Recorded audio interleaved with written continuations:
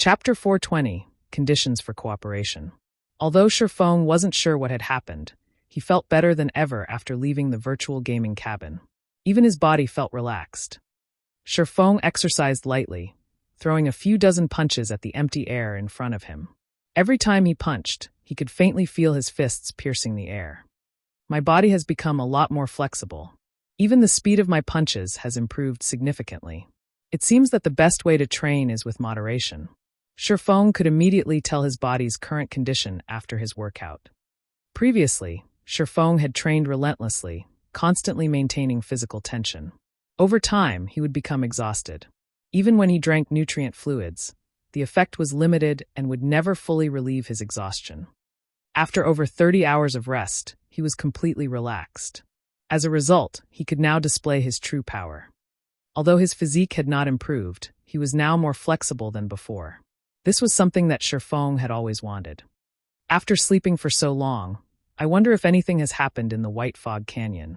Hopefully, Aqua doesn't risk the team and delve further into the canyon. After Shifeng's brief moment of joy, his mind suddenly drifted to the dangers in the White Fog Canyon, and he began to worry. The White Fog Canyon consisted of two regions, the outer and inner region. The battle monkeys in the outer region were tolerable, and there were only a few traps and forbidden areas. However, after entering the inner region, not only were all the monsters there level 25 and above, but the majority of the monsters were also special elites. The danger in the inner region was many times higher than the canyon's edges. With only Zero Wing's 500 members, even if they had a few dozen Tier 1 players in their midst, they would suffer terrible losses should they venture into the inner canyon. Most of Zero Wing's experts were on the team of 500. If they died, Zero Wing would suffer for it. Worrying about the possibilities, Shifeng hurriedly ordered takeout. At the same time, he also contacted the game store and purchased a large batch of nutrient solutions. He had nearly depleted the nutrient solution in his cabin, and although he could use the gaming cabin without it, the nutrient solution was meant to counter certain situations. If he did not replenish the solution, should he exceed his mental limit again, his body would not recover to its peak condition like it had this time. After a short rest, Shifeng was ready to enter God's domain once more. Suddenly, however, his quantum watch rang. Looking at the caller ID, Shifeng discovered that it was Manager Shao of Big Dipper Training Center. Why is he contacting me all of a sudden? Shifeng recalled that, regarding the matter of cooperation with Big Dipper, Manager Shao said he needed to discuss things further with his superiors before making a decision. In the end, 4 days had passed since they spoke. Manager Shao had not contacted him. Assuming that negotiations had failed, Shifeng gave up on the notion of cooperating with Big Dipper. Beyond that, Shifeng had been busy with his legacy trial, so he had forgotten about the matter entirely.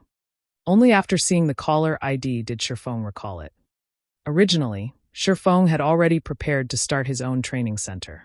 In any case, he had 30 million credits from Gentle Snow, so he had the funds to start one on his own. After a moment, he answered the call. However, upon seeing Manager Zhao's appearance, he had to ask, "Manager Shao, what's wrong with you?" In the image displayed by his quantum watch, Manager Shao looked exhausted. It looked as if the man had not slept for days. There were even dark circles beneath his eyes. Manager Shao was a martial artist, so his physique was far from that of an ordinary person's.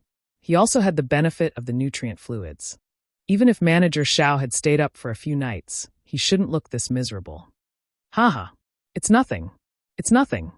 Manager Shao laughed. Master Shifeng, regarding our previous discussion, I've reported the situation to my elder brother. My elder brother held a directors' meeting specifically for this purpose. In short, we agree to your conditions. However, we have a condition of our own. A condition?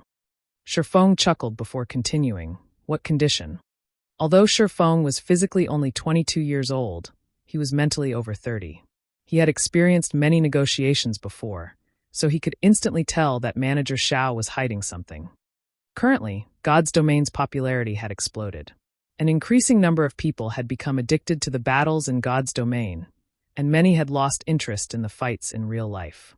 Naturally, this would affect locations such as training centers and dojos. Based on Manager Zhao's appearance, Shifeng was sure of it. Big Dipper Training Center's business was declining rapidly, so much so that it had caused even those in power in Big Dipper to tremble. Hence, they needed someone that could revitalize Big Dipper. Although fighting competitions were becoming less popular, there was still a market for them. Only, other than possessing first-class facilities, Big Dipper had nothing else to offer. Compared to the dojo commanded by Jean High City's champion fighter, Chun Wu, Big Dipper Training Center was significantly inferior. If they had a martial arts master to lead the training center, helping them forge a name for themselves and acting as a combat instructor, they could save themselves from their current decline. After all, the combat techniques displayed in God's domain were mostly evolutions of the combat techniques found in real life. We require Master Shifeng to compete against a well-known fighter. As long as Master Shifeng wins, we have no issues agreeing with all of the conditions you have previously stated, Manager Xiao explained. May I know your thoughts on this? Even a fool could tell that the big shots of Big Dipper wished to test Shifeng's strength and at the same time, increase Big Dipper's reputation. Meanwhile, to garner fame for the training center, Shifeng's intended opponent would certainly be powerful. Fine, but I have another condition, Shifeng answered. Master Shifeng, please don't hold back, Manager Xiao said excitedly upon hearing Shifeng's reply. If I win, I want 5 virtual gaming cabins and 15 S-rank nutrient fluids. Shifeng coveted the S-rank nutrient fluids. It was something that he could not buy even if he had the money. The virtual gaming cabins were similarly in high demand. Currently, Zero Wing's workshop was still in its development phase. If he wanted to improve the workshop quickly, he needed a large number of experts. However, ordinary experts of God's domain would not do. He needed top-tier experts. With the virtual gaming helmet's 90% sync rate, it was simply impossible to nurture a top-tier expert. However, until this day, Zero Wing only had a measly 5 virtual gaming cabins. Ignoring the ones dedicated to himself, Fire Dance, and Blackie, there were only 2 cabins available for the other core members of the workshop. If he could obtain another 5 virtual gaming cabins, although not every core member could have their personal cabin, rotating use should suffice. This, Manager Xiao felt cornered upon hearing Shifeng's request. 15 bottles of S-rank nutrient fluids. With Big Dipper's connections, they could barely obtain so many. As for the 5 virtual gaming cabins, there were no problems on that end, either. However, these items together were worth around 30 million credits. Even to a successful corporation like Big Dipper, this was not a small sum of money. Normally, they could have afforded to agree to Shifeng's request. Now, however, Big Dipper's business was not doing too well. No good. Shifeng frowned slightly as he said, "If you can't do it, I can only look elsewhere." His demands were not particularly extravagant. After all, as long as he won the match, Big Dipper would double their profits. Moreover, 30 million credits was spare change to Big Dipper. If they were unwilling to pay such a small price, Shifeng might as well start his own training center. Chapter 421, Did You Transmigrate? Live combat was not without danger. It was especially true in a fight between experts. Injuries were commonplace.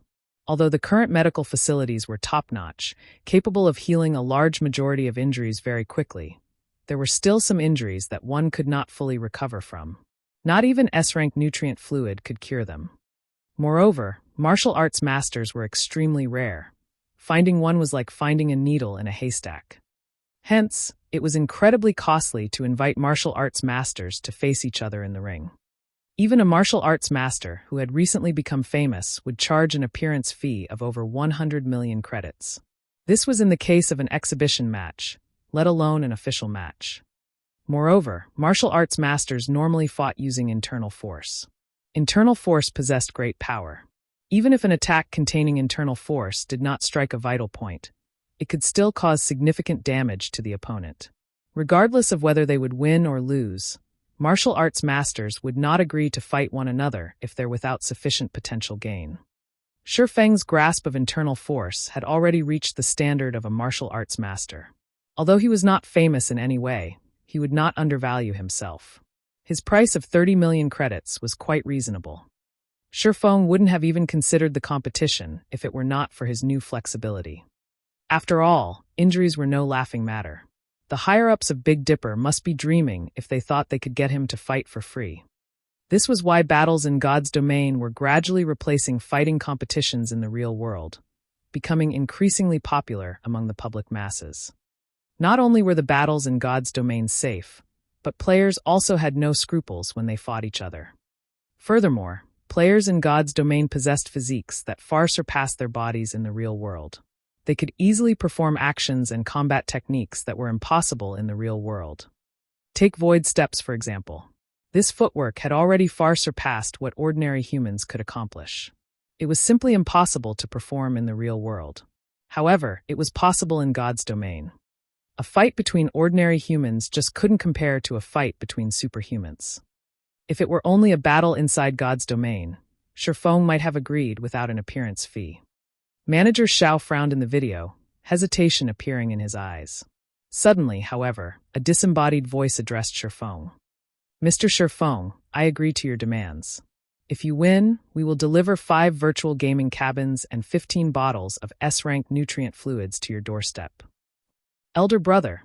The other voice from the call was Xiao Yan's elder brother, Xiao Yu, the true wielder of the power of Big Dipper. Xiao Yu then took over the call and spoke with Shurfong directly.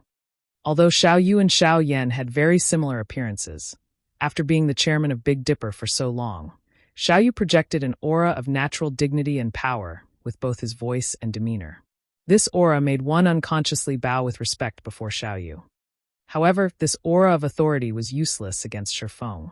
He was not uncomfortable around this aura in the slightest. When is the battle? We still need to prepare for this, so the fight should be in roughly 4 days. As for the exact time, we will contact Mr. Shurfong with the details in the future. All right. After Shurfong and Xiao Yu set their appointment, the video call disconnected. Elder brother, Big Dipper has already spent a huge sum of money on nurturing the student fighters. If we spend another 30 million, it will have a massive impact on Big Dipper's future plans. Xiao Yan looked at Xiao Yu skeptically. The premise of paying for those items is that Shurfong can win. Before the battle has even begun, you are already so confident of his victory. It seems that this Shurfong is not a simple man. Xiao Yu glanced at Xiao Yan. He then shifted his gaze as he examined the test record on his table, smiling. The data on the test record was precisely what Shurfong had left behind at Big Dipper. Such a young man is actually capable of using internal force and achieving a punching power 576 kilograms. Although he cannot compare to those other martial arts masters, he is still impressive. This appearance fee is not expensive at all. If we deepen our relationship now, it will benefit future cooperation. I understand. Xiao Yan helplessly nodded. Back in his apartment, Shurfong logged into God's domain. What is going on here? Shurfong could not help his surprise when he saw the scene before him. As far as the eye could see, corpses of players and battle monkeys littered the ground. Some of these players were guild players, and others were independent. Overall, there were over 300 player corpses. Furthermore, there were even more players currently engaged in combat, with 5 to 6 players dealing with a single crimson-eyed battle monkey. The players fighting were all level 20 and above, and they all possessed significant strength. Many parties here were far more powerful than the elite parties of guilds. Originally, the White Fog Canyon had been a forbidden area for players. Now, however, it had become infested. Shurfong was confused. He had only logged out of God's domain for slightly more than a day, yet he was already so unfamiliar with the White Fog Canyon. Brother, are you alone? Seeing as you are level 22, you should have some decent skill. Why don't you join our party? If equipment drops, we'll split it equally. How about it? Before Shurfong could digest the information before him, a party of 6 approached him. Leading the party was a red-haired beauty geared with light blue scale armor.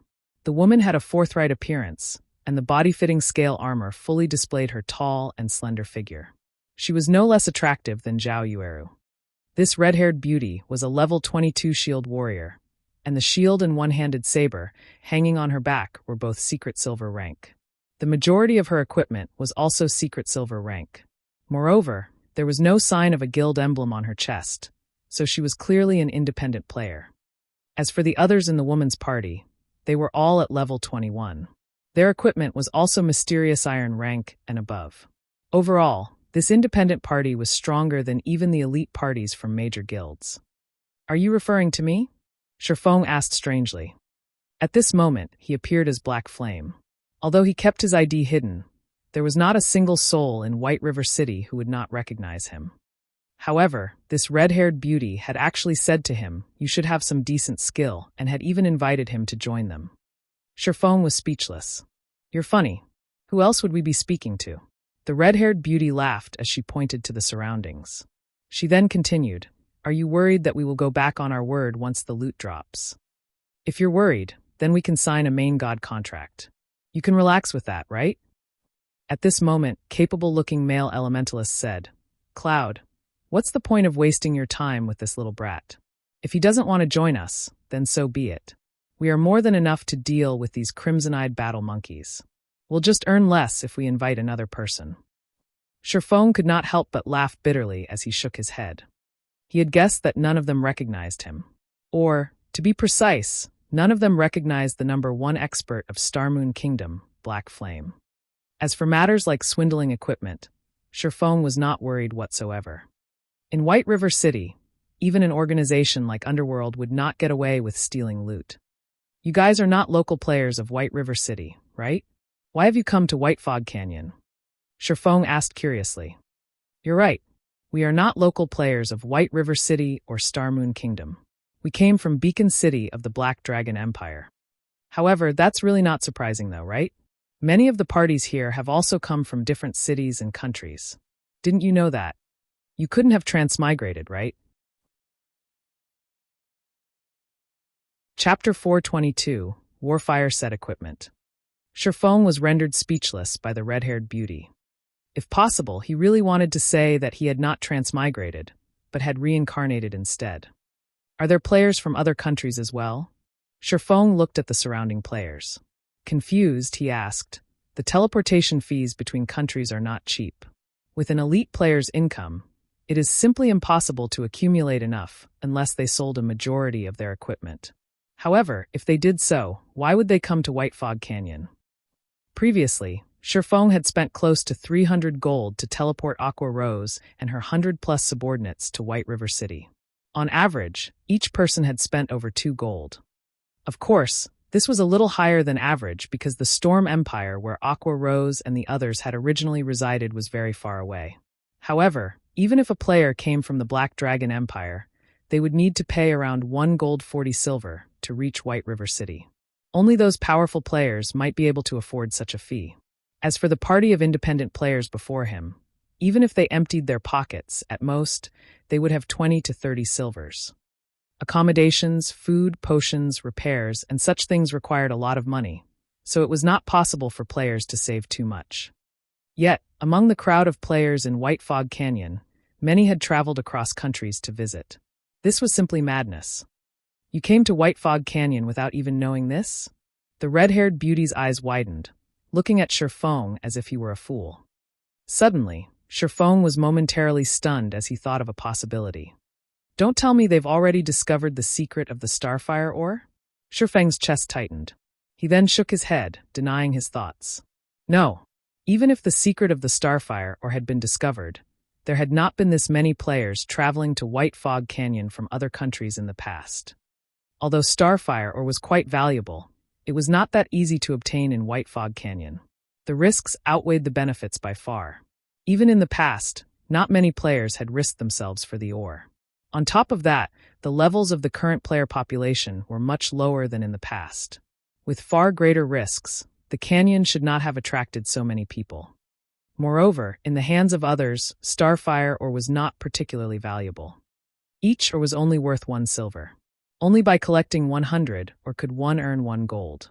However, with the level and tier of the current players, the difficulty of collecting 100 Starfire ore was more difficult than clearing a 20-man hard mode team dungeon.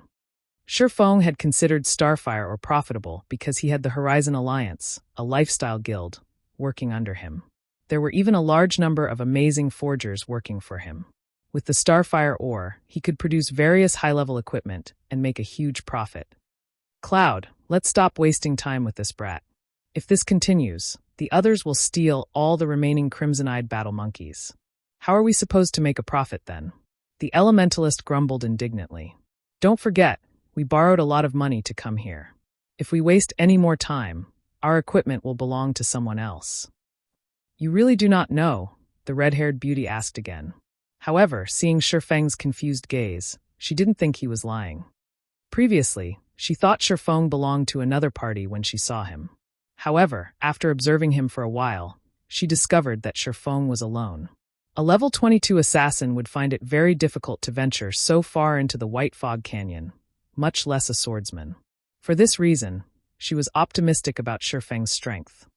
If their party had another strong player, they could explore further into the canyon. At that time, they would have fewer competitors, and their opportunity to make a fortune would grow. I really do not know. I haven't logged into the game for over a day now. What exactly happened while I was gone? Shifeng spoke truthfully, a bitter smile on his face. So that's why. However, you really are amazing. Despite not logging into the game for over a day, you are still level 22, the red-haired beauty laughed. I'll tell you then. One day ago, one of the monsters in White Fog Canyon dropped an amazing item, so we hurried over. We'll make a fortune if we obtain that item. An amazing item? Making a fortune? Shifeng searched his memories. Soon, he laughed and said, Might you be talking about the Warfire set equipment? That's right. It's the Warfire set equipment. The red-haired beauty nodded. Immediately, she rolled her eyes at Shifeng, saying, So you do know about it. I was just wondering if you had some other method to earn money, Shifeng apologized. However, the drop rate of the Warfire set equipment is extremely low. Also, even if one did drop, it would not be sufficient to cover your travel expenses. The Warfire set equipment was unique to White Fog Canyon, and any player could equip it. If a magical class wore it, the set would generate attributes suitable to magical classes. If a physical damage-dealing class wore it, the set would generate attributes suitable to physical damage dealers. If a tank class wore it, the set would similarly generate attributes suitable to tanks. Overall, the Warfire set equipment was very special. In addition, the Warfire set equipment was evolvable. It started out as bronze rank, and if one was willing to sacrifice a sufficient amount of EXP, they could evolve the set to fine gold rank. Meanwhile, the Warfire set equipment's level ranged from 20 to 30. Similar to epic items, it would level up according to the player's level. The attributes of the equipment would similarly improve. A level 30 fine gold set equipment. To the core team of any guild, equipment of such quality was extremely precious. It was incredibly hard to obtain even from a dungeon. Not to mention, dungeons had a cooldown time, making it far more difficult to obtain a complete set. Hence, in the past, the Warfire set equipment had been highly sought after by the various guilds. As long as they sacrificed sufficient manpower, time, and EXP, they could obtain a fine gold set equipment. The Warfire set equipment was the easiest fine gold set equipment to obtain. What do you know? The elementalist said disdainfully. Someone has already offered to purchase each set piece for 5 gold coins. If we collect all 7 set pieces, that person is willing to pay 80 gold. Moreover, this price was offered up 10 hours ago. Now it's definitely higher than 80 gold. 80 gold? Shifeng could not help but laugh. If they could really farm the full Warfire set equipment, Shifeng was willing to spend even 180 gold. Not to mention a level 30 fine gold set equipment. Even the fine gold ranked arclight shields Shifeng previously made had sold for over 30 gold coins. In the past, there were many players who had sought to make a fortune through grinding for the Warfire set equipment. However, the set's drop rate was abysmally low. Only when guild teams had spent a long time grinding did they barely manage to obtain a few sets. Look at how excited you are. We need to get the full set in order to get 80 gold, the red-haired beauty laughed. How about this? If you guys obtain any of the set pieces, I'll buy them for 10 gold each. Shifeng decided that the red-haired beauty's party was relatively powerful. If given a few days, they might obtain 1 or 2 set pieces. It was not a bad idea to purchase the Warfire set equipment directly. Items such as a fine gold set equipment were mainly used for raiding dungeons. To an independent player, its usage was limited. If you gather all 7 pieces, I'll buy the set for 180 gold. Hearing Shifeng's offer, the red-haired beauty's party was stunned. Shifeng had so casually offered 180 gold. It was not easy to obtain so many gold coins, even if one had the credits to afford them. Not even the tycoon players could come up with so many gold coins at a moment's notice. However, they had actually met such a player. At this moment, all 6 had the same thought. They've met a godlike tycoon. Chapter 423, Final Cave. Are you serious? The red-haired beauty could not help but re-evaluate her opinion of Shifeng, going as far as using an identification skill on him.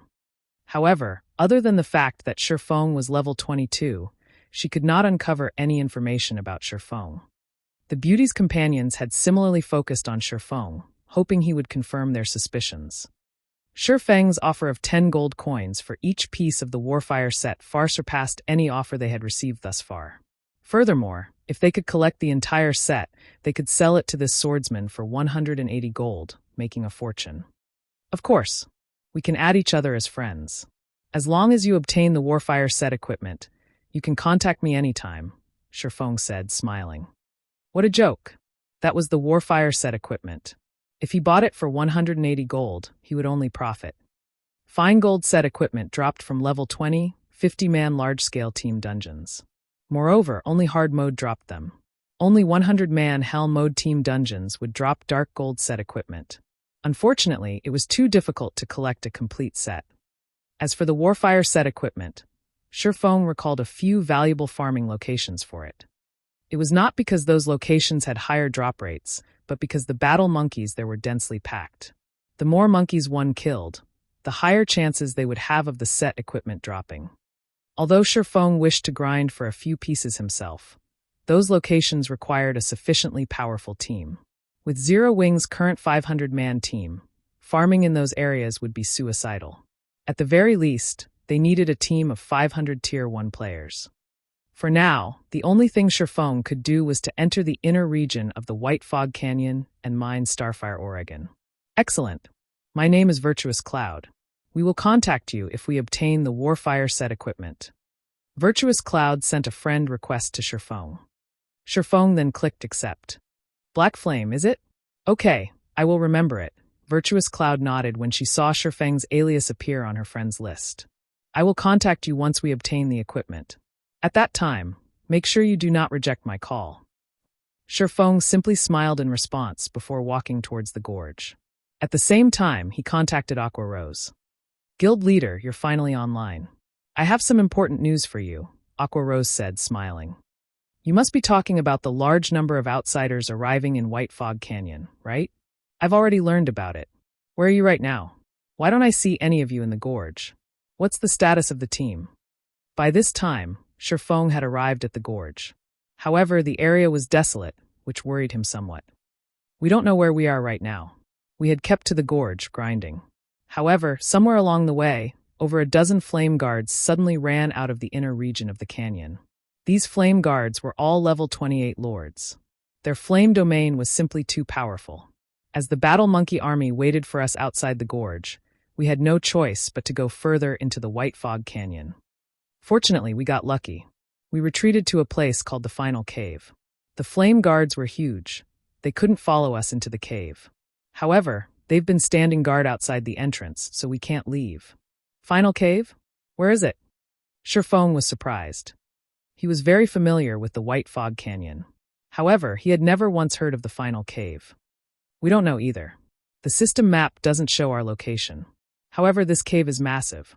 There are also plenty of monsters here. Fortunately, there aren't any Lord-ranked monsters, so we have been able to cope. Aqua Rose did not know their current whereabouts.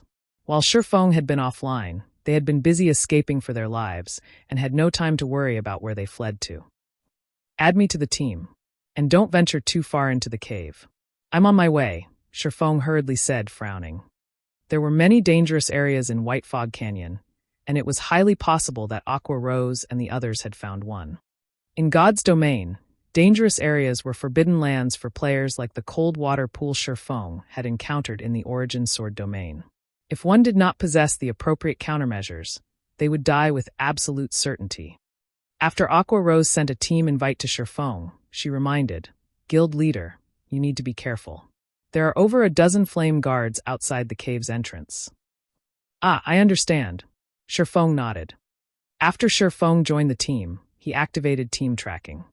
With this mechanic, Shifeng could locate a specific team member and meet up with them. The stone forest to the south. After activating tracking, Shifeng could see faintly glowing footprints on the shattered rocks. These footprints belonged to Aqua Rose. The stone forest in White Fog Canyon's inner region was complex and chaotic. Even with a map, it was incredibly easy to get lost there. However, the paths in the stone forest were narrow, so it was the perfect location to shake off enemy pursuit. Along the way, Shifeng cautiously avoided the high-level monsters as he followed the footprints. However, after tracking Aqua Rose for over 10 minutes, the footprints suddenly vanished. It was as if Aqua Rose had disappeared. How could they disappear? Shifeng's frown deepened as he examined the empty space before him.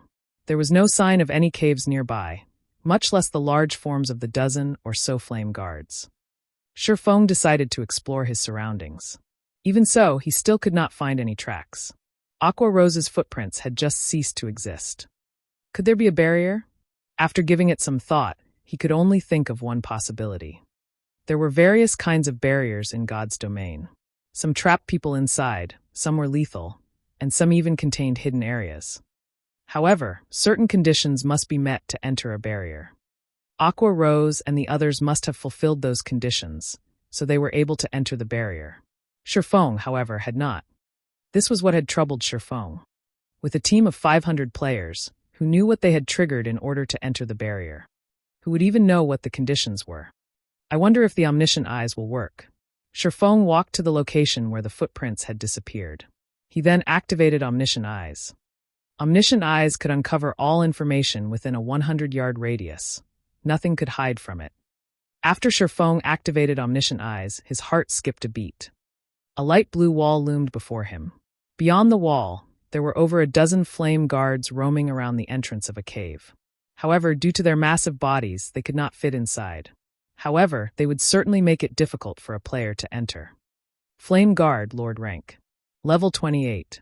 HP 700,000/700,000.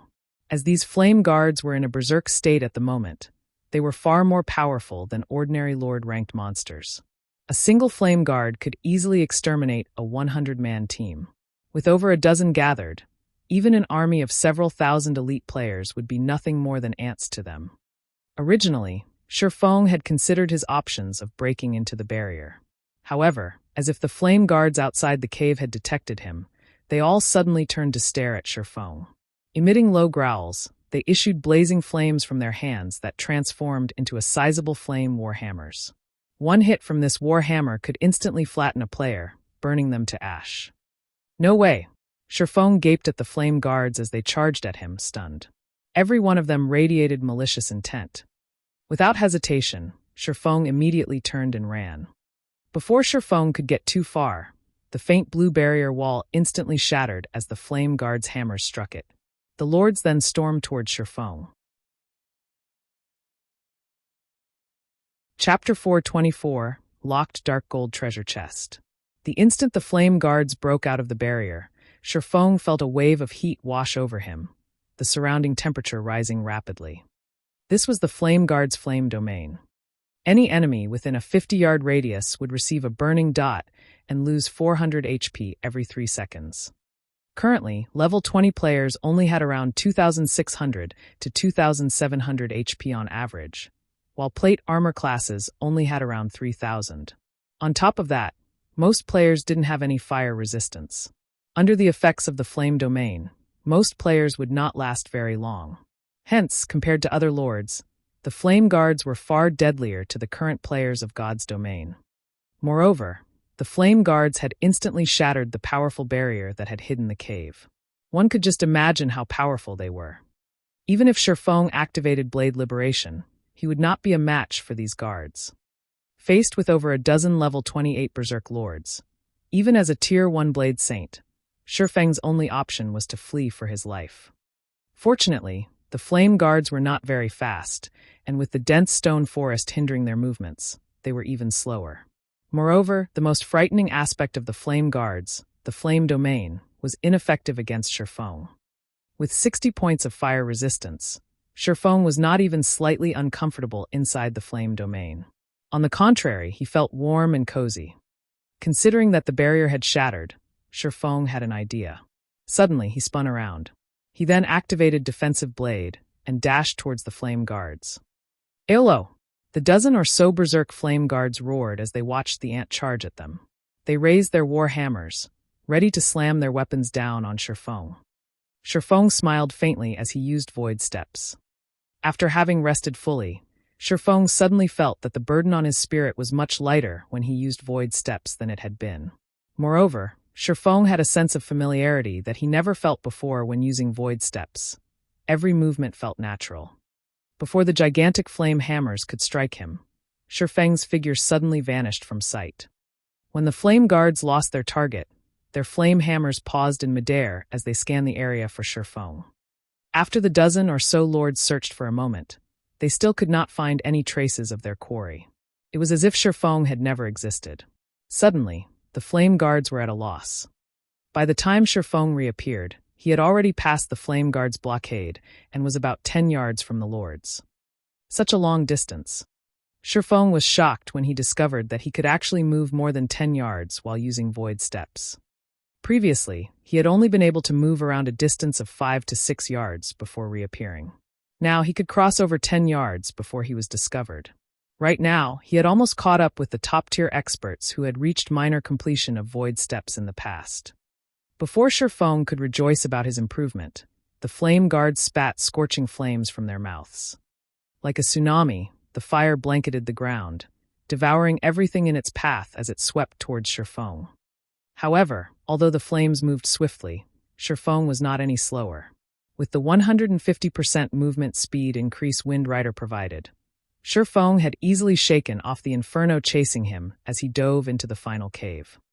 Immediately after Shifeng entered the cave, a notification sounded out from the system. System, you have discovered the final cave. The final cave's interior was dark. However, the cave walls looked like the starry skies, softly illuminating the gloom. With the weak starlight, Shifeng could see up to 50 yards around him. If he encountered a monster, he could respond in time. Meanwhile, inside the cave, the footprints that Shifeng had previously lost track of had appeared once more. Shifeng then gradually advanced while following Aqua Rose's footprints. Along the way, the more Shifeng observed the final cave, the more he realized that this cave was not as simple as it appeared. Many mysterious runes and pictures were engraved onto the cave walls, and they gave off a similar feeling to the runes found in the Eternal Courtyard. They felt ancient and full of divine power. Other than these runes, there were also many earthen puppets roaming inside the final cave. These puppets were around the same size as a player. Though they were somewhat slow, their flesh consisted of stone. Their bodies were extremely tough. Ordinary weapons would only dull, and durability would decrease if they struck these earthen puppets. Earthen Puppet Special Elite. Level 27. HP 100,000/100,000. Although there were many earthen puppets, Shifeng could easily outdistance them after activating Windwalk. Once he was a certain distance away, he would simply use Void Steps. As these earthen puppets lost their target, they discontinued their pursuit. After Shifeng had followed the tracks for over half an hour, he finally discovered his guild members who were currently resting. After not seeing each other for more than a day, everyone had leveled by at least one. The lowest leveled player in the team was level 23. Blackie had even reached level 26. Their leveling speed was something to behold. On the contrary, Shifeng had become the lowest leveled player on his team. When everyone noticed Shifeng's arrival, their eyes widened in shock. It was as if they had seen a ghost. Guild leader, how did you manage to get in here? The Guardian Knight Kola asked, concerned. They knew full well just how powerful those earthen puppets were. Not only did they have high magic resistance, but their defense was also powerful. Their attacks were just as frightening. To kill just one, they had to spend a long time wearing it out. However, those earthen puppets respawned indefinitely. Sometimes, if they took too long to kill one another, would respawn the moment it died. Meanwhile, when those earthen puppets discovered an enemy, they would not rest until their target was dead. If they did not kill them, these puppets would overwhelm them. They had spent over half a day to reach their current location, yet Shifeng had arrived so casually. Moreover, only 2 hours had passed since he had started to search for them. I ran here, of course, Shifeng laughed. Guild leader, did you not encounter any earthen puppets? Aqua Rose asked curiously as she stared at Shifeng, who did not appear exhausted in the slightest. I met them, but I managed to throw them off. Shifeng smiled. All right, let's not worry about that. Let's leave. Guild leader, we can't leave, Aqua Rose said, shaking her head. Previously, when Fire Dance scouted ahead, she discovered a locked dark gold treasure chest not far from here. She is currently trying to unlock it, while we're helping her fend off the patrolling puppets. A locked dark gold treasure chest? Shifeng could not help his excitement upon hearing those words.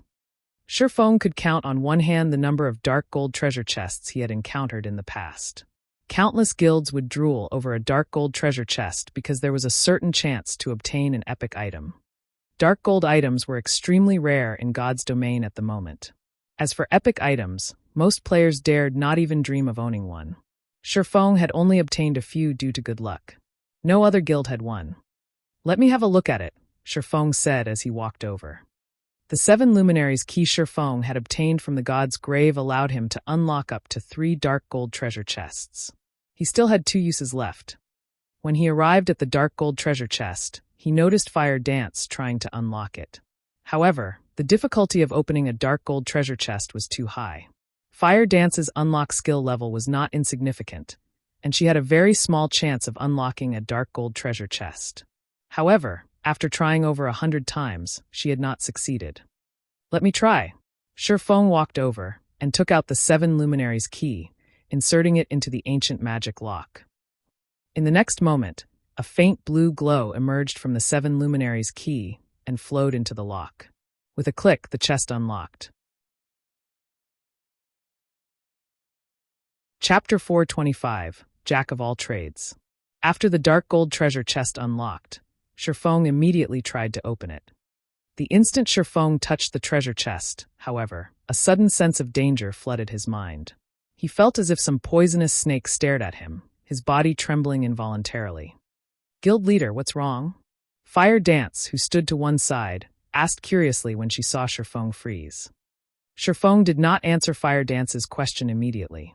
Instead, he frowned at the golden treasure chest in front of him, before examining his surroundings. Suddenly, he discovered that the terrain here was somewhat unique. The ground 30 yards around the dark gold treasure chest was slightly indented. Although the ground around the treasure chest was 15 centimeters lower, the difference was indistinguishable due to the large area and the dim lighting in the cave. To Shifeng, whose 5 senses were extremely acute, he could even discover traces of spiderwebs. While adventuring in the fields of God's domain, one would frequently stumble across traps. These traps were very powerful, and in the past, many players had given their lives to these traps. High-tiered players were no exception. In the past, while Shifeng was a Tier 3 Sword King, he had fallen into a trap, losing his life. Hence, no one could afford to be careless while adventuring in the wild. With the strange terrain before him, how could Shifeng not grow suspicious? Fire Dance, stay 40 yards away from this place. Although Shifeng did not know what was special about the area, he would not give up this dark gold treasure chest. Even the most inferior quality item in a dark gold treasure chest was dark gold rank. There was even a small chance to obtain an epic item. Although Fire Dance had no idea what was happening, she listened to Shifeng's command and distanced herself over 40 yards from the treasure chest. As a safety precaution, Shifeng unsheathed the abyssal blade from his waist. Phantom kill. A doppelganger suddenly appeared beside Shifeng. For 40 seconds, Shifeng could swap positions with his doppelganger instantly. Shifeng had his doppelganger move 40 yards away from the treasure chest as well. All right, everything seems in place. After Shifeng prepared for the potential trap, he slowly opened the dark gold treasure chest. The instant he opened it, a blinding light escaped from the treasure chest, illuminating the cave. After the light dispersed, Shifeng was stunned when he saw the contents of the treasure chest. A lone dark blue crystal pendant sat inside the chest. Previously, Shifeng had gained multiple items from the dark gold treasure chest he had opened in the god's grave. Among those items, the most valuable was the forging manual for the dragon scale set equipment. Now, however, there was a single pendant inside this dark gold treasure chest. I wonder what's so special about this pendant. Although Sherfong was slightly disappointed, pendants were extremely rare in God's domain. Dark gold ranked pendants were more scarce. Although it could not compete with the value of the Dragon Scale Set Equipment Forging Manual, it was still a considerable harvest. The moment Sherfong picked up the pendant, a light blue magic barrier appeared 30 yards around the treasure chest, trapping Sherfong within. A trap that imprisons people? Sherfong carefully observed his surroundings, noticing that the light blue barrier had sealed him incompletely. Guild leader. Fire Dance immediately grew anxious. Dashing up to the barrier, she used Instant Kill, a Tier 1 assassination skill. The skill allowed her to attack her enemy with astonishing speed while inflicting massive amounts of damage.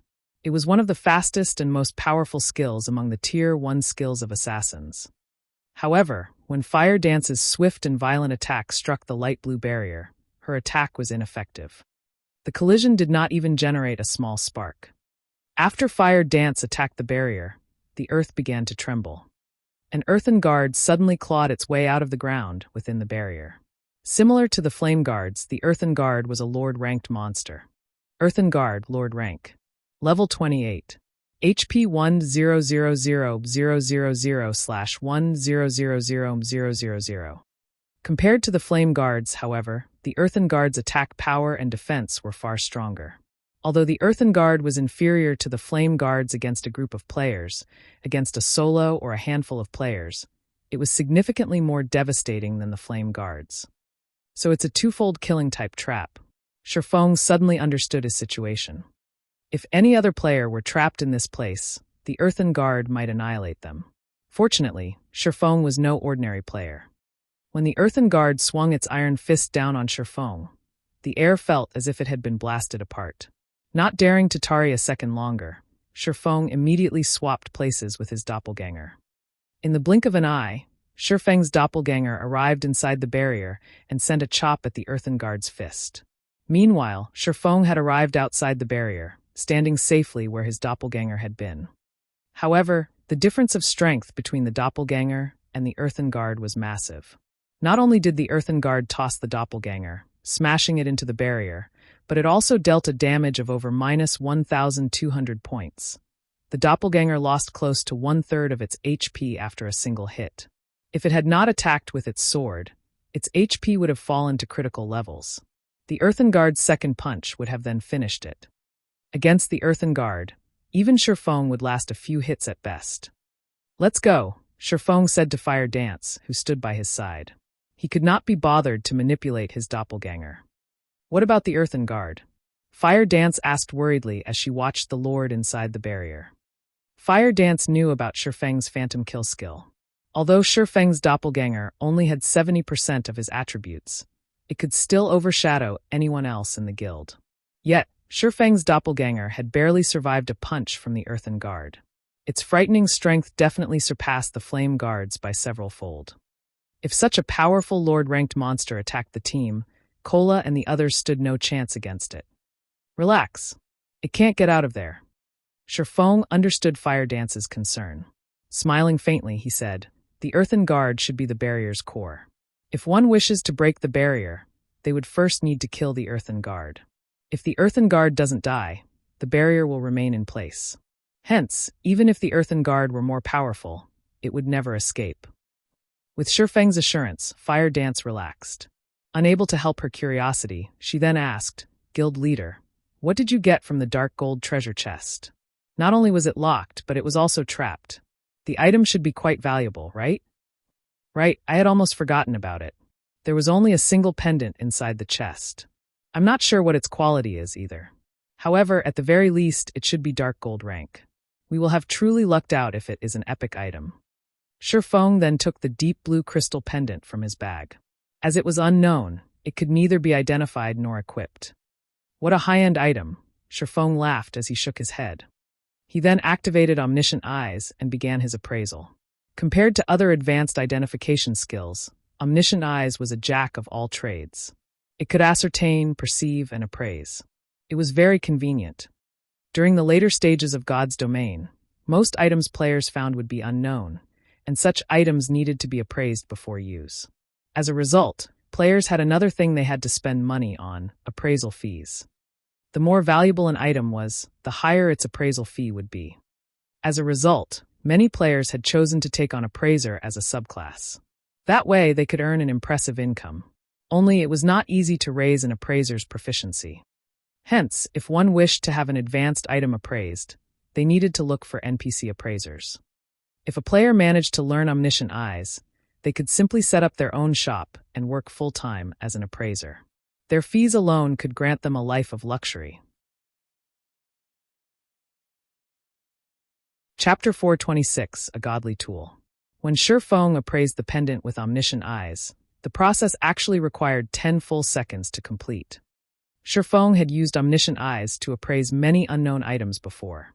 However, those normally took 1 or 2 seconds, with high-end items requiring 2 or 3 seconds. Even dark gold items only needed 4 or 5 seconds. However, the pendant required 10. Jackpot! Shifeng could not help but smile.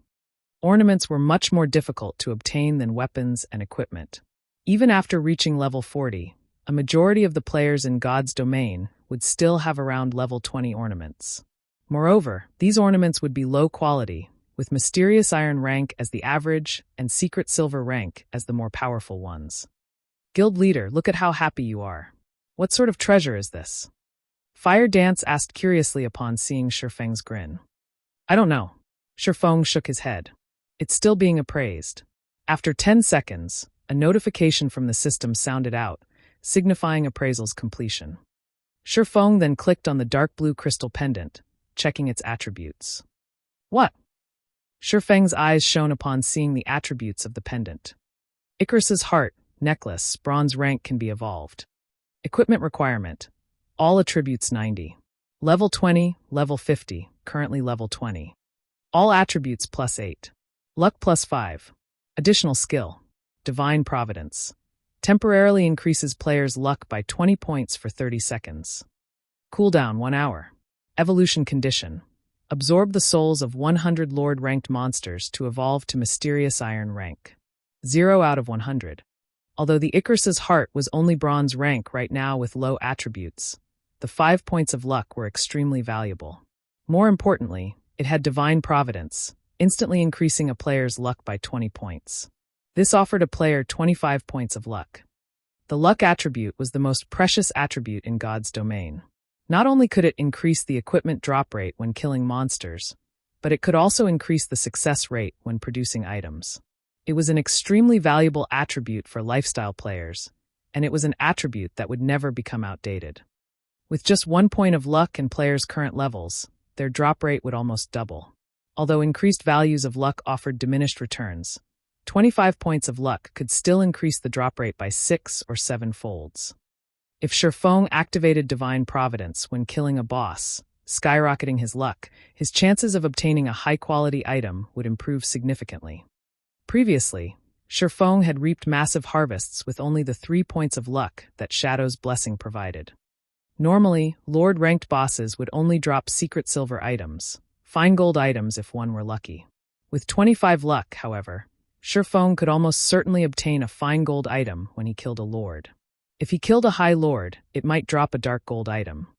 Icarus's heart was most likely even more valuable than an epic item. Unfortunately, the equipment requirements for Icarus's heart were quite high, requiring 90 points in all attributes. Throughout Zero Wing, only Shifeng could equip it. I need to kill 100 Lords to evolve it? Its demand is quite high. After reading the attributes of Icarus's heart, many ideas flooded Shifeng's mind. The Warfire set equipment unique to White Fog Canyon, in particular, was the level 30 fine gold set equipment that countless guilds dreamed of obtaining. Currently, Icarus's heart was only bronze rank. If he evolved it to fine gold or dark gold rank, it would offer far more luck points. At that time, it would be a godly tool when raiding large-scale team dungeons. Zero Wing was already the center of attention right now. If other guilds knew that Zero Wing possessed an item like Icarus's heart, they would lose their patience with Shifeng's guild. It was highly possible that they would unite to attack Zero Wing. Hence, Shifeng had no intentions of letting others discover Icarus's heart. Moreover, he would only make a fortune if he kept quiet about it. He would be a fool to reveal his hidden cards. Fire Dance were returning. Sherfong smiled faintly as he switched out the shadow's blessing around his neck for the Icarus's heart. He then said, "Let's go make a fortune. Guild leader, there might be more treasures deeper in the cave. Are we not going to search for them?" The final cave intrigued Fire Dance. She had discovered a dark gold treasure chest just by exploring this far. If they searched the cave, they might stumble upon something greater. Sherfong shook his head. Laughing bitterly, he said, "Our strength is still lacking. We will only find our deaths if we delve further. If you don't believe me, go down this passageway and you'll reach a large, empty hall. Take a peek outside the hole and you'll know." Previously, while Sherfong still had omniscient eyes activated, he had perceived everything within 100 yards of him. Roughly 70 yards away, there was a hole that led to a large hall. Inside the hall, there were 2 level 30 great lords guarding a tightly sealed stone door. However, as the path was dimly lit, players could only see around 40 to 50 yards ahead of them, so neither of them had noticed the hall before. 2 level 30 great lords. One of such monsters could easily annihilate a team of several thousand level 30 elite players. With their team of 500, they would only die if they forged ahead. They wouldn't even be enough to fill in the gaps of the teeth of those 2 great lords. Initially, Fire Dance had not believed Sherfong and had chosen to advance. After walking for some distance, she suddenly froze. She had not stopped because she did not wish to continue forward. Rather, it was because she could faintly see the hole. However, Fire Dance could feel power and killing intent that gave her goosebumps radiating from the hole. She felt as if she would plunge into an abyss if she took another step. Fire Dance's intuition was undoubtedly correct. If she dared to enter the hall, the great lords inside would slaughter her mercilessly. Thus, Sherfong had told her only to take a peek from outside the hole. "All right, let's head back. We shouldn't make Aqua and the others wait for us too long." Sherfong laughed as he saw the hesitant look on Fire Dance's face. Fire Dance obediently nodded. She then pouted at Sherfong, complaining, "Guild leader, you're too evil." If Sherfong had told her there were such powerful monsters ahead, she would not have approached them. Fortunately, she had sensed them and stopped. Had she not, the consequences would have been dire. "Relax. Those monsters are only guarding the door. As long as we don't go through the hole, they won't attack us," Sherfong said, laughing. "However, after not seeing you for some time, it seems that your senses have grown sharper. You sensed the danger when you were halfway there." Upon hearing Sherfeng's praise, a tinge of red appeared on Fire Dance's cheeks. Even so, she was still somewhat frustrated. Sherfong could sense danger from so far away, yet she had to be so close. After rejoining the team, Sherfong led everyone to the path they had come from. Along the way, they continuously killed the patrolling level 28 earthen puppets. After Sherfong joined the team, the journey that would have originally taken the team the majority of the day was shortened to only a few hours.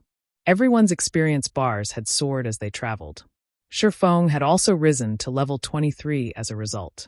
However, everyone was more shocked by the loot that dropped than they were by their EXP gain.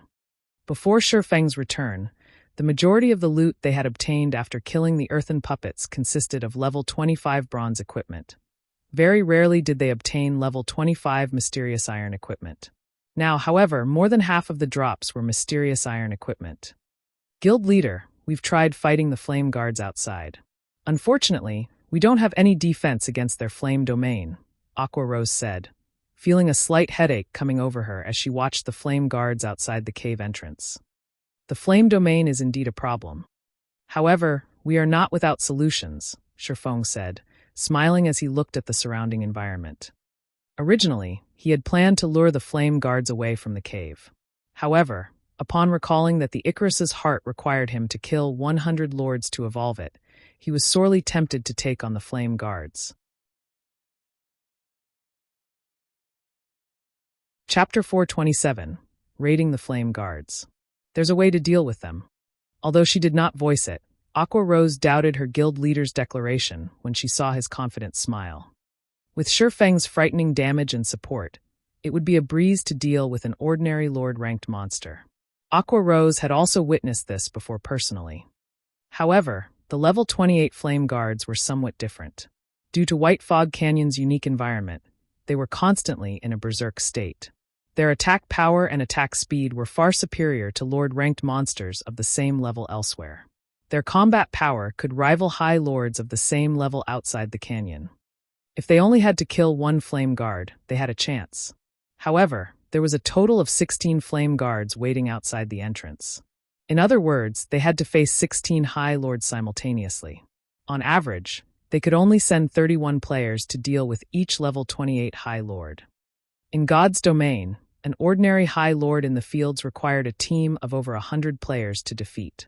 If it were a powerful high lord, then a team of over 500 players might be necessary. Furthermore, the flame guards outside the cave possessed a flame domain that covered a radius of 50 yards. Players who entered the flame domain would lose 400 HP every 3 seconds. Even with the healers going all out, it was impossible to keep everyone's HP from plummeting. If a team did not have high fire resistance, they would not survive in the flame domain. Aqua Rose really could not think of any solutions to their predicament. Without hesitation, Sherfong ventured roughly 30 yards from the cave entrance. He then wandered around, adjusting his position. However, the flame guards standing outside the entrance had long since discovered Sherfong. They all had squeezed against the cave opening, attempting to charge in and tear Sherfong apart. Fortunately, the hole was just too narrow, and none of the flame guards could fit through. Although these flame guards were unable to enter, the lords were no fools. Immediately, they materialized flame spears and threw them at Sherfong. The scorching spears released a blazing white glow, causing even the air to tremble. Show! Show! Show! A series of 6 flame spears flew in from the cave entrance, heading straight for Sherfong. The spears were so fast that their flight sounded like explosions. The ground that the spears passed over also erupted in flames. However, although the flame spears were fast, Sherfong wasn't slow either. As the flame spears entered the cave, Sherfong moved. By the time the spears arrived at Sherfeng's position, the man had long since moved 2 yards away. As a result, all 6 flame spears struck empty air. This spot should be good. Sherfong ignored the flame guard's attacks. He focused on calculating the lord's attack range and angle, leisurely appearing as if the flame guards had never attacked him. Guild leader's dodge is so fast. He even avoided those supersonic attacks. If it were me, I would have no choice but to endure the attacks. Cola sighed with admiration as he watched Sherfong effortlessly dodge the flame guard's spears. It would be awesome if I had just half of guild leader's dodging speed. If he had such a dodging speed, he might even become the #1 tank in Starmoon Kingdom, or at least in the top 10. Cola, you have many things you need to learn, then, Fire Dance chuckled.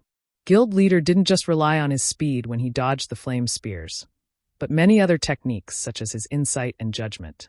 Even if guild leader was just as fast as you are, he could still dodge those attacks easily. Linear attacks are monotonous. As long as one possesses sufficient insight, they can counter them easily. However, the flame guard's attacks are too fast, and we are definitely not fast enough. Hence, we will also need to rely on accurate judgment to defend ourselves.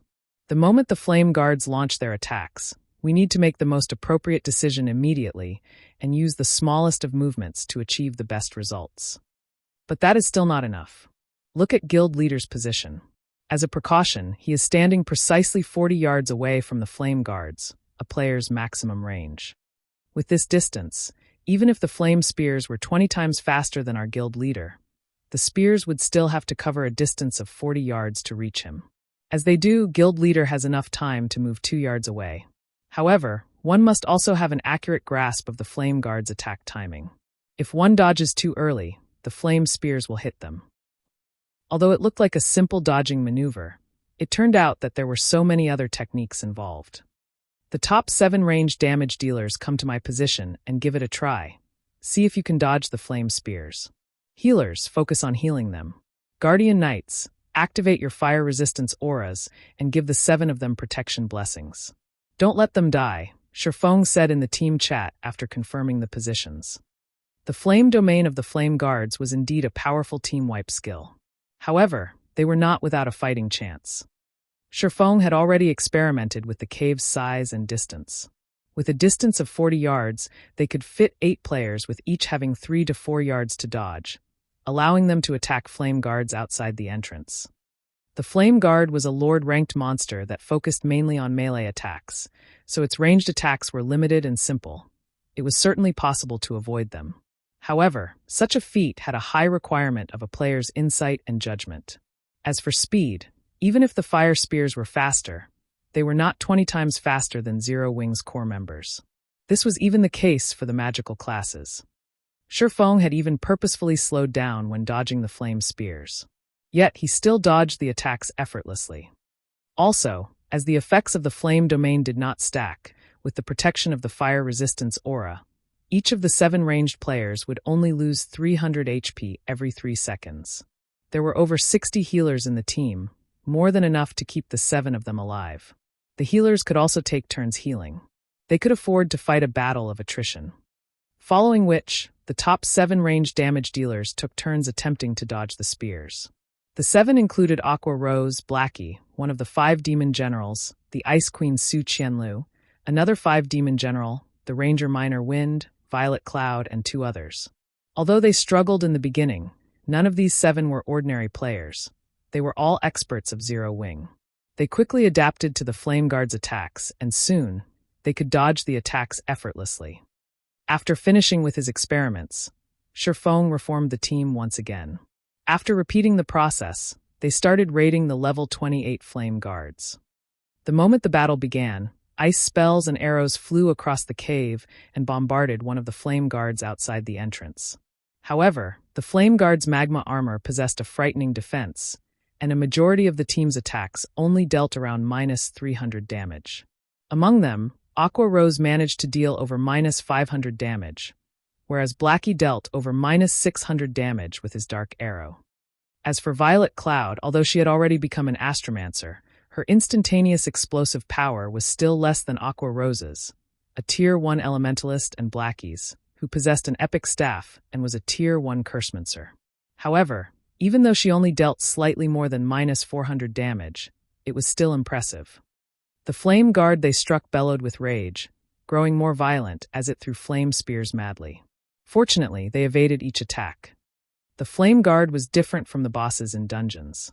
It only possessed 700,000 HP, and its battle recovery only replenished 7,000 HP every 5 seconds. The total damage dealt by the 7 players far surpassed that, and they could gradually exhaust it to death. At this moment, standing in the furthest corner, Shifeng tossed the blazing meteor, striking the Flame Guard. Suddenly, a damage of over -1,000 points appeared above the Flame Guard's head. Immediately, the blazing meteor's quadruple phantom effect triggered, causing 4 consecutive damages of over -200 points. In an instant, Shifeng became the highest damage dealer among the 8 attackers. Everyone was stupefied. Shifeng was a swordsman, not a ranged class. Yet his damage thoroughly overshadowed that of an elementalist, a class known as a glass cannon. Moreover, this elementalist was Aqua Rose. If Shifeng were not their guild leader, every team member would have cursed at him. How were ranged players like them even supposed to make a living now? Guild leader, you're shameless. Speak. What did you eat? Why is your damage so much higher than ours? Aqua Rose was speechless upon seeing the damages above the Flame Guard's head. Originally, she had intended to surpass Shifeng in terms of damage output, satisfying her own little vanity. Now, however, even that dream had shattered. Chapter 428, Divine Providence. Shifeng simply smiled at everyone's surprise, not bothering to explain. His high damage was not only due to the blazing meteor being a pseudo-extraordinary item. He also had the 7 Luminaries' Rings aura of fire effect, which increased his damage by 40% and reduced his target's defense by 40%. However, the 7 Luminaries' Ring needed to remain a secret. Moreover, Shifeng was also a Tier 1 Blade Saint. His attack power had originally been high, so there was nothing odd about him dealing over -1,000 damage with one attack. Because of Shifeng's attack, the group's total damage overwhelmed the Flame Guard's battle recovery. It was utterly helpless. It could only roar furiously as it used its Flame War Hammer to defend itself against the 8's attacks while attacking with its flame spears. For a time, both sides were at a stalemate. However, none of the Flame Guard's attacks could land on any of its 8 targets. Only its flame domain could inflict any damage. However, with each player losing only 300 HP every 3 seconds, they only needed 1 healer per player to keep them at full health. As for Shifeng, he did not even need a healer. With more than 60 points in fire resistance, he could ignore the flame domain. On the other hand, Shifeng's team launched a rapid assault against the flame guard. Although the Lord had fended off many of the attacks with its flame war hammer, it had still received a significant amount of damage, its HP constantly decreasing. 95%, 94%, 93%.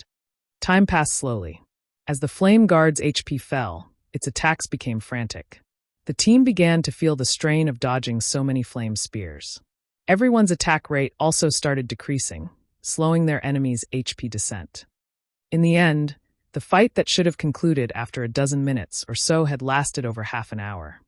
Although everyone was bored from repeatedly dodging the flame spears, when they thought about how they could kill a flame guard just by repeating these actions, they began to feel reinvigorated.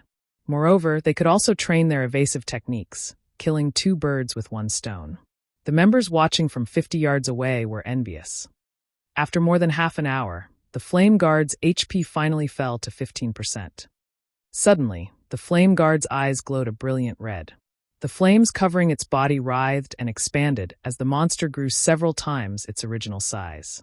The scorching flames vaporized the moisture in the air, causing a shimmering heat haze. Inside the final cave, aside from Shifeng, everyone was stunned by the flame guard's intimidating aura. In the next moment, the flame guard opened its mouth, gathering berserk fire-type mana inside it. Shifeng exploded into motion, dashing between his teammates and his enemy. All of you stand behind me. Healers, increase your healing. Shifeng hurriedly shouted. He then switched the 7 luminaries' rings aura of fire to aura of illusion. Suddenly, all of his attributes increased by 30%. Simultaneously, Shifeng also activated Fantasy World, gaining immunity to all magic damage for 20 seconds. As a Lord-ranked monster, the Flame Guard was far more powerful than other monsters, and this was its sure-kill skill, Ragefire Roar. When activated, the skill would deal a devastating blow to all enemies in a cone in front of it, burning everything to cinders. Even if Kola, a Tier 1 Guardian Knight, activated Protection Blessing, he still would not survive the attack. After Aqua rose and the others received Shifeng's command, they all promptly moved behind him. Shortly after the 7 rushed behind their guild leader's guard, the Flame Guard roared and fired a blazing white cone. In the blink of an eye, the attack devoured everything 50 yards in front of Flame Guard. White light filled the once dimly lit cave, and the temperature inside the cave skyrocketed. Everyone's hearts pounded as they watched the attack. This was practically Armageddon. Even the healers who stood 70 yards from the Flame Guard watched their HPs rapidly decrease. They lost over 400 HP every second, needing the assistance of their fellow healers, who stood further back, to keep them alive. One could just imagine what kind of damage those within 50 yards had received. They might have been instantly obliterated. The Ragefire Roar lasted a full 6 seconds, transforming the cone before the Lord into a blistering hell. After the Flame Guard's attack ended, the blast area in front of it had scorched black. Only the area behind Shifeng remained intact. Among those present, Aqua rose and the others' HP had fallen to critical levels. Only Shifeng was unharmed. If Shifeng had not blocked the magic damage of the Ragefire Roar for them, they would have lost their lives instantly. Fortunately, Aqua rose and the others had only received some damage from the high temperatures. Even after the attack, they still received over -500 damage every second. If not for the healers working frantically to restore their HP, they would have fallen, their roasted husks decorating the ground. The Flame Guard has entered a weakened state. Hit it with everything you've got. Shifeng shouted as he glared at the shrunken Flame Guard. Immediately, everyone scattered and returned to their respective positions, resuming their bombardment on their target once again. When the Flame Guard only had 30,000 HP remaining and was about to use Ragefire Roar again, Shifeng activated Divine Providence, increasing his luck by 20 points for 30 seconds. Shifeng also gave off a faint golden glow, becoming a dazzling sight to behold. Shifeng then used Flame Burst, gathering power into the blazing meteor. He aimed at the Flame Guard and launched a series of rapid attacks. One hit after another struck the Flame Guard, each attack dealing over -4,000 damage. After 12 consecutive attacks, the Flame Guard's 30,000 HP had vanished. The Flame Guard did not even have the chance to use its Ragefire roar again. The moment the Flame Guard died, a large number of items scattered around its body. Ordinarily, a Lord-ranked monster would only drop around half a dozen items, or so when it died. However, due to the White Fog Canyon's unique environment, the drop rates of the monsters inside the canyon had increased significantly. Coupled with Shifeng's 25 points of luck, the Flame Guard dropped a mother load. With a simple glance, one could count over a dozen items scattered across the ground outside the cave entrance. At the same time, everyone's experience bars soared. The Flame Guard was a level 28 Lord. The amount of EXP gained from killing monsters inside White Fog Canyon was already high, 3 to 4 times that in the outside world. As the Flame Guard was level 28, there was also the bonus EXP from the level difference. Hence, everyone received an abundance of EXP. As a Blade Saint, Shifeng required double the EXP needed by other classes to level up. Yet, even so, his experience bar still rose by 7%. As long as they killed the remaining 15 Flame Guards outside the cave, Shifeng would definitely reach level 24. Let's take a break. We'll start another round after we rest. Shifeng examined everyone's statuses. Whether it was the magic damage dealers or healers, their mana was nearly exhausted. Hence, Shifeng decided it was best if they rested before challenging the other Flame Guards. Moreover, they had spent the past hour dodging and attacking frantically. This had definitely strained everyone mentally. Hence, it would be beneficial to rest and prepare themselves for the next assault. There was also another important reason why Shifeng chose to take a break. Divine Providence had a cooldown of 1 hour. Now that they had such an amazing opportunity that allowed them to slaughter the Flame Guards, how could they waste it? Shifeng had to wait until Divine Providence was ready before taking down the next Flame Guard. Guild Leader, what should we do about the drops at the entrance? Aqua Rose asked as she gazed at the pile of loot outside the cave covetously. There were still 15 Flame Guards guarding their exit, so it was impossible to collect the loot right now. Relax. No one else can enter this place. Also, loot dropped by monsters won't disappear for 48 hours. We have plenty of time to take care of the rest of the Flame Guards. Although Shifeng also wanted to dash over and pick up the loot, the 15 Flame Guards were not there just for show. After taking a short break, everyone resumed another round of attrition. Now that everyone had experienced fighting a Flame Guard, it was much easier to deal with the rest. Time passed quickly, and one Flame Guard after another fell. Unknowingly, nearly 18 hours had passed in-game. At this moment, the final Flame Guard died under Shifeng's hands. It too fell to the ground and scattered a ton of loot. Outside the cave, the loot of the 16 Flame Guards had grown into a small mountain, and the team struggled to contain their drool over the sight. Meanwhile, Shifeng had finally reached level 24. After allotting all of his free attribute points into intelligence, he was only 9 points away from reaching the Heavenly Dragon's Breath's requirement of 120 intelligence.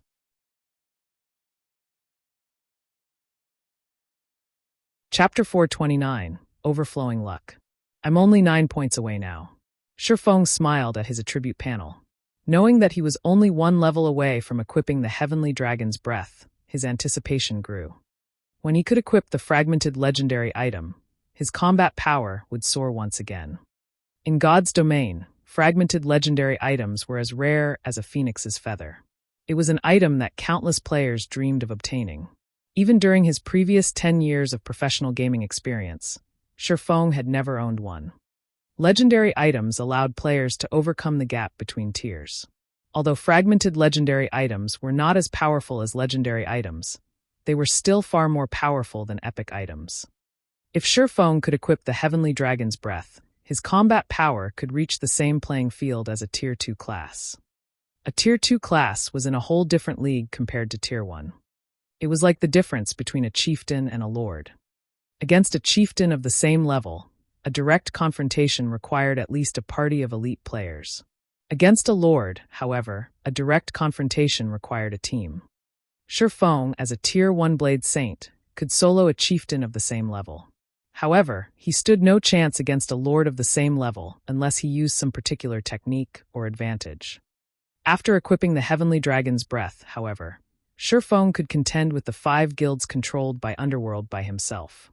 He would not need to involve Zero Wing, allowing his core team to develop safely. After killing the 16 flame guards, everyone's levels had similarly risen.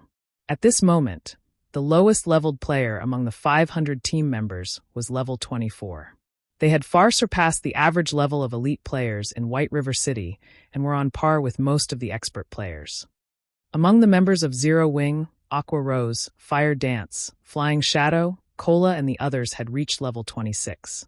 Their levels were already on par with the top-tier experts of White River City.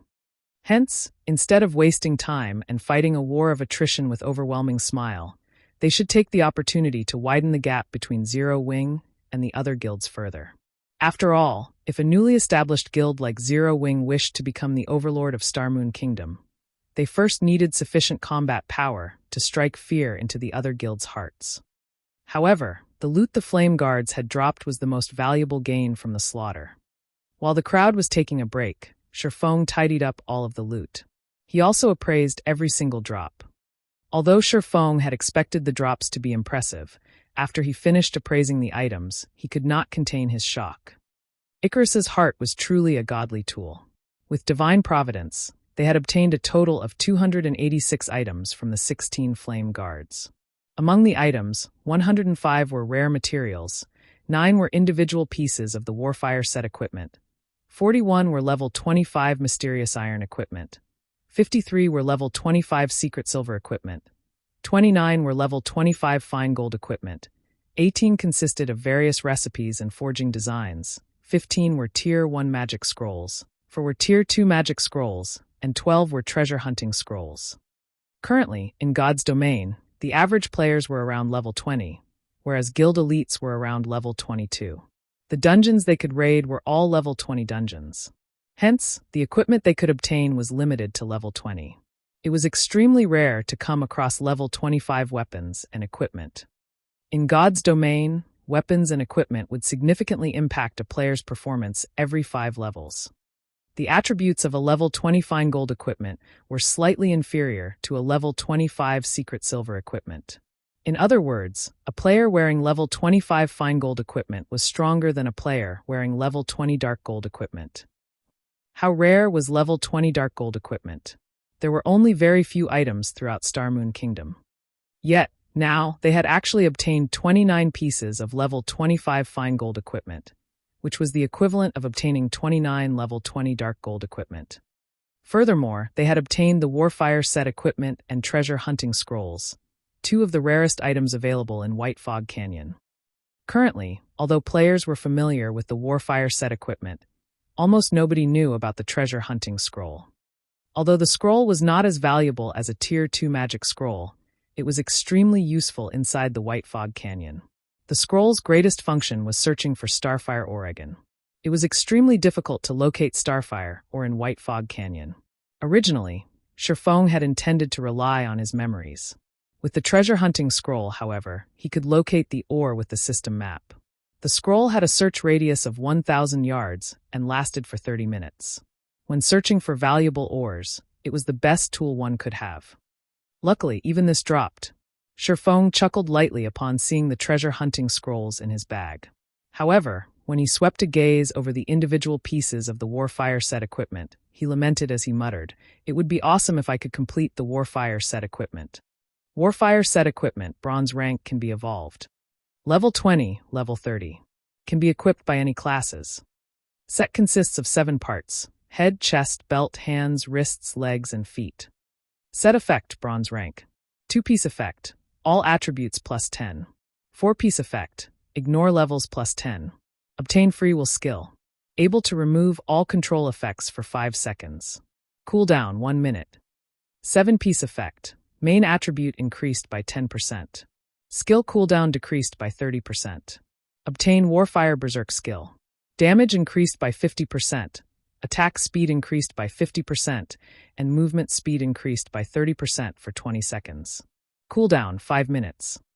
The basic attributes of the Warfire set equipment were average at best. It was referred to as a level 30 peak fine gold set equipment, was because of its set effects. In particular, the Free Will skill and Warfire Berserk skill were the main reason it ranked as peak fine gold set equipment. Although Shifeng now had 9 individual pieces, there were duplicates for the head, hands, and legs slots. He was only missing the wrist pieces. The Warfire set equipment only reached its true value when it was complete. Following which, Shifeng distributed the level 25 fine gold and secret silver equipment to Fire Dance, Aqua Rose, Cola, and the other core members who had reached level 25. As for everyone else, they had yet to meet the level requirements and could not use any of the level 25 equipment. However, they had obtained the corresponding guild points. When they returned, they could exchange these guild points items in the guild's warehouse. Nobody argued Shifeng's arrangements. After all, those who had contributed the most to the Flame Guard's deaths were Aqua Rose, the core members, and the healers. Everyone else had simply watched from the side, doing nothing at all. They were satisfied with receiving guild points. Moreover, even if Shifeng had given some of the equipment to them, they could not equip it. Guild points were far more practical. Guild leader, where are we heading next? Aqua Rose had just replaced a few pieces of her equipment with the level 25 fine gold ranked cloth armor they had obtained, increasing her attributes significantly. Right now, she was itching to test her newfound strength. Are we going to look for more lords? No, we're going to the inner region to mine ores. Shifeng smiled faintly as he took out a treasure hunting scroll. He then unfurled the gray scroll and chanted an incantation. Suddenly, several red dots appeared on Shifeng's system map. Mine ores. Aqua Rose could not help but ask. Their team consisted of 500 elite players. Yet, they had not come here to grind and level up, but to mine ores? She was utterly speechless. You'll understand when the time comes, Shifeng laughed. He then sent parties to the highlighted locations on the map. If he had a large stock of Starfire ore, he could mass-produce the fine gold ranked dragon scale set equipment for the guild. At that time, how could Overwhelming Smile compete with them?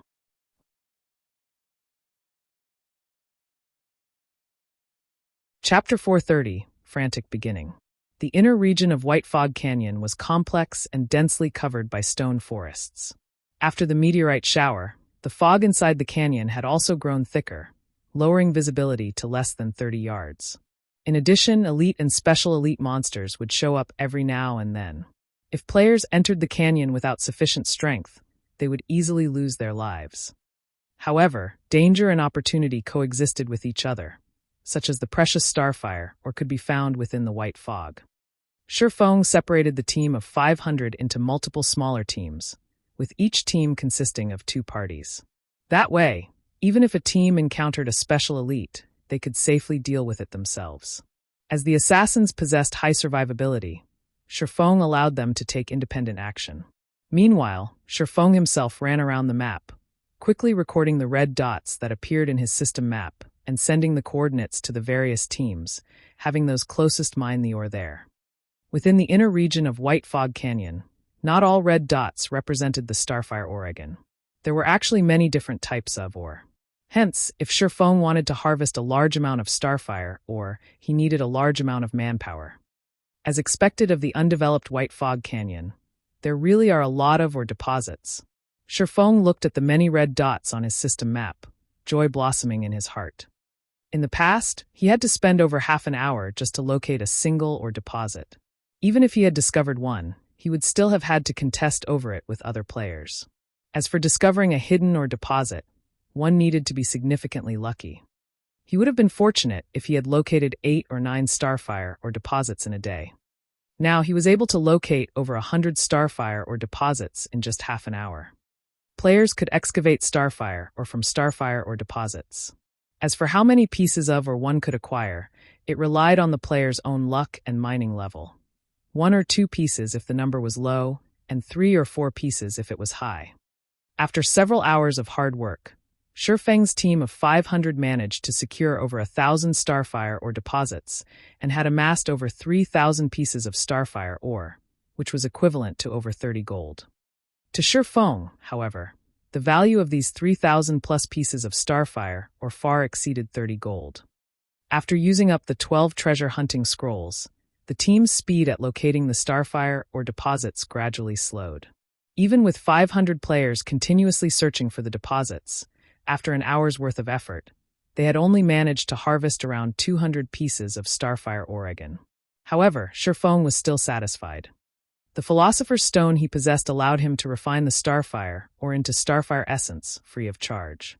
At that time, with so many Starfire Essences, his certainty of producing the level 20 Dragonscale set equipment would greatly increase. Level 20 Fine Gold set equipment was precisely what the current players of God's Domain needed and lacked the most. Currently, the majority of the player population were around level 20.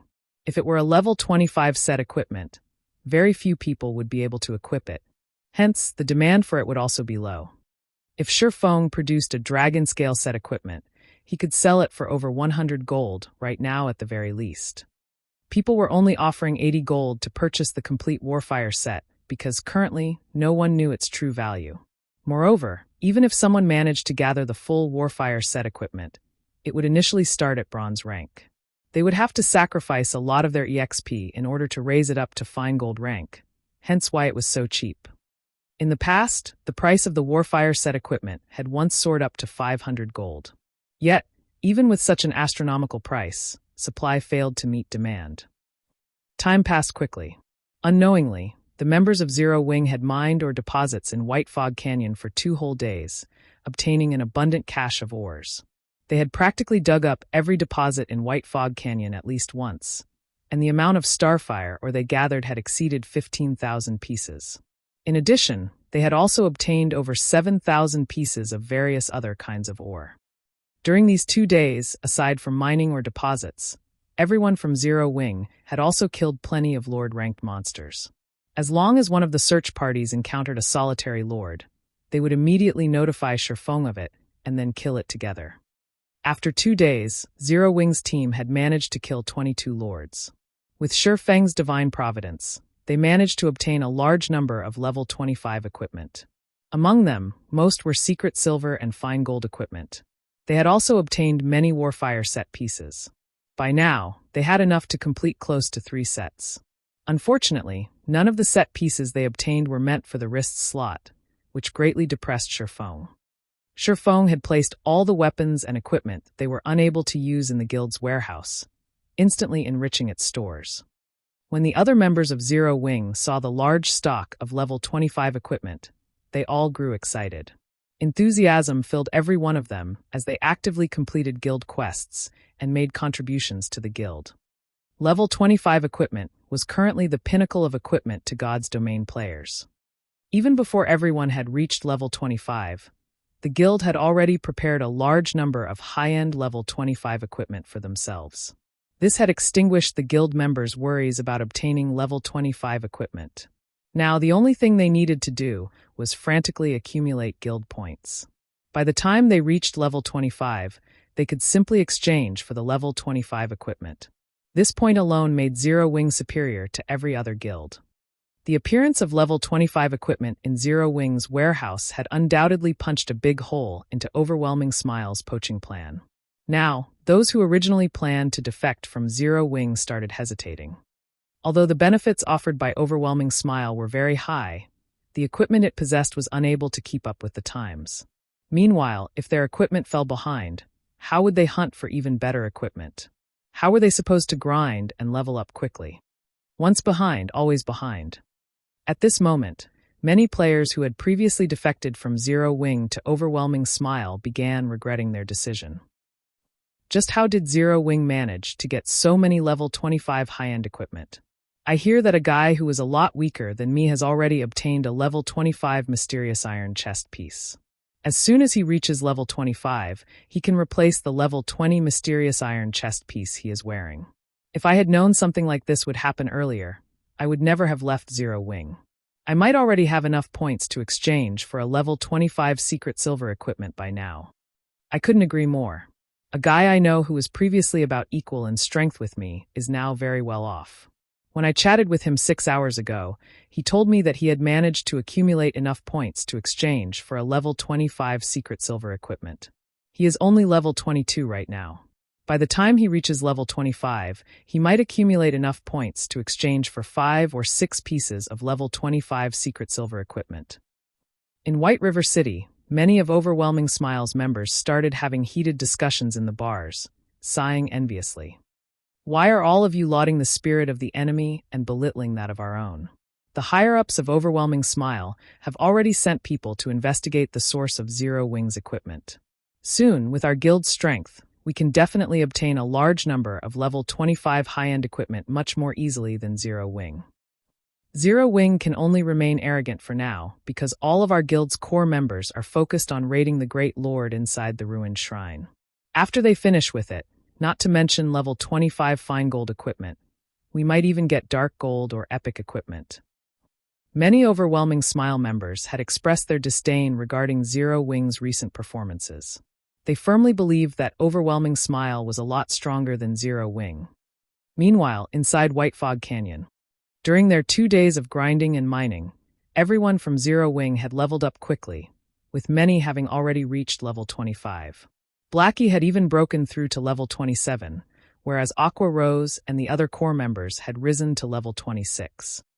Violet Cloud had also reached level 25, replacing her level 20 equipment with level 25 secret silver and fine gold equipment. Only Shifeng remained at level 24. He was still a short distance away from reaching level 25. However, this could not be helped. Shifeng and Violet Cloud were both owners of hidden classes, so the EXP they required to level up was much higher than the others. Shifeng required twice as much EXP as ordinary classes, whereas Violet Cloud required 1.6 times. Guild leader, we discovered a Starfire or Vane. However, we were suddenly ambushed by some assassins from Overwhelming Smile. Although our party managed to get rid of the 8 of them, 2 of our brothers were killed. Seeing that we are interested in the Starfire, or those bastards from Overwhelming Smile have sent 3 teams to guard the Starfire or Vane. They are currently clearing out the surrounding monsters and are planning to mine the deposit, Flying Shadow reported, wrathful flames burning in his eyes. If not for the bastards from Overwhelming Smile outnumbering them, he really wished he could go over and massacre them right this instant.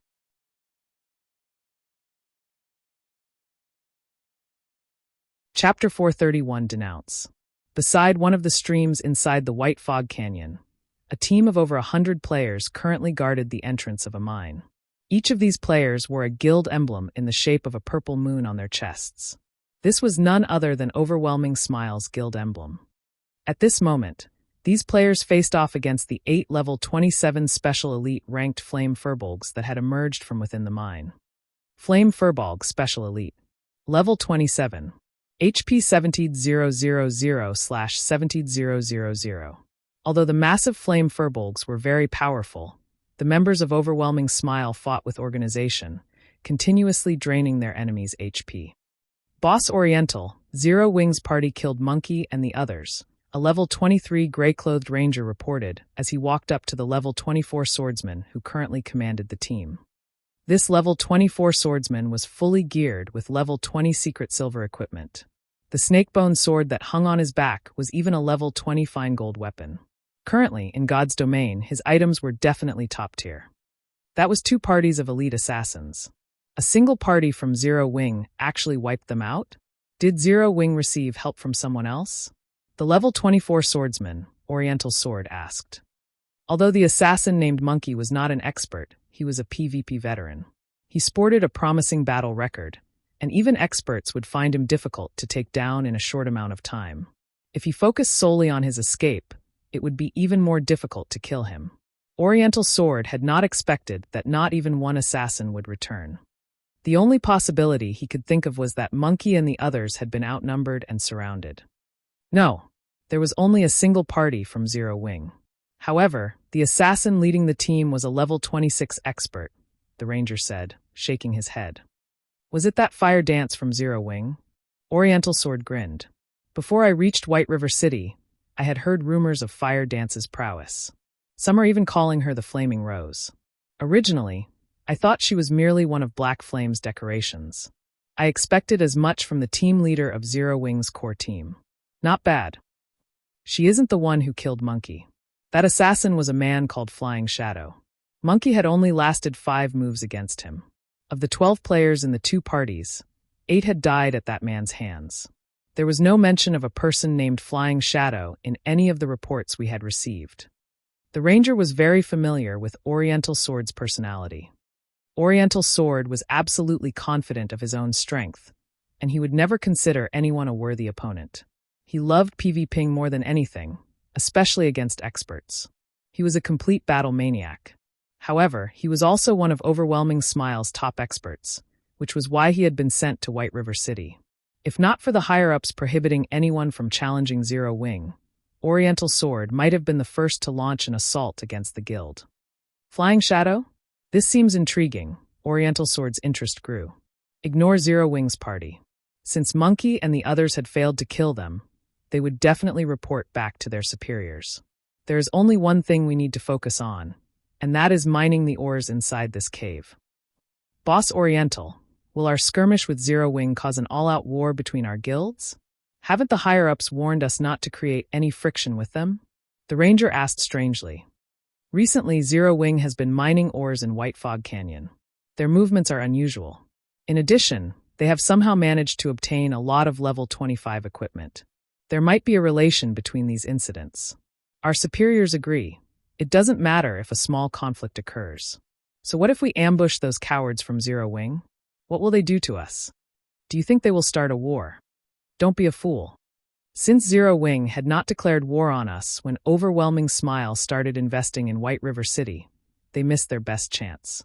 If they start a war now, they will only gamble their lives. However, I, on the other hand, hope that Zero Wing takes action. Unfortunately, they don't have the guts. Oriental Sword laughed as he resumed commanding his team, wiping out the flame furbolgs inside the mine. Before anyone noticed, however, a party of 6 had appeared in the misty forest a short distance from the mine. This party disregarded the team of over 100 elite players under Oriental Sword's leadership, walking leisurely towards the mine. Guild leader, I've discovered the mine after using a treasure hunting scroll. I've even used stealth and scouted its interior. It is full of starfire or deposits. If we excavate them all, we can get at least 300 to 400 starfire ore, Flying Shadow said as he pointed towards the cave that Oriental Sword and his men guarded. However, after I left, we were ambushed by assassins from Overwhelming Smile. Although I tried to rescue them, I was too late, resulting in 2 of my party members dying. Overwhelming Smile has since occupied the cave. Shifeng nodded before commanding, Violet, go and revive the 2 who died. Everyone else, let's take a look. Following which, Violet Cloud ran over to where the 2 players had died as Shifeng led Aqua Rose, Blackie, Fire Dance, and Flying Shadow towards Oriental Sword.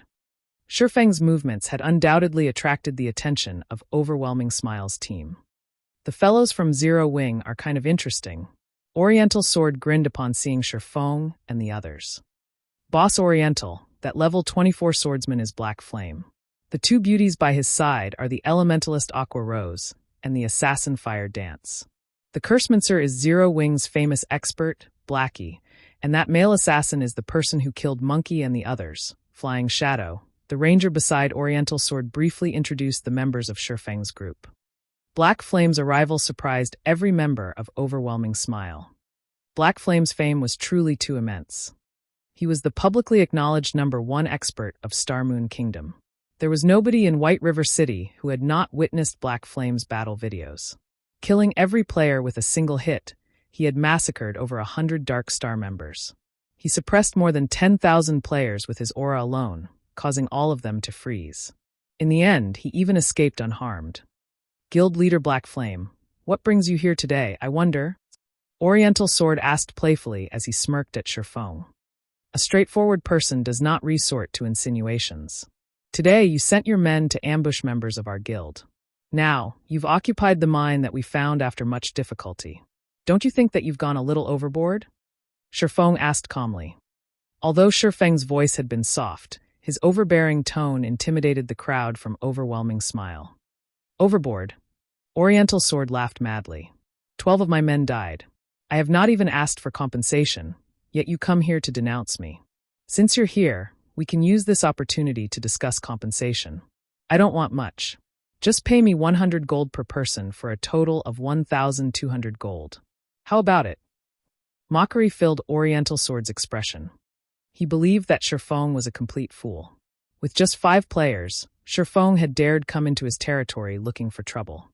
At this stage of the game, Players' levels were no longer insignificantly low. Their equipment was decent quality, and they had learned many skills. It was not possible to kill a player with a single hit anymore. Currently, he had close to 150 players on his side, and they were all elite members of the guild. They were also level 22 or higher, and they possessed impressive combat power. They could easily take out 50 players, much less 5.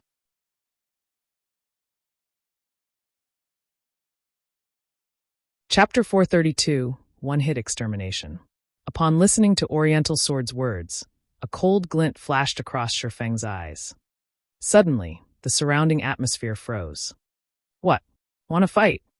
Although Oriental Sword could feel a heavy pressure enveloping him, his confidence did not waver. He then unsheathed the longsword hung on his back, provocatively saying, "Come if you can, then. Seeing as everyone out there is calling you a god, I really wish to see just what kind of ability you possess." When Oriental Sword spoke in such a way, everyone from Overwhelming Smile sneered, secretly making preparations for battle. With 150 players on their side, it would be a piece of cake for them to take care of just 5 players. They were different from those noobs Black Flame had massacred before. They would not easily be defeated just because their skills were silenced. After learning and training in God's domain for such a long time, they had long since familiarized themselves with the combat styles of the game. Right now, they had no problems fighting solo with an elite monster. Although a handful of them might not be a match for Black Flame, if all 150 of them stood sparsely apart from each other and attacked together, they did not believe that Black Flame could walk out of this place alive. However, before the crowd from Overwhelming Smile could react, Shifeng, who stood 10 yards away, suddenly disappeared. Where is he? Oriental Sword's eyes were filled with disbelief when he suddenly lost sight of Shifeng. A swordsman could actually suddenly vanish from thin air? Even assassins required some time to enter stealth. Not to mention Oriental Sword, even Aqua Rose and the others were stunned. Shifeng had just suddenly disappeared. Did he log off? The only reasoning Aqua Rose could come up with was that Shifeng had logged out of the game. However, when she checked the list of party members, Shifeng's status showed that he was still online. His name did not turn gray. However, before 1 second had passed, Shifeng suddenly reappeared beside Oriental Sword. Following which, blades of light slashed apart the air, silently cutting up Oriental Sword's body. Before Oriental Sword knew what was going on, he suddenly felt pain bloom in his body. In the next moment, he saw blood gushing out like a waterfall in front of him. What's going on? Oriental Sword touched the wounds covering his body, confused. Suddenly, his body lost all strength as it slumped down onto the ground. Laying on the ground, Oriental Sword saw Shifeng through his grade vision. He also saw the abyssal blade grasped in Shifeng's hand, fresh blood slowly dripping off the weapon. The blood dripped to the ground as if it were a countdown to death. How? Even at his moment of death, Oriental Sword still could not believe what had just happened. He, a top-tier expert of Overwhelming Smile, had actually died without a chance to respond. After Oriental Sword died, everyone from Overwhelming Smile who was originally feeling confident halted. They simply could not comprehend what had just happened. Shifeng had just suddenly disappeared, before reappearing once again beside Oriental Sword. Immediately after, blood gushed out from Oriental Sword's body. Simultaneously, a damage of minus 4,368 points appeared above the man's head, the damage completely exceeding the swordsman's total HP.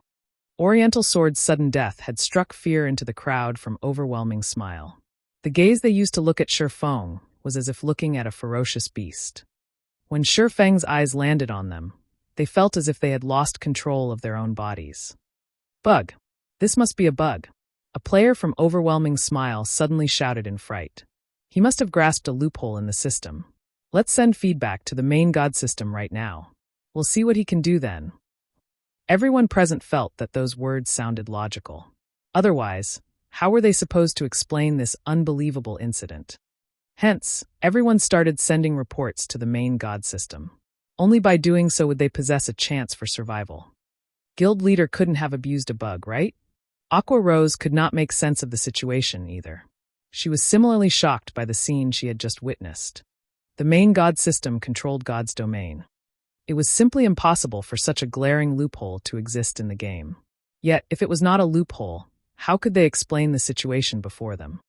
Of course it is not a loophole in the system. Guild leader is the #1 expert of Starmoon Kingdom. Previously, he had simply used an advanced combat technique.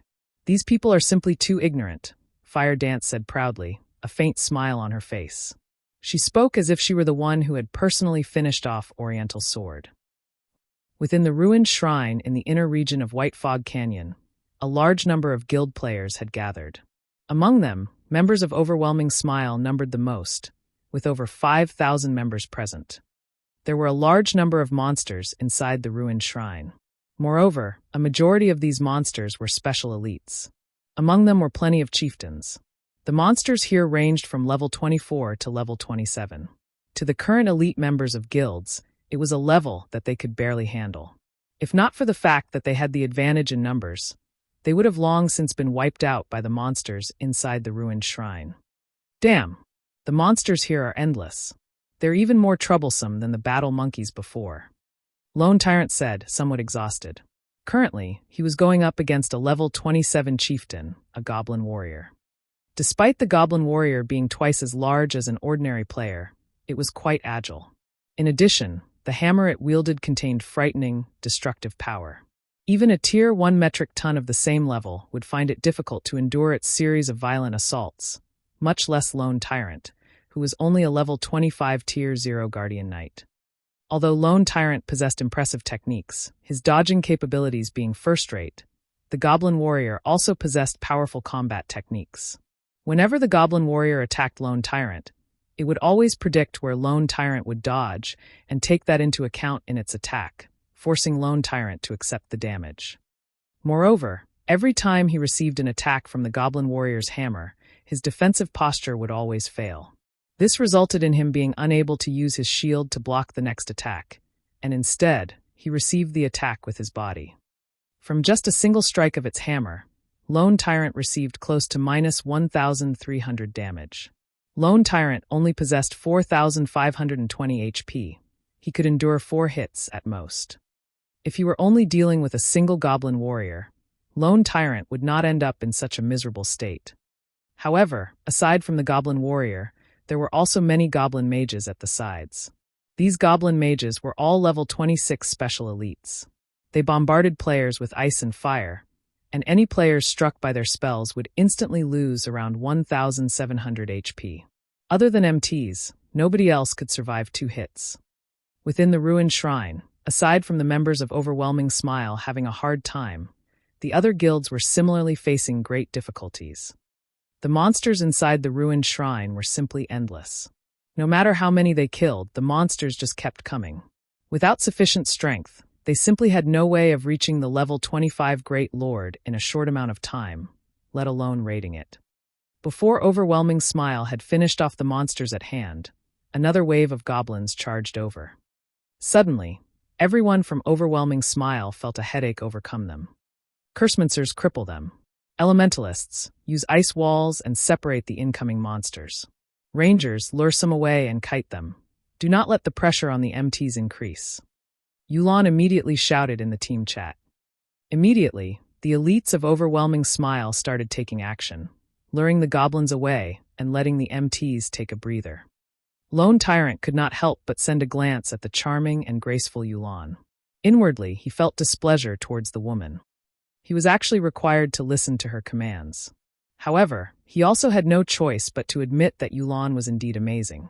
They were only able to reach their current location thanks to Yulan.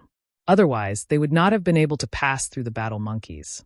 Even if they could, they would have had to suffer immense losses. Take Emperor's Light and the Assassin's Alliance, for example. Since entering White Fog Canyon, their total numbers had already decreased by a quarter. Meanwhile, under Yulan's command, Overwhelming Smile was able to advance through White Fog Canyon easily.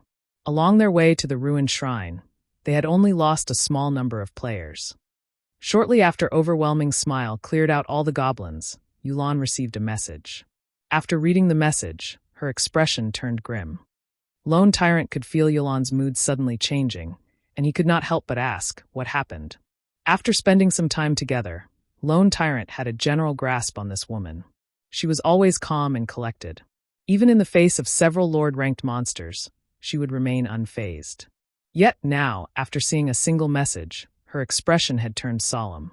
How could Lone Tyrant not grow curious at this situation?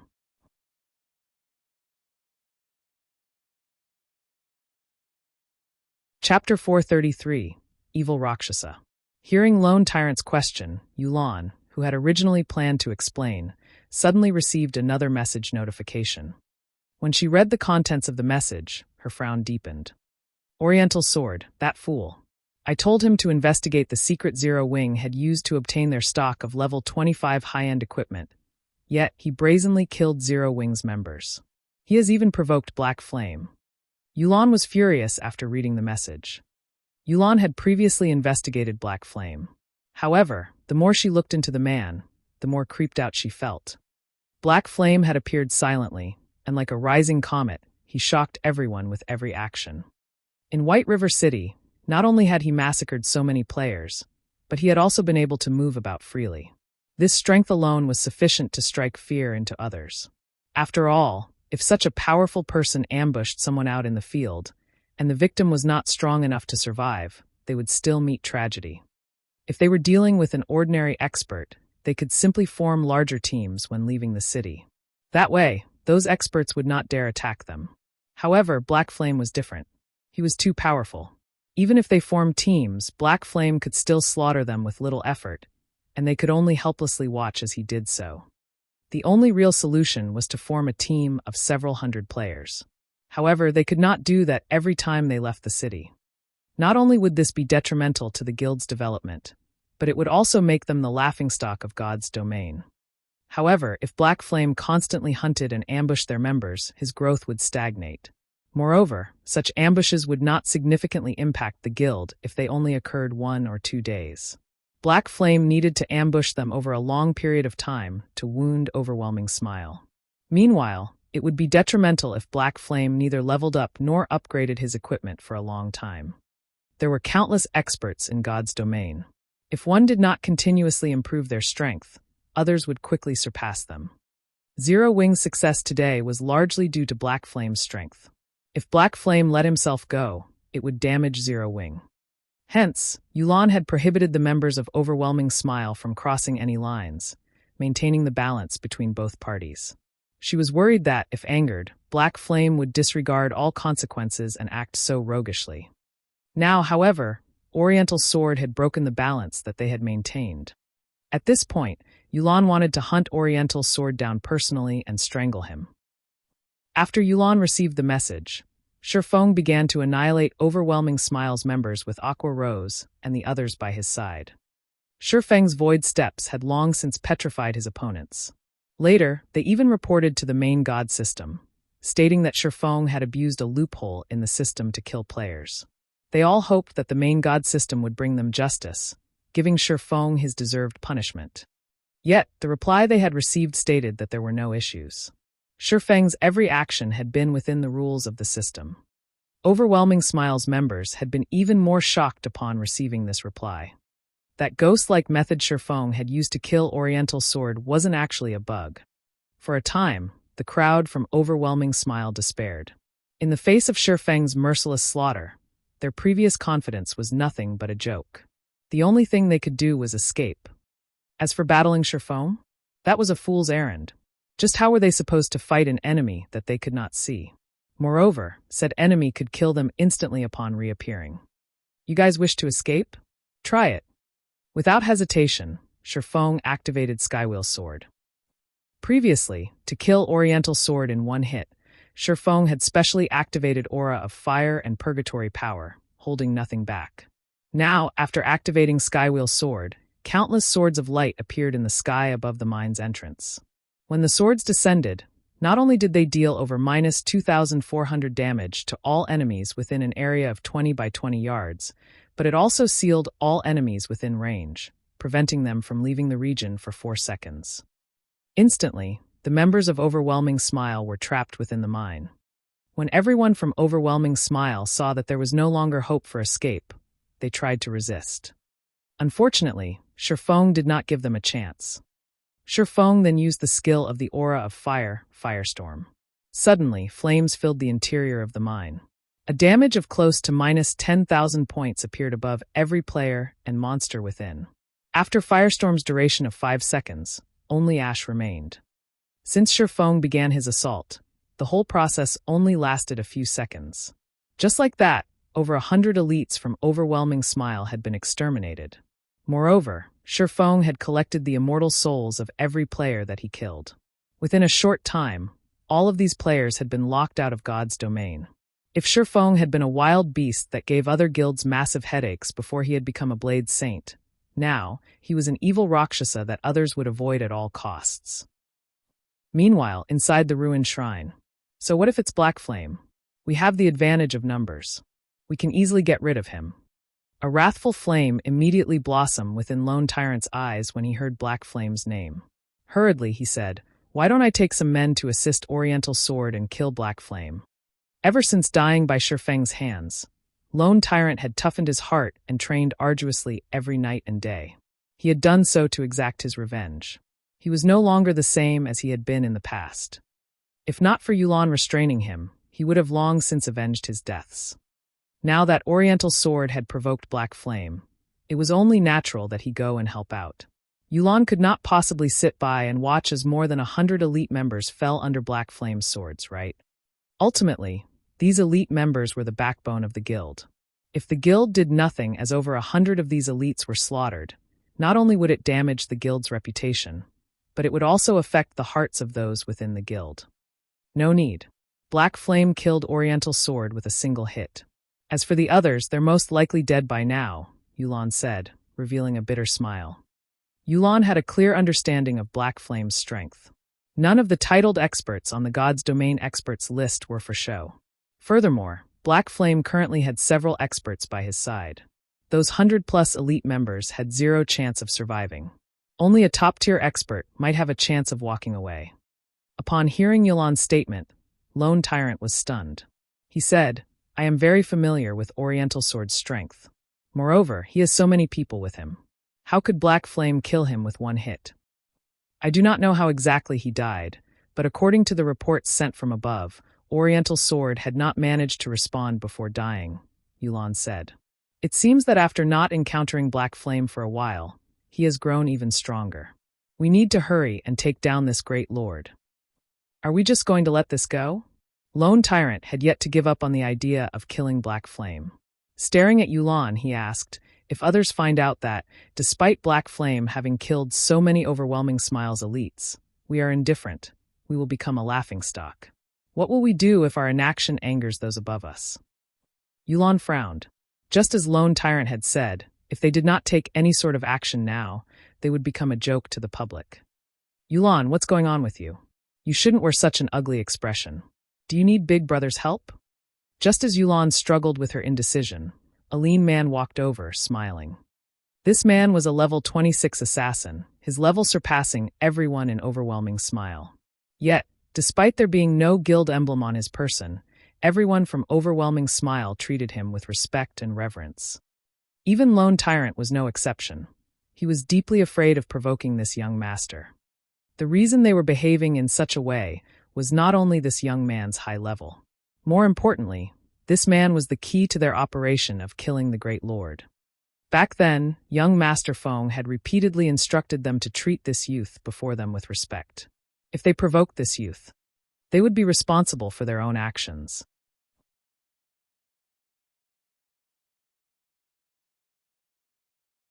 Chapter 434, Free Combat System. Big Brother Summer, it's great that you are willing to help, but the opponent is very hard to take down. We might even miss out on our chance to kill the Great Lord. I'm worried that it will affect Big Brother Summer's task. Yu'lon was familiar with the lean man's strength, and she appreciated his assistance. The lean man was Summer Sunshine. Not only was he unrelated to Underworld, but he was also an independent player. However, due to his backing and his overwhelming strength, even Feng Xianyang attempted to build a strong relationship with him. Yu'lon had once witnessed a fraction of Summer Sunshine's strength. Before entering White Fog Canyon, Summer Sunshine had fought Underworld's Pride, the leader of the Underworld Guards, Ming Sha, in a PvP. In the end, however, Ming Sha lasted only 5 moves against Summer Sunshine. Moreover, Summer Sunshine had not used any skills, relying on basic attacks to defeat his opponent. The results of that fight had surprised everyone. As a member of Underworld, Yulan knew full well how strong Ming Sha was. He was one of the few great experts in Underworld. Gentle Snow of Ouroboros was only slightly stronger than him. However, such an expert was nothing more than a child to Summer Sunshine. One could just imagine how powerful the assassin was. If Summer Sunshine was willing to lend a hand, they had a fairly good chance of defeating one-hit Azura Black Flame. It won't take long to deal with the Great Lord. I don't mind delaying our attack for a little bit. In any case, I am bored. If you need help with something, just ask, Summer Sunshine laughed. Zero Wings Guild leader Black Flame has killed many of our elite members. We want to return the favor and kill him. Would you be interested in helping us with this, I wonder? Yulan asked softly as she stared at Summer Sunshine. Black Flame? Summer Sunshine nodded, saying, all right. I've heard many rumors about him when I was in White River City. I hear that he's pretty amazing and has the title of One-Hit Azura. He is even Star Moon Kingdom's #1 expert. I'd love to exchange a few moves with him. If I kill him, won't I become Star Moon Kingdom's #1 expert? Of course. If you kill Black Flame, you will officially become Star Moon Kingdom's #1 expert. However, don't underestimate him. He once killed Ming Sha with one hit. We need to plan carefully to avoid Black Flame escaping. When Yulan received Summer Sunshine's answer, the tension between her brows loosened, a few ideas of how to deal with Black Flame already brewing. He killed Ming Sha with one hit? Not bad. My last fight with Ming Sha wasn't even a warm-up. I wonder if Black Flame is strong enough to take seriously? Summer Sunshine licked his lips, a hint of excitement flashing in his eyes. As for your plans, forget about them. As long as we find him, I have my own ways to prevent him from escaping.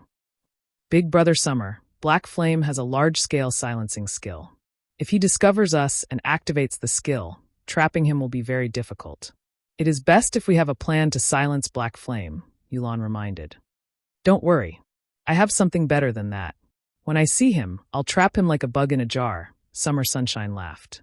Confidently, he said, let's hunt down Black Flame.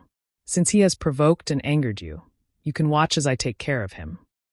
Following which, Yulan immediately sent a large number of players to search for Black Flame. Meanwhile, Overwhelming Smile's army also slowly withdrew from the ruined shrine. At the entrance of the Starfire mine, Shifeng and the others tidied up the loot scattered across the ground. When Shifeng had activated Firestorm, not only had he wiped out the players, but he had also dealt with all of the level 27 special elite ranked flame furbolgs that had emerged from the mine. With the flame furbolgs drops accompanying the items from players, weapons, equipment, and materials littered the area in front of the mine. The elite members of Overwhelming Smile sure are poor. The majority of their weapons and equipment are level 20 bronze and mysterious iron ranked. There are only 2 pieces of secret silver equipment. The flame furbolgs dropped more secret silver equipment than those elites, Blackie commented after they had finished collecting the items. He could not help but sympathize with the elites of Overwhelming Smile. The loot from the players versus the flame furbolgs was easy to differentiate, as one group had only dropped level 20 items, while the other had only dropped level 25 items. The flame furbolgs had dropped 4 pieces of level 25 secret silver equipment alone, which was the equivalent of 4 pieces of level 20 fine gold equipment. To God's Domains players currently, fine gold equipment was top-tier equipment, whereas dark gold equipment was the cream of the crop. As for epic items, they were the stuff of legends. Meanwhile, if an ordinary player joined Zero Wing around level 10 and completed their guild quests each day, they could trade their guild points in for a piece of mysterious iron equipment by the time they reached level 20. If they were lucky and managed to join a party to complete advanced guild quests, they might even have enough points for 3 or 4 pieces of secret silver equipment. More than half an elite's equipment would be secret silver rank at the very least. On the other hand, the equipment Overwhelming Smile's elite members wore was mostly a mix of bronze and mysterious iron rank. Practically none of them had any secret silver equipment. They could not compare with Zero Wing's members. Furthermore, level 25 weapons and equipment were now available for Zero Wing members. This was unheard of in any other guild. Any level 25 equipment obtained by the other guilds would be prioritized to their core members. These items would never be available for their ordinary members. Compared to level 25 secret silver and fine gold equipment, the benefits that Overwhelming Smile offered were a joke. After organizing the loot, Shifeng had the two recently resurrected members take the dropped weapons and equipment back to the guild. As for Aqua Rose and the others, they all entered the Starfire mine and started mining. The Starfire mine was a naturally occurring maze. Moreover, when wandering inside the mine, the players were often ambushed by groups of 3 to 5 flame furbolgs. As a result, Shifeng's team progressed slowly. The flame furbolgs were level 27 special elites. Their strength was frighteningly high, and they could send a berserker of the same level flying with a single hit. Although they were somewhat slow, the flame furbolgs also had an AoE control skill called War Stomp. When activated, all enemies within a radius of 8 yards would be placed in a fainted state for 4 seconds. In this narrow cave, avoiding this skill was not easy. Normally, a party had no chance against these flame furbolgs. At the very least, they needed a larger team and the willingness to make sacrifices to get rid of these special elites. Unfortunately for the flame furbolgs, the opponent was Shifeng. Moreover, there were also the Tier 1 assassins, Fire Dance and Flying Shadow, and the unpredictable Astromancer, Violet Cloud. Before Shifeng and the others, the flame furbolg's 70,000 HP was only decoration. Shifeng and the others were Tier 1 classes. They were only slightly inferior to the special elites.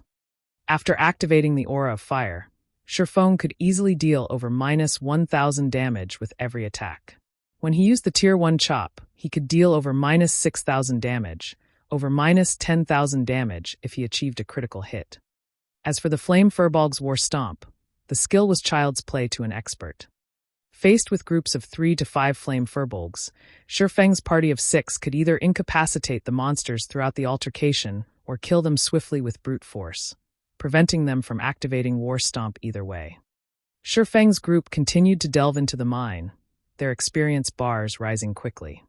The EXP earned from killing a level 27 special elite was already abundant. There was also the bonus EXP due to the level difference, and the fact that there were only 6 players in the party to share the EXP. Most importantly, there were a lot of Flame Furbolgs, and no matter how many the party killed, more awaited them further in the mine. They leveled faster here than when they had killed Lord-ranked monsters in a team of 500 players. On top of everything else, they also obtained plenty of level 25 equipment. After Shifeng and the others had killed Flame Furbolgs in the Starfire mine for over 3 hours, the group arrived at a wide and beautiful crystal cavern. A gigantic flaming star took up the center of this cavern. The moment Shifeng set foot in the crystal cavern, a system notification suddenly rang out. System, you have entered the land of the fallen star. Activating free combat system.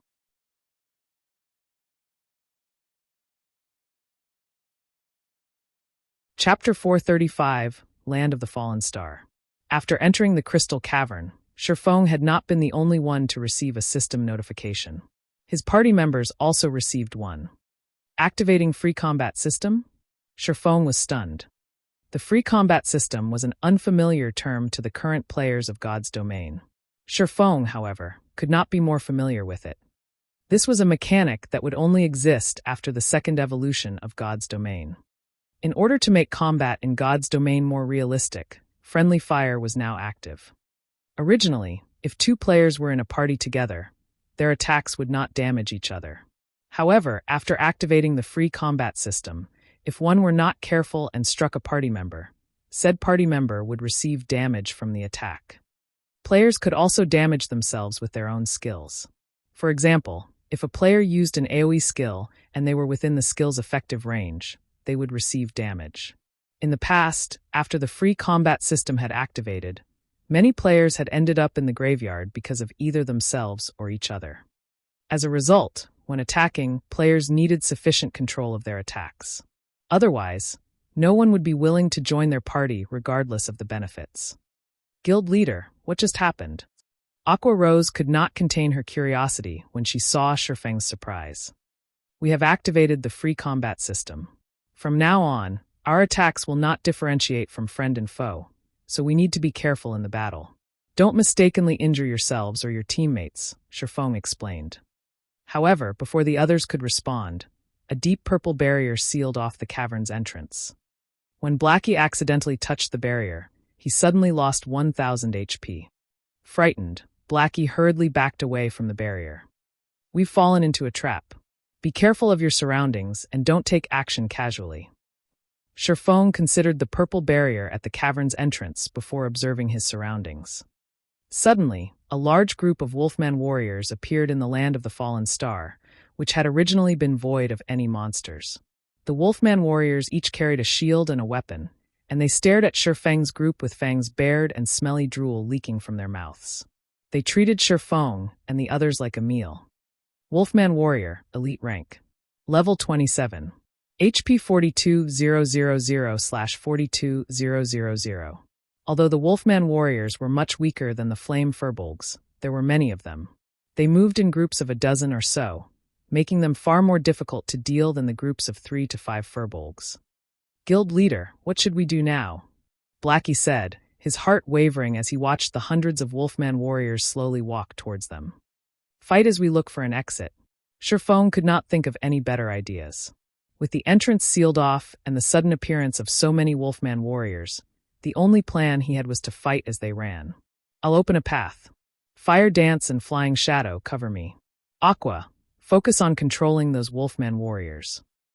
Based on Sherfeng's experience, all traps in God's domain gave players a chance of survival. As long as they found the trick to unlock the trap, they could escape with their lives. Meanwhile, the trap before them was clearly directed towards those who were unfamiliar with the free combat system. If everyone randomly used their skills, they would kill themselves before laying a scratch on the monsters before them. Hence, it was safer if only he took action. Following which, Sherfone led the party and charged towards the area with the least number of Wolfman warriors. Even so, there were still over a dozen elites ahead of him.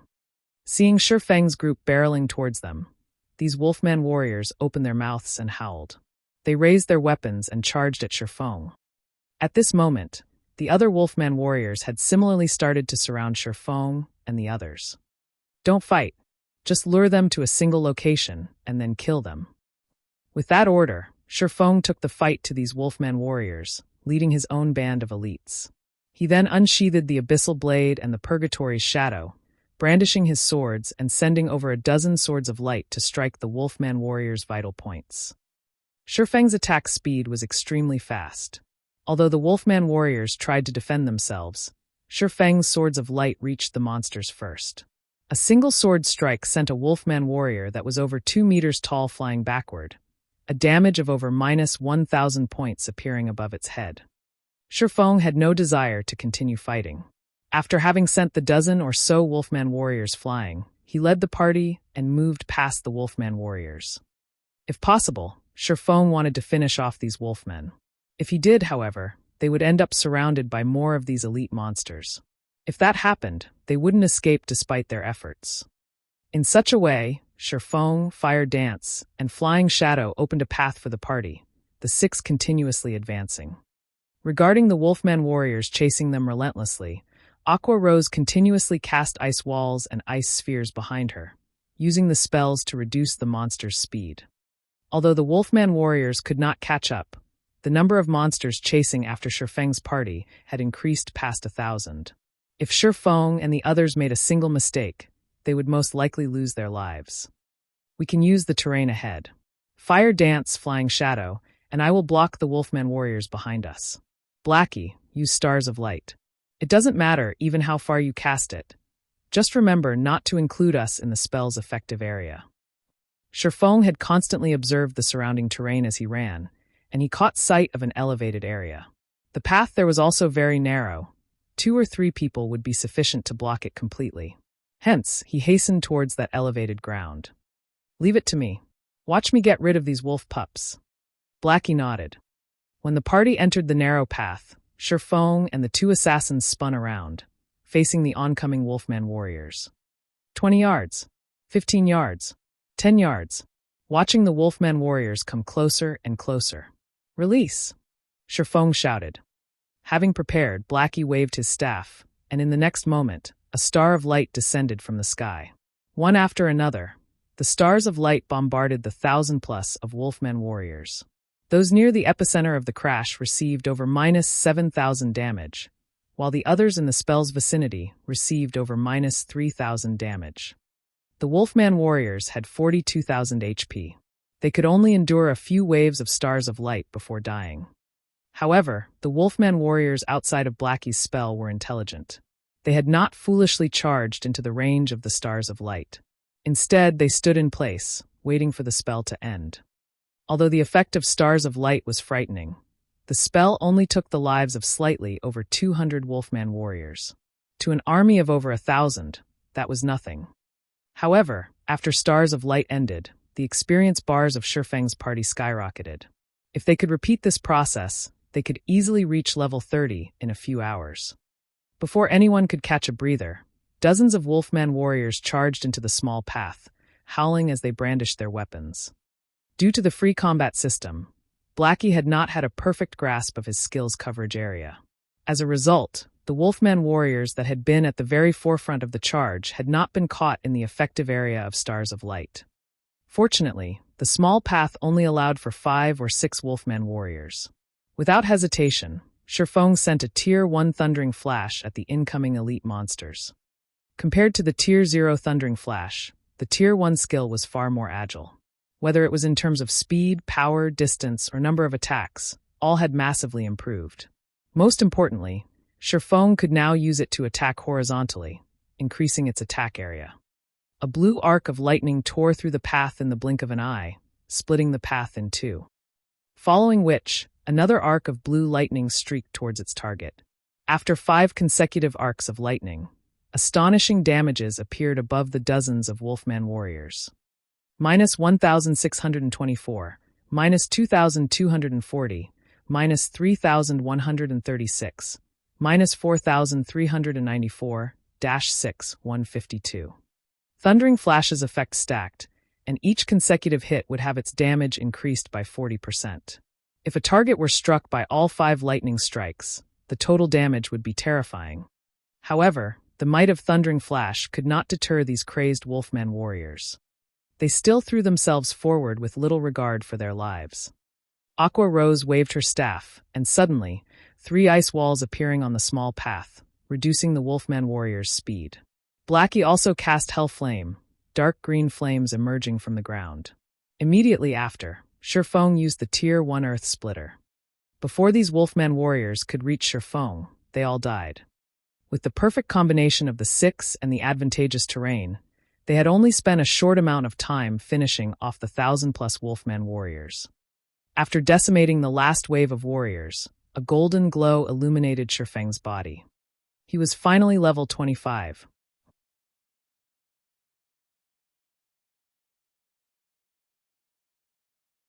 Chapter 436, Combat Power Soars. Guild Leader, you're finally level 25. Blackie sighed with relief when he saw the golden brilliance illuminate Shifeng's body.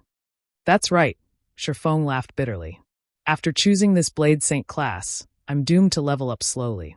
Guild Leader, here's the level 25 swordsman fine gold and secret silver equipment we saved for you, Fire Dance said, retrieving a few pieces of equipment from her bag. She had deliberately held on to these items for Shifeng. As for the other level 25 equipment, she had sent them to the guild's warehouse. Shifeng's hidden class was no secret among the core members of Zero Wing. This included Violet Cloud's Astromancer class as well. Originally, everyone had envied and admired hidden classes, searching desperately for a legacy that would give them the chance to obtain a hidden class. However, they could now see both Shifeng's and Violet Cloud's leveling speed for themselves. Their progression could only be described with one word: slow. Some of the team members who were originally a lower level than Shifeng and Violet Cloud had even surpassed the 2 over these past few days in White Fog Canyon. More importantly, their levels were currently in the 20s. When they reached the 30s, 50s, or even 100s, the 2's leveling speed would most likely slow to a crawl. When the others thought about how they would level far slower than other players, they promptly dismissed their intentions of searching for a hidden class. If they encountered an advanced legacy in the future, they would change classes then. If not, so be it. Levels were very important in God's domain. Moreover, Everyone paled at the thought of dying just once as a hidden class. Thanks. Shifeng accepted Fire Dance's offer. His current equipment mostly consisted of random level 20 pieces. If he switched them out for level 25 fine gold and secret silver equipment, his attributes would increase significantly. Shifeng also retrieved a fiery red pair of boots from his bag. The delicate boots each had 3 beautiful flame crystals embedded in them, and a bright red glow circled the footwear. These were super top-tier boots that Shifeng had obtained after killing the Scorching Lamia. Flame boots, plate boots, dark gold rank. Level 25. Defense plus 175. Strength plus 21, agility plus 30, endurance plus 15. Movement speed plus 8. Fire resistance plus 5. Additional skill dash. Flame rush. Increases movement speed by 100% for 10 seconds. Cooldown 2 minutes. The boots were worth at least 30 gold. As Shifeng had not met the level requirement for the boots when he had first obtained them, he had kept them in his bag until now. After equipping the flame boots, Shifeng's attributes soared once more. He had even obtained a new skill, Flame Rush. This was a must-have skill for both escape and pursuit. Undoubtedly, the flame boots had significantly increased Shifeng's mobility. Guild leader, what kind of boots are those? They're so beautiful. Aqua Rose asked excitedly upon seeing the flame boots on Shifeng's feet. Aqua Rose wasn't the only person with this opinion, as both Fire Dance and Violet Cloud similarly eyed the flame boots. Women always loved beautiful things. I got these boots from killing a High Lord in the Flame God's cave. However, you guys are mages, so you can't equip them. If you could, we'd go back and farm more High Lords. Even with his experience in countless battles, Shifeng squirmed under the intense stares of the 3 beauties. In the end, he had no choice but to display the flame boots data. When everyone saw the boots' attributes, they were stunned. Guild leader, is this a level 25 dark gold item? Flying Shadow's eyes nearly popped out of his sockets in shock. Originally, he had thought the flame boots were level 25 fine gold equipment. After all, ever since they started killing level 25 and above Lord-ranked monsters, the best equipment they had obtained was level 25 fine gold equipment. These attributes are amazing, Blackie said enviously. He was not particularly surprised that the flame boots were dark gold ranked. Guild leader, when did you kill a level 25 or above High Lord? Aqua Rose asked with disbelief. When Fire Dance and the others heard Aqua Rose's question, they suddenly realized the weight of Shifeng's words. Zero Wing had only recently entered White Fog Canyon. Based on Shifeng's behavior, he had obtained the flame boots long before entering the canyon. However, only High Lords had a chance of dropping dark gold equipment. Moreover, as the flame boots had a level 25 requirement, Shifeng would have had to kill a level 25 High Lord at the very minimum. Meanwhile, since Shifeng always acted independently, it meant that he had most likely killed a level 25 High Lord by himself. Was something like that really possible in God's domain? If I remember correctly, I think it was around the time when I was level 15, Shifeng said after giving it some thought. However, I used some special methods to defeat that Scorching Lamia. If it were a direct confrontation, she would have killed me instantly. Amazing.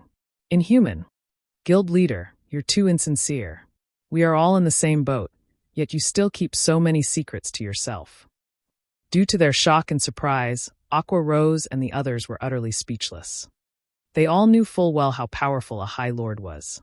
They also knew how inconceivable it was to kill a High Lord. A team of 50 players stood no chance against one, much less a solo player. Even if Shifeng had used some particular method to kill one, it was still an amazing feat. It turns out that Guild Leader has hidden his strength all along. It seems that I'll need to work harder from now on. Aside from her shock, Fire Dance was also disappointed. She inwardly lamented over her lack of strength. Originally, she had thought that she was only a short distance from catching up with Shifeng.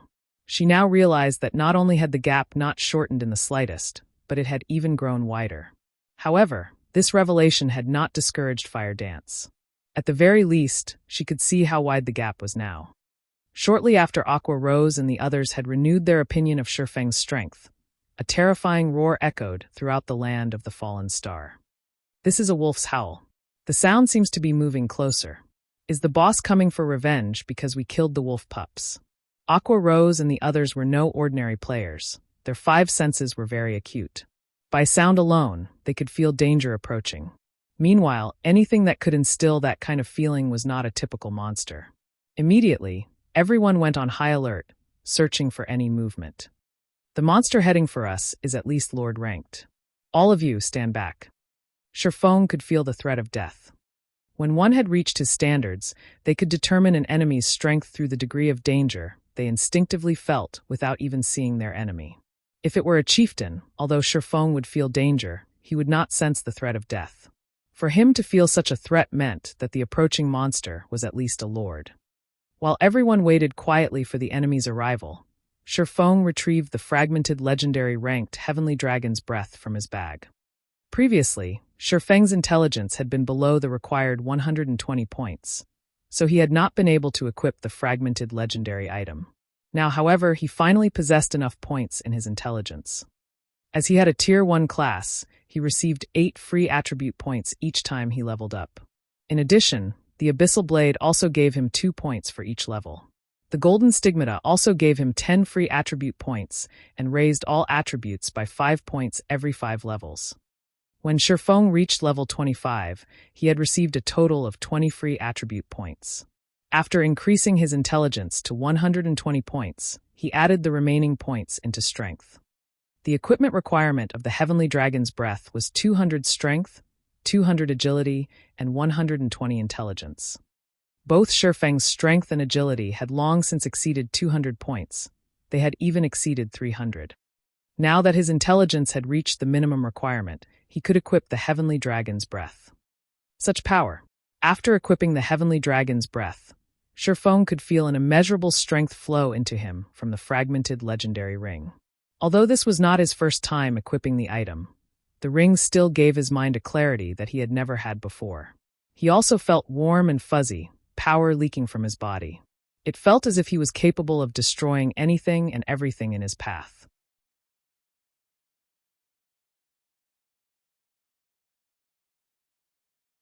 Chapter 437, Tier 2 Combat Power. As the howls approached, everyone became more focused. They kept their eyes glued on the numerous stone pillars in front of the small path. None of them spared even a glance for the loot that the 1,000+ Wolfman warriors had dropped. It was not because Sherfong and the others did not want to, but because they couldn't afford to. They had all experienced just how powerful and cunning a lord-ranked monster was. Even elites knew how to ambush players, much less lords. The frightening aspect of lords was that they knew how to strike a player's blind spots, landing a fatal blow. Previously, Zero Wings Chief MT Kola had very nearly died several times in a lord's ambush. If not for the Arclight Guard's heaven-defying skill, Time Arc, Kola would have died at least half a dozen times. Currently, none of Sherfeng's party had such an overpowered skill. They would only taunt death if they moved forward to pick up the loot.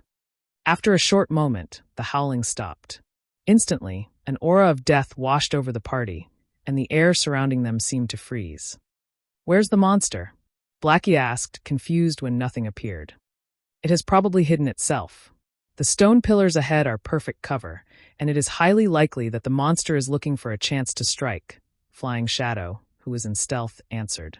"Guild leader, should I scout ahead and investigate?" "No, it's already heading towards us," Sherfong said, shaking his head as he unsheathed the Abyssal Blade and the Purgatory's shadow. With a grim expression, he said, "Everyone, prepare for battle. Flying Shadow and Fire Dance, cover me. Violet, you focus on healing. Aqua and Blackie, use your control skills but don't pull too much aggro. This monster is far more powerful than any of you can imagine." "It's coming, but I don't see it." Aqua Rose scanned the area ahead of her, failing to detect any traces of a monster. "It's normal that you can't see it. It's in stealth right now. Even I can barely see its blurred figure." Due to the Heavenly Dragon's breath, Sherfong had massively improved in all areas. Even so, he had almost missed his opponent's presence. "Stealth? It can't be possible, right?" When the others heard Sherfeng's words and saw his solemn expression, they immediately grew anxious as they examined their surroundings. A lord that could use stealth. It was a player's worst nightmare. A single careless moment could result in their deaths. Not daring to take any risks, Sherfong immediately activated Omniscient Eyes. He immediately discovered a small-sized, red-furred wolfman. This red wolfman wielded 2 pitch-black sawtooth daggers in each hand. The lord had already reached the small path and was less than 30 yards away, slowly approaching the party. Crimson Shadow Wolf, Rare Lord. Level 28. HP 1000,000/1000,000. Rare Lords were not as powerful as High Lords, and in terms of attributes, they were the same as ordinary Lords. However, Rare Lords possessed an additional innate skill. It was just like how a player with a hidden class possessed legacy skills unique to their class. Hence, Rare Lords were significantly more powerful than ordinary Lords, and to certain players, that difference might even be fatal. If Shifeng had a team of 500 players, he could kill the Crimson Shadow Wolf with absolute certainty. However, not only did his party only consist of 6 players, but they also did not have an MT. Facing this rare lord would prove quite difficult. When Shifeng saw the Red Wolfman's information, distress filled his heart. Fortunately, after equipping the Heavenly Dragon's breath, his mind could remain extraordinarily calm. His attributes had also significantly increased. Strength increased by 40%. Agility increased by 40%. Intelligence increased by 30%. Endurance increased by 50%. Movement speed increased by 20%. Attack speed increased by 30%. The improvement that the fragmented legendary item had provided to his attributes was much higher than the growth he had received when he became a Tier 1 Blade Saint. Furthermore, he also had 3 new skills: Dragon's Authority, Dragon's Breath, and Heavenly Dragon's Power. With these new skills, he could easily contend with a lord of the same level. If Shifeng had not equipped the Heavenly Dragon's Breath, he would most likely have given a single command. Escape. In God's domain, a Tier 1 class could compete with a special elite, whereas a Tier 2 class was on the same level as a lord. This was why Shifeng could not face a lord in direct combat. However, now that he had the Heavenly Dragon's Breath, although it was not as impressive as a legendary item, it could still allow a player to transcend tiers, granting Shifeng the combat power of a Tier 2 player. It was the equivalent of crossing the threshold to a Tier 2 class. Right now, Shifeng's attributes approached that of a Tier 2 class. He only lacked Tier 2 skills. Simply put, Shifeng was fully capable of contending with a lord of the same level. He also had the skill, Heavenly Dragon's Power. This skill was even more powerful than the Tier 1 skill, Blade Liberation. Previously, when Shifeng had activated Heavenly Dragon's Power, he had been able to suppress the final boss in the demon's castle. When Shifeng activated Omniscient Eyes, the Crimson Shadow Wolf knew that it had been discovered. It dashed towards Shifeng with astonishing speed.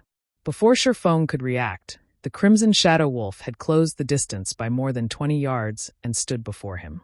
Without hesitation, it slashed its sawtooth daggers towards Shifeng's neck. Startled, Shifeng hurriedly activated Defensive Blade. The 2 sawtooth daggers froze just before they struck him, unable to proceed by even an inch. So fast. Shifeng was shocked. If anyone else stood in his place right now, they would have been a dead man.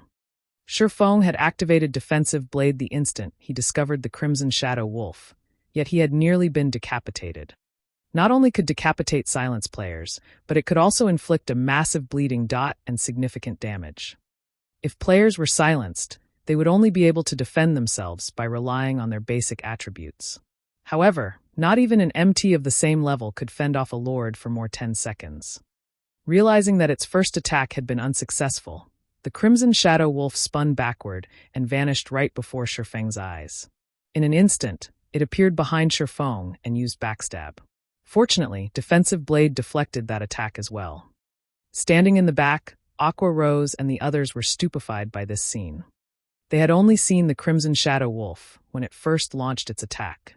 Then, in the blink of an eye, it had appeared behind Shifeng and launched another attack. However, the rare lord was far from done. Within 1 second, it had launched no less than 6 attacks. Just as Defensive Blade was about to run out, the Crimson Shadow Wolf sent a flying knee kick towards Shifeng's abdomen. A flying knee kick could easily break an enemy's combat stance and send them flying through the air, making it difficult for them to dodge or attack. Just before the Crimson Shadow Wolf's flying knee kick struck Shifeng, the rare lord revealed a human-like sneer.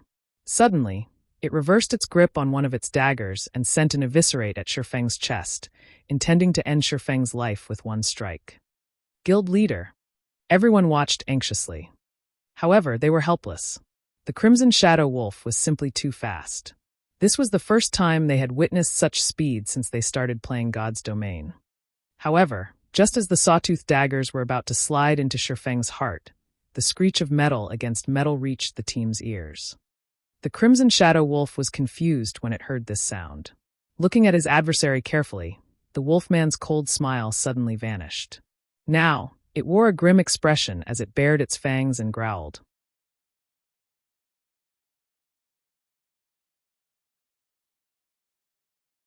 Chapter 438, Twofold Liberation. Aqua Rose and the others noticed the Crimson Shadow Wolf's sudden change immediately. However, the Zero-Wing team was more focused on Shifeng than they were on the Rare Lord's reaction.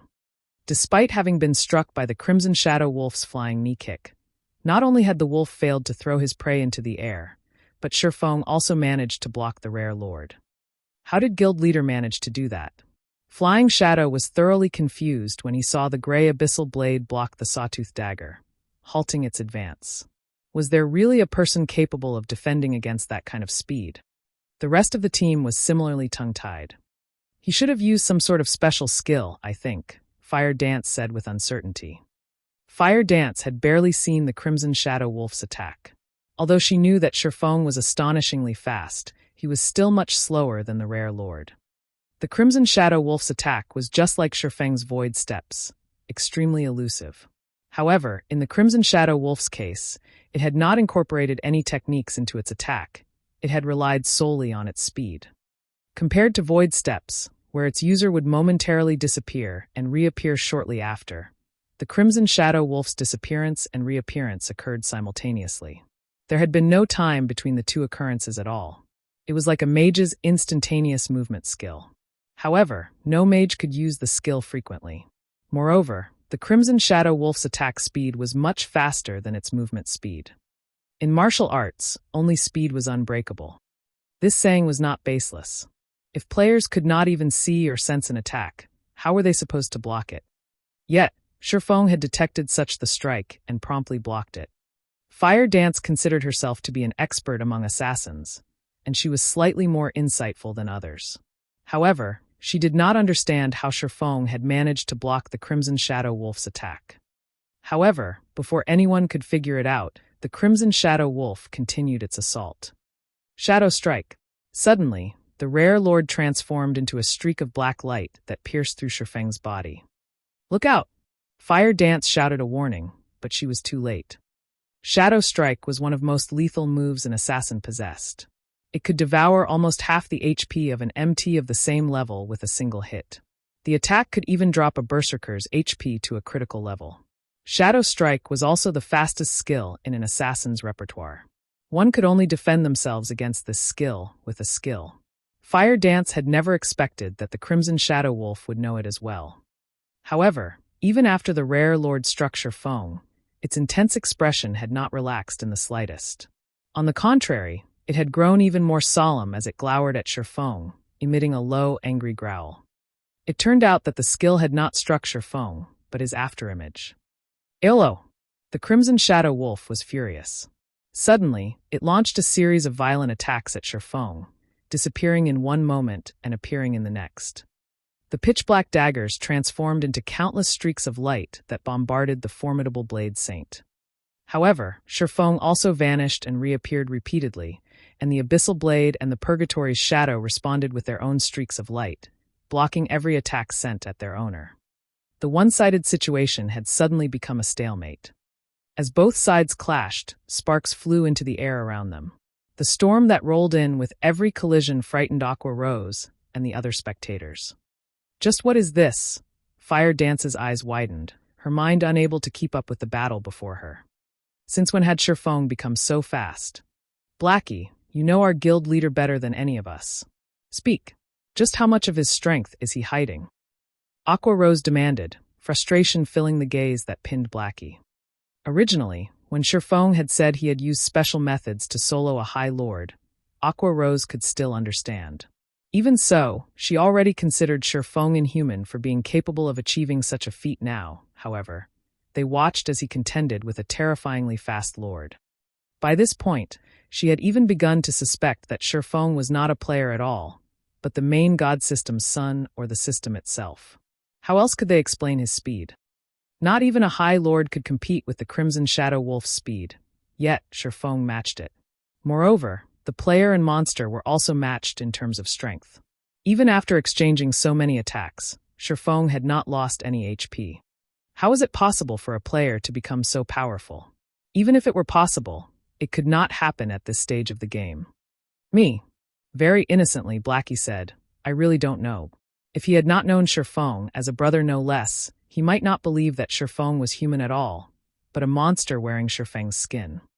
As both parties fought on, Shifeng's HP began to decrease rapidly. Even though Shifeng currently had 8,460 HP, far surpassing Zero Wings number 1 MT Cola, he could not outlast the Crimson Shadow Wolf. Against the Rare Lord's 1 million HP, Shifeng would grossly overestimate himself if he tried to do so. After roughly 20 seconds, Shifeng's HP fell to around 3,000. Violet, why aren't you healing me yet? Shifeng asked, concerned, through the team chat. Violet Cloud was so mesmerized by Shifeng and the Crimson Shadow Wolf's battle that she had forgotten her responsibilities. She immediately began to wave her staff, sending one heal after another at Shifeng. She also cast a sacred shield on him, granting him some damage mitigation. Violet Cloud's heals were very powerful. Her recover healed close to 600 HP every 2 seconds, whereas her rapid healing recovered over 1,600 HP every second. Her greater healing replenished close to 3,000 HP instantly. In a short moment, Shifeng's 8,460 HP was back to full. However, Violet Cloud's heals paled in comparison to the Crimson Shadow Wolf's. With 1 million HP, the Rare Lord's battle recovery restored 10,000 HP every 5 seconds. However, Shifeng could not deplete its HP by that much in that short time. Aqua attack. Focus on using ice-type spells. Blackie, restrict the Shadow Wolf with your curses. Fire Dance and Flying Shadow. Stand at a distance and use your flying daggers, Shifeng commanded as he fought. There was a limit to Violet Cloud's mana. If they dragged this battle on, the Crimson Shadow Wolf would slaughter them all. Hence, they needed to increase their damage output. However, the Rare Lord was simply too fast. With Fire Dance and Flying Shadow's melee attacks, they would only be easy targets for the Crimson Shadow Wolf. The team leaped into action as they received their orders, casting one skill after another at the Rare Lord and continuously depleting its HP. Compared to lords like the Flame Guards, the Crimson Shadow Wolf had a weaker defense. Hence, although the Crimson Shadow Wolf dodged most of the attacks effortlessly, those that landed still inflicted significant bursts of damage. Aqua Rose's Frost Arrow dealt over -1,000 damage, and her Flame Barrage dealt around -3,000 damage. As for Blackie, his Dark Arrow achieved over -1,300 damage, over -2,000 damage if it was a critical hit. His Unstable Affliction also dealt close to -1,000 damage every 2 seconds. Fire Dance and Flying Shadow could deal around -300 damage with each of their throwing attacks. In addition, Shifeng would occasionally deal over -2,000 damage with his attacks. As a result, everyone's total damage within 5 seconds easily exceeded 10,000 points. After an hour or so, the Crimson Shadow Wolf only had 43% of its HP remaining. As long as they continued to wear it down for another few hours, they would kill the Rare Lord. With the hope of killing the Crimson War Wolf in sight, everyone sighed relief. Previously, the Rare Lord had been terrifying, causing everyone to despair. They had been certain that they would die. Guild Leader, why are you so good at hiding yourself? You must have been lying when you said you defeated the level 25 High Lord using special methods before, right? In reality, you must have relied on your own strength to kill it, Aqua Rose grumbled. You guys misunderstand me, Shifeng suddenly said while he continued to face off against the Rare Lord. Misunderstand? Everyone was confused. I don't have the ability to defend against such astonishing speed. Shifeng explained. Previously, I too was afraid of the Shadow Wolf. Against its speed, I'm not a match for it even if I go all out. However, while the shadow wolf was attacking me, I took a look at the system time. Afterward, I realized why the shadow wolf was so fast. It's not because the shadow wolf is fast. It's because the shadow wolf's innate skill slows our reaction time, altering our perception to think that it's fast and unstoppable. Upon hearing Shifeng's explanation, everyone did what Shifeng had said. Sure enough, they understood. At the beginning of the fight, Shifeng was similarly frightened. However, when he had glanced at the time displayed by the system, he realized that something was off. Originally, Shifeng believed that the Crimson Shadow Wolf's attack had happened instantaneously. Yet, the system had indicated that a short moment had passed. In particular, when the Crimson Shadow Wolf had charged at him, Shifeng saw the rare lord cross the 20-yard distance in an instant, but according to the system clock, 2 seconds had passed. As Crimson Shadow Wolf was about to land the finishing blow, Shifeng activated the aura of space, becoming immune to all control effects. Since the Crimson Shadow Wolf's innate skill no longer had an impact, he had no problems defending against the rare lord's normal attack speed. After all, he too possessed the combat power of a Tier 2 class. If anyone else had stood in his place, they would have fallen to the Crimson Shadow Wolf's innate skill. However, after engaging in the battle for such a long time, Violet Cloud's mana was almost depleted. Although she used mana recovery potions constantly, with her current consumption rate, she would last another 10 minutes or so at most. Unfortunately, the Crimson Shadow Wolf still had 43% of its HP remaining. I can only give it a shot. Shifeng gritted his teeth as he glared at the Crimson Shadow Wolf's HP. Purgatory Power, activate. Heavenly Dragon's Power, activate. Suddenly, Shifeng's body released a dazzling golden glow. The glow this time was far more impressive than it had been in the demon's castle. His aura was more intense, forming the faint figure of a gigantic dragon. In the next moment, the dragon released a roar that made one's eardrums tremble.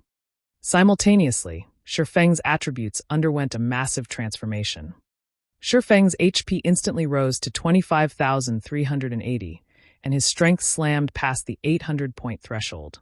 His defense had also improved. With a wave of his sword, Shifeng forced the rare lord back, dealing over -400 damage with the strike. He then took a step forward and used a Tier 1 chop. Due to the attack speed and damage buffs of Purgatory Power, critical double damages of -4,920, -7,312, and -7,324 appeared above the wolf's head before it could react. The Crimson Shadow Wolf was sent crashing into a stone pillar by the side of the small path. The rare lord and swordsman's strengths were no longer on the same level. Suddenly, Shifeng's furious roar echoed throughout the cavern. Dragon's authority. Dragon's authority. Suppress all enemies in the surroundings with the might of the heavenly dragon, inflicting the fear status onto enemies within a 30-yard distance, reducing their attack power by 20%, attack speed by 20%, and movement speed by 20% for 1 minute. After the Crimson Shadow Wolf's speed fell, the rare lord was even less of a match for Shifeng. Within seconds, the Crimson Shadow Wolf's HP plummeted to 30%. As it reached this threshold, the Crimson Shadow Wolf began to change, growing larger. It also tossed its daggers to the side. It was now 4 times larger than it had been, as tall as a 2-story building. The ground trembled as it took a step. By appearances alone, the Zero-Wing team understood how terrifying this monster had just become. However, Shifeng couldn't care less. Gritting his teeth, he activated Blade Liberation. Suddenly, the abyssal blade released a dazzling silver light, its power flowing into Shifeng.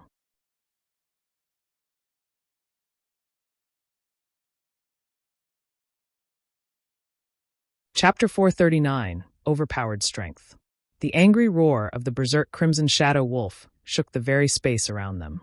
The pressure it emitted was far heavier and more powerful than before. With a light step, cracks formed on the solid ground beneath its feet, and its claws gouged deep furrows into the solid ground. The strength and sharpness of its claws shocked all who saw them. Without a doubt, an attack from the wolf's claws could even destroy a secret silver weapon. Even a fine gold weapon would only last a few hits. Only dark gold weapons might endure a long beating. The Crimson Shadow Wolf abruptly leaped forward and brandished its sharp claws at Shifeng. Guild leader.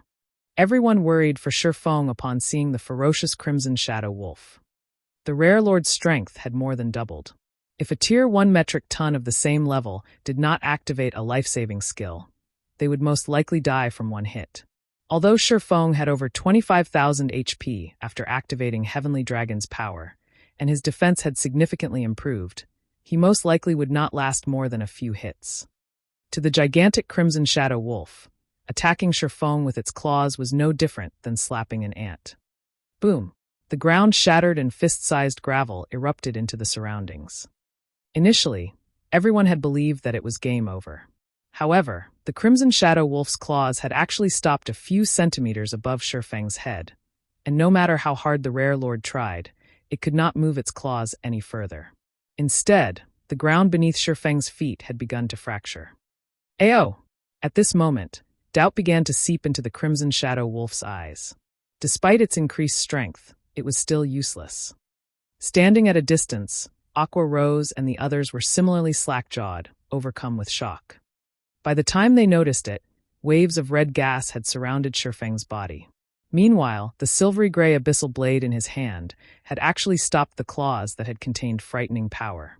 Moreover, Shifeng had not lost even a single HP from the collision. Eolo! The Crimson Shadow Wolf bellowed angrily and began a brutal assault.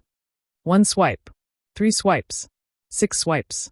However, each successive attack only caused the ground beneath Shifeng to fracture further, filling the air with dust and debris. Seeing this, the Crimson Shadow Wolf's eyes nearly popped out of their sockets. Just as the Rare Lord sent another subsequent attack, Shifeng finally swung his arm, slashing his sword at the incoming paw. Pung! The Crimson Shadow Wolf's body was suddenly pinned flat against a stone pillar like a picture on a wall.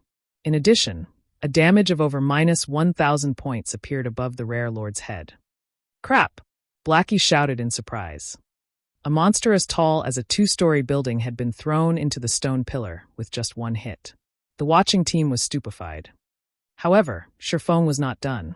Moving his feet, he instantly appeared before the Crimson Shadow Wolf. Although the Rare Lord tried to retaliate, Shifeng immediately launched a series of attacks striking at its 4 limbs, breaking them. Unsatisfied, Shifeng continued to wield his 2 swords, sending a storm of blades at the Crimson Shadow Wolf. Shifeng's every attack inflicted over -2,800 damage on the Crimson Shadow Wolf, whereas a double critical hit dealt over -5,700 damage, and a triple critical hit dealt over -8,500 damage, rapidly obliterating the Rare Lord's HP. Shifeng's strength had suppressed the Crimson Shadow Wolf, rendering it helpless. From beginning to end, the Rare Lord remained pinned to the stone pillar, never falling from its high position. However, this was only the beginning. Shifeng then began to use his skills. Chop! 3 swords of light converged at a single point, striking the Crimson Shadow Wolf. -4,310, -6,440, -6,460. Although Shifeng's damage was lower than his previous use of Chop, this attack had not achieved a critical hit. After Chop, Shifeng followed up with Phantom Kill. Shifeng's doppelganger possessed 70% of his attributes. Even so, it was still extremely powerful, and each of his attacks dealt close to -2,000 damage. Following which, Shifeng activated 9 Dragon's Slash. 12 Abyssal Blade Phantoms devoured the Crimson Shadow Wolf, each phantom dealing over -1,000 damage. However, Shifeng was still not satisfied.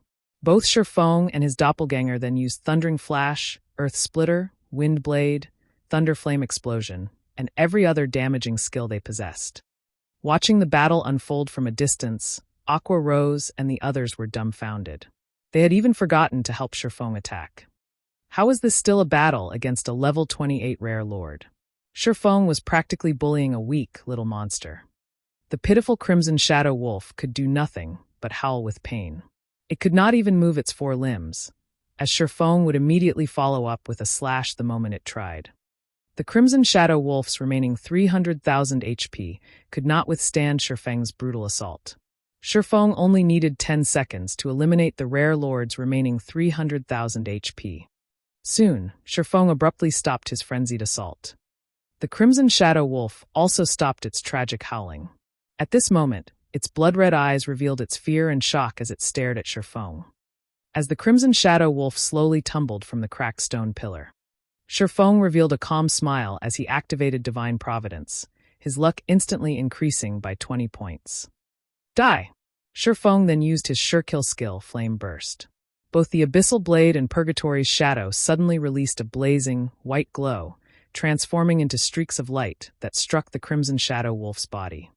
Minus 21,415, minus 43,024, minus 21,389, -21 for 25. Instantly, the Crimson Shadow Wolf's remaining HP fell to 0. Meanwhile, Shifeng's attacks had left multiple scorch marks on the stone pillar behind the Rare Lord. When the Crimson Shadow Wolf died, perhaps due to Shifeng's 25 points in luck, the Rare Lord dropped close to 20 items, scattering them across the ground. Rare Lords dropped the same quality of items as a High Lord, maybe better, which was why players in God's domain loved to hunt them. However, as the name suggested, Rare Lords were extremely difficult to find. Upon seeing the dropped items of the Crimson Shadow Wolf, Shifeng heaved a deep sigh of relief as he sheathed the Abyssal Blade and the Purgatory's Shadow. Originally, Shifeng had not intended to use Blade Liberation. The first reason was that the skill possessed a detrimental side effect and a long cooldown. The second reason was that the skill duration was too short, lasting only 20 seconds. If Shifeng could not finish off his enemy within that time, it would be game over. The third reason was that, after killing the Crimson Shadow Wolf, he did not know if another enemy would appear. If he saved Blade Liberation, he could still use the skill should the need arise.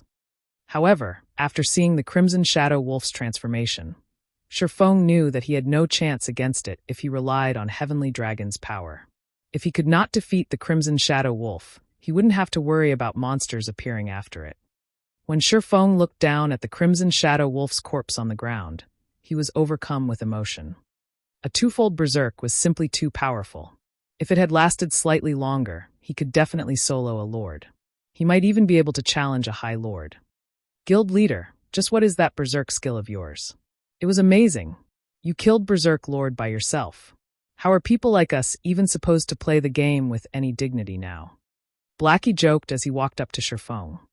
If we release the video of this battle, no one will believe it is real. Of course. Slamming a Berserk Lord into the wall with a single hit. Who would believe that something like that is possible? Everyone nodded in agreement. They were immensely excited. It was obvious that Shifeng had used a Berserk skill. Only this Berserk skill was too frightening, and not even a Berserk Rare Lord stood a chance against him. Originally, no one had paid any attention to Berserk skills. However, they had never expected that such a skill could play such a significant role during a crucial moment. At this moment, a yearning for Berserk skills grew in everyone's hearts. They all swore to gain one for themselves after returning. All right, let's hurry up and collect the loot. We don't know what kind of danger awaits us, Shifeng laughed. While everyone collected the loot, Blade Liberation's duration ended. Suddenly, like a deflated balloon, Shifeng's body shrunk. His attributes fell by 80% as well. What's going on? Shifeng was surprised when he saw the duration of the weakened debuff. Originally, the weakened state imposed by Blade Liberation only lasted for 3 minutes. Now, however, the debuff would last for 3 whole hours.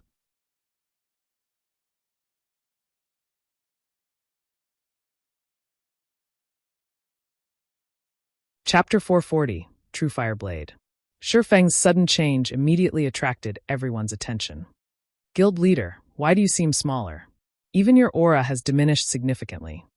With her refined observation skills, Fire Dance instantly noticed Shifeng's transformation. The rest of the team was also curious. When they took a look at Shifeng's HP bar, they were suddenly very afraid. Shifeng, who had originally possessed over 8,400 HP, now had a maximum HP of 1,700. He could not even compare to a level 20 ordinary player right now. It's nothing, just the weakened debuff I got after going berserk. Many Lord-ranked monsters deal with the same thing. I'll be fine after some time has passed, Shifeng laughed.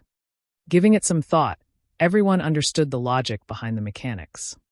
A skill that could render a rare lord helpless. If there were no side effects to it, it would be far too overpowered. following which, everyone finished collecting the loot scattered across the ground. The 1,000+ Wolfman warriors before had dropped a ton of items. Although it was only the loot of elite monsters, the quantity was more valuable than even the loot from a lord. Meanwhile, Sherfong stored the loot the Crimson Shadow Wolf had dropped. As for Weakened State's extension to 3 hours, Sherfong had some idea of why this had occurred. Dragon's power significantly increased one's attributes.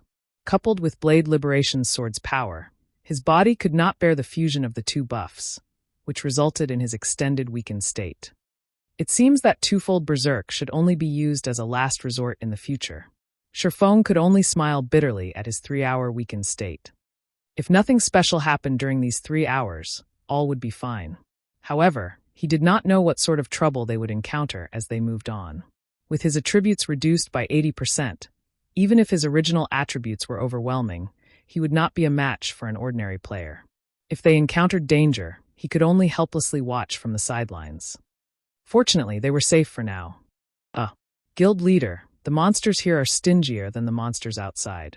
The Wolfman warriors rarely drop weapons or equipment. Moreover, the majority of the items are common rank with a small amount of bronze equipment. Blackie was already used to grinding Lord-ranked monsters. Now, he could only feel contempt when he saw the loot of elite monsters. It's actually quite good. Previously, I had never carried more than 1 gold coin. Now, I pick up more than 2 gold.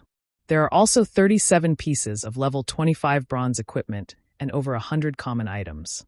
If we sell them, each item could fetch at least 6 or 7 silver coins. 100 pieces is worth 6 or 7 gold coins.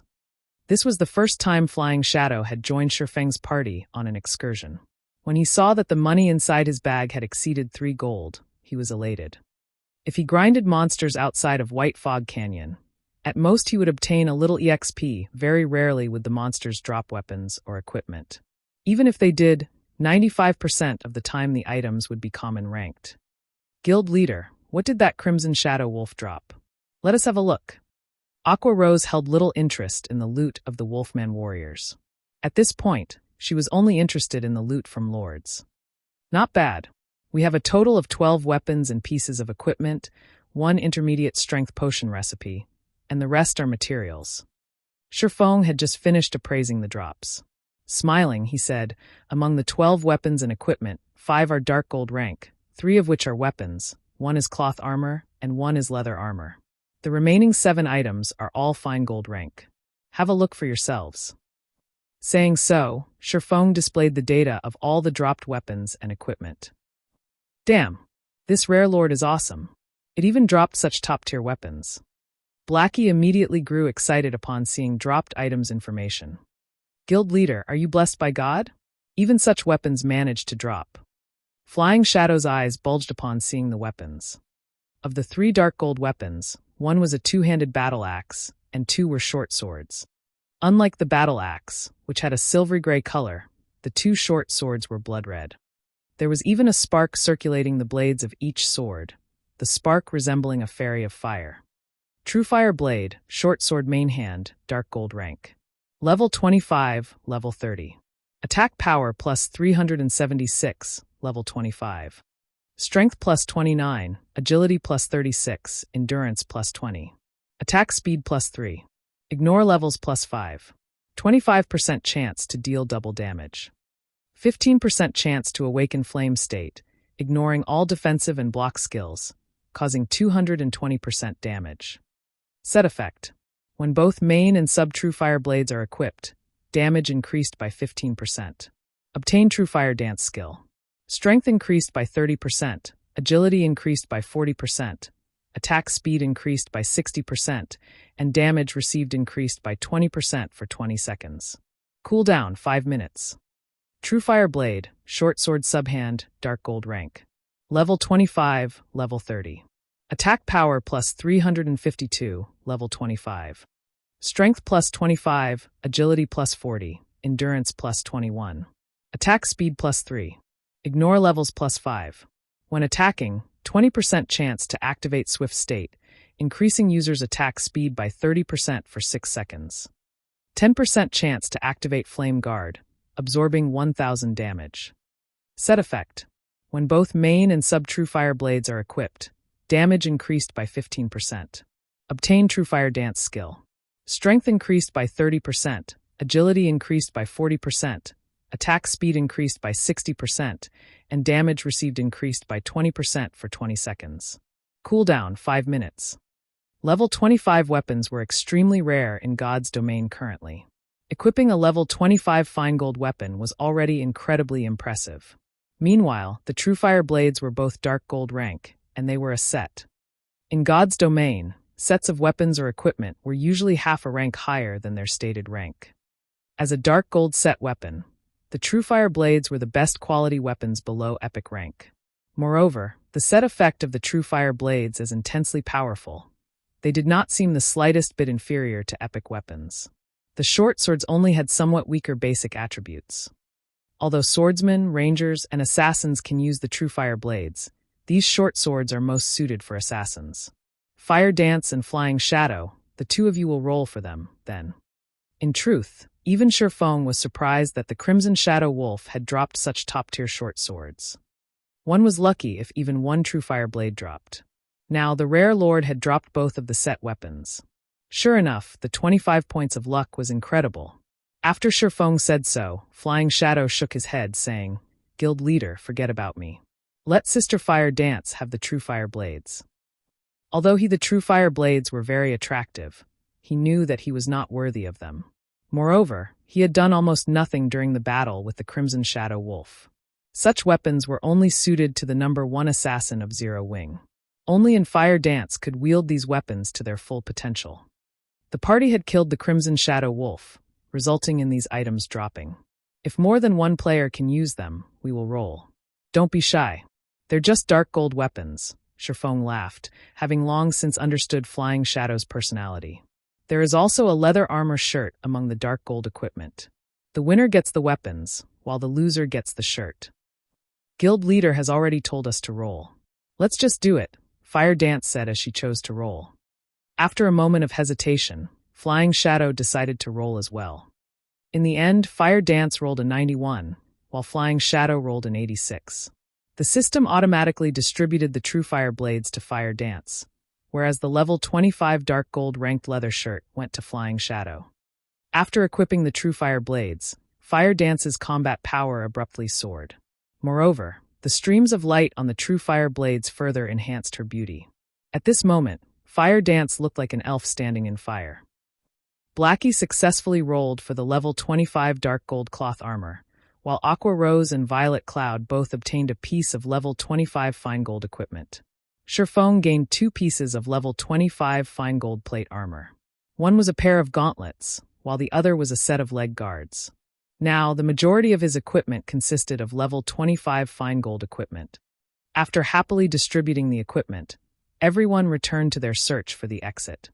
Time passed quickly, and unknowingly, Shurfeng's party had made a full circle around the land of the fallen star. Although they had not encountered a single monster, they had mined plenty of starfire, or over 1,000 pieces in total. Just as Shurfeng began to grumble about the exit's mysterious location, the system suddenly announced an emergency notification. Before Shurfeng could react, he was thrown out of God's domain. Moreover, Shurfeng had not been the only one. Aqua Rose and the others had also been expelled from the game.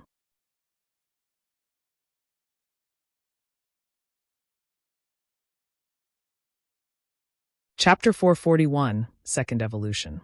When the system had expelled the Zero Wing party from God's domain, Shurfeng had been automatically sent into his sleep space. He had not completely logged out and could still browse the internet. He could also communicate with his friends. Calling out his system friends list, Shurfeng discovered that every one of his friends was in a leave state, not in God's domain. They were all in their respective sleep spaces. Nobody's on God's domain. What's going on here? Shurfeng was puzzled, as this was the first time he had encountered something like this. He had been kicked out of the game before he had a chance to read the emergency notification. Now he couldn't log into God's domain and could not contact anyone to ask about the previous notification. Following which, Shurfeng contacted Aqua Rose and the others, hoping to gather some information. Unfortunately, Aqua Rose and the others were in a similar situation. The system had logged them out of the game upon receiving the notification as well. I guess I can only check the official forums, Shifeng sighed. Normally, crucial information was not available on the official forums. However, something big must have happened in God's domain if they had been forcefully expelled from the game. Sure enough, after logging into the official forums, he discovered that everyone was having a heated discussion over their expulsion. For some reason, however, everyone else had received their notification 2 hours ago, whereas Shifeng's party had only received theirs a few seconds before the main God system started logging players out of the game. 2 hours ago? Wasn't that around the time I killed the Crimson Shadow Wolf? Shifeng calculated the time, and it matched almost perfectly. Did killing the Shadow Wolf cause the main God system to start the second evolution of God's domain? Giving it some thought, Shifeng felt that it was highly possible. Previously, when his party had entered into the land of the fallen star, they just happened to activate the free combat system. It was likely that the main God system had used their party as an experiment.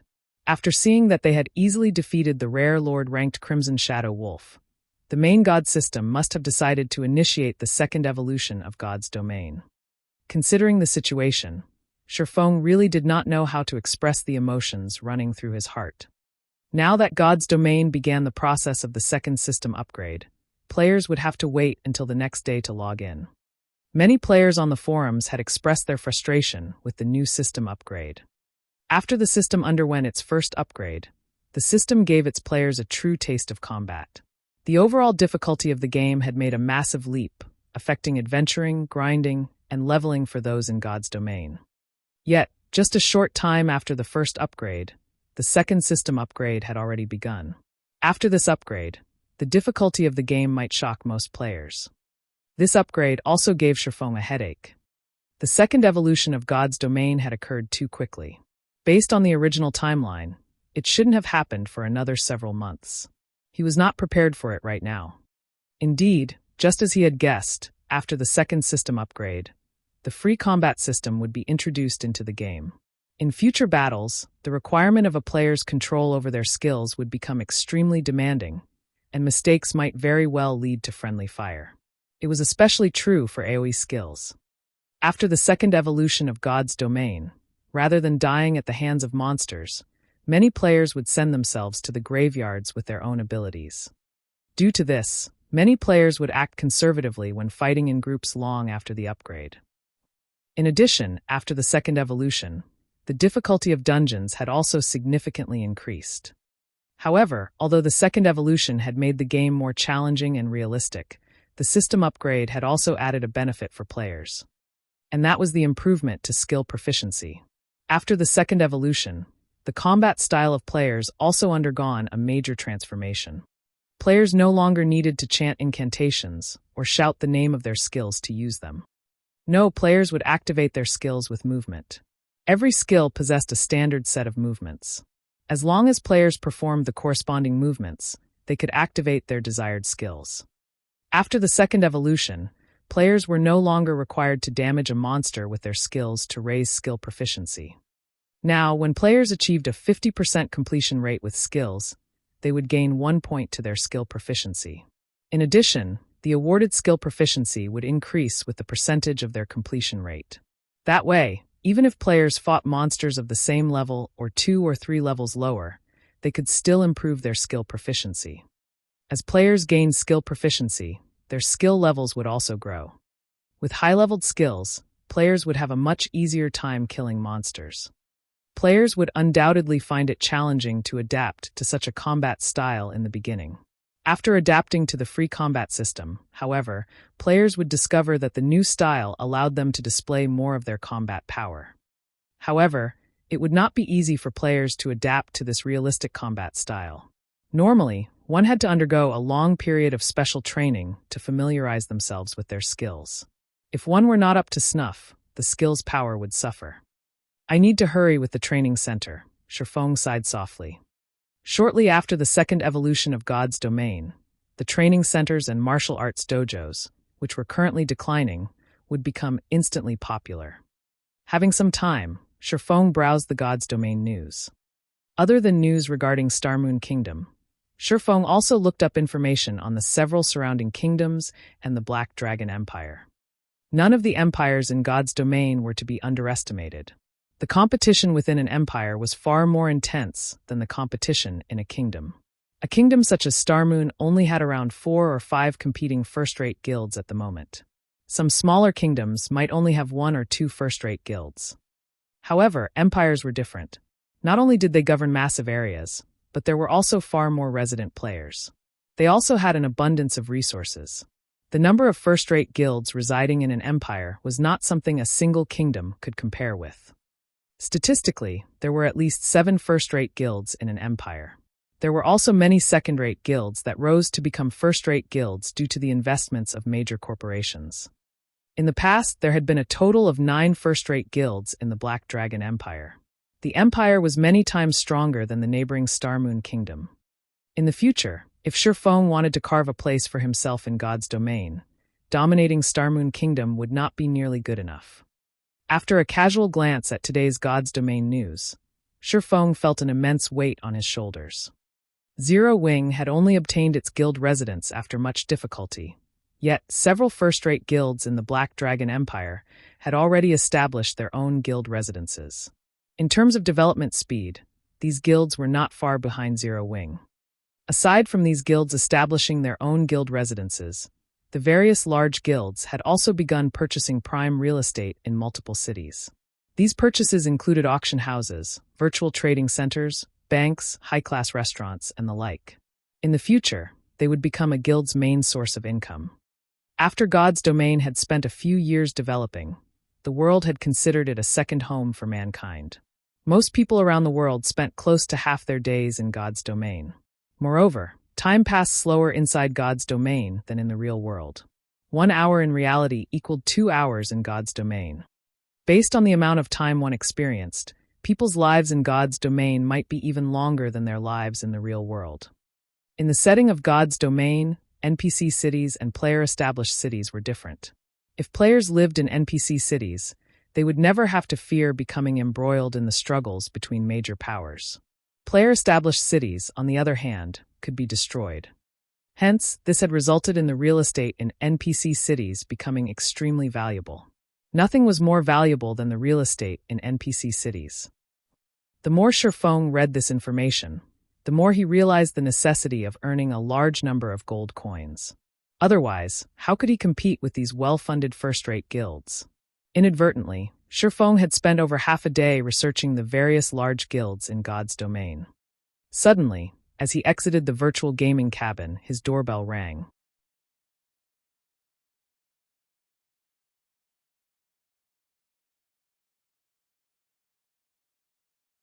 Chapter 442, New Style of Combat. Shifeng was somewhat surprised when he heard his doorbell ring. He had only recently moved into this new apartment, so not many people knew where he lived. Normally, Blackie and the others would only contact him by calling, not hunting him down so early in the morning. Who is it? Shifeng wondered as he tapped his quantum watch to display the view outside his door. Taking a close look, Shifeng jumped with fright when he saw who it was. The person currently standing outside his door was none other than the female class monitor, Zhao Ruoshi. She currently wore sportswear, and her hair was pulled back in a ponytail. She radiated a youthful aura and looked absolutely mesmerizing. Why is she here? Shifeng recalled that Zhao Ruoshi's birthday was next month. Even if she had come to deliver an invitation, wasn't it a little too early? However, since she had already arrived, Shifeng could not pretend he wasn't home. Helpless, he quickly tidied himself up and went to the door. As soon as Shifeng opened the door, Zhao Ruoshi's almond eyes widened. With a concerned gaze, she asked, "Shifeng, did you really agree with Uncle Xiao to participate in a match?" Hearing Zhao Ruoshi's question, Shifeng understood the gist of the situation. Xiao Yan and Xiao Yu were strongly connected to the Zhao family. How could the Zhaos not have heard of such a dramatic incident at the Big Dipper Training Center? Yeah, I agreed to an exhibition match. Shifeng nodded. You really are laid back. Do you even know who your opponent is? Zhao Ruoshi sighed helplessly as she examined Shifeng's leisurely appearance. No, I don't. However, Big Dipper will contact me about it ahead of time, Shifeng said, shaking his head. Do you even know how to be nervous? Zhao Ruoshi grumbled. Shi Feng's behavior left her speechless. A fighting competition was not a small matter. It was especially true for this match.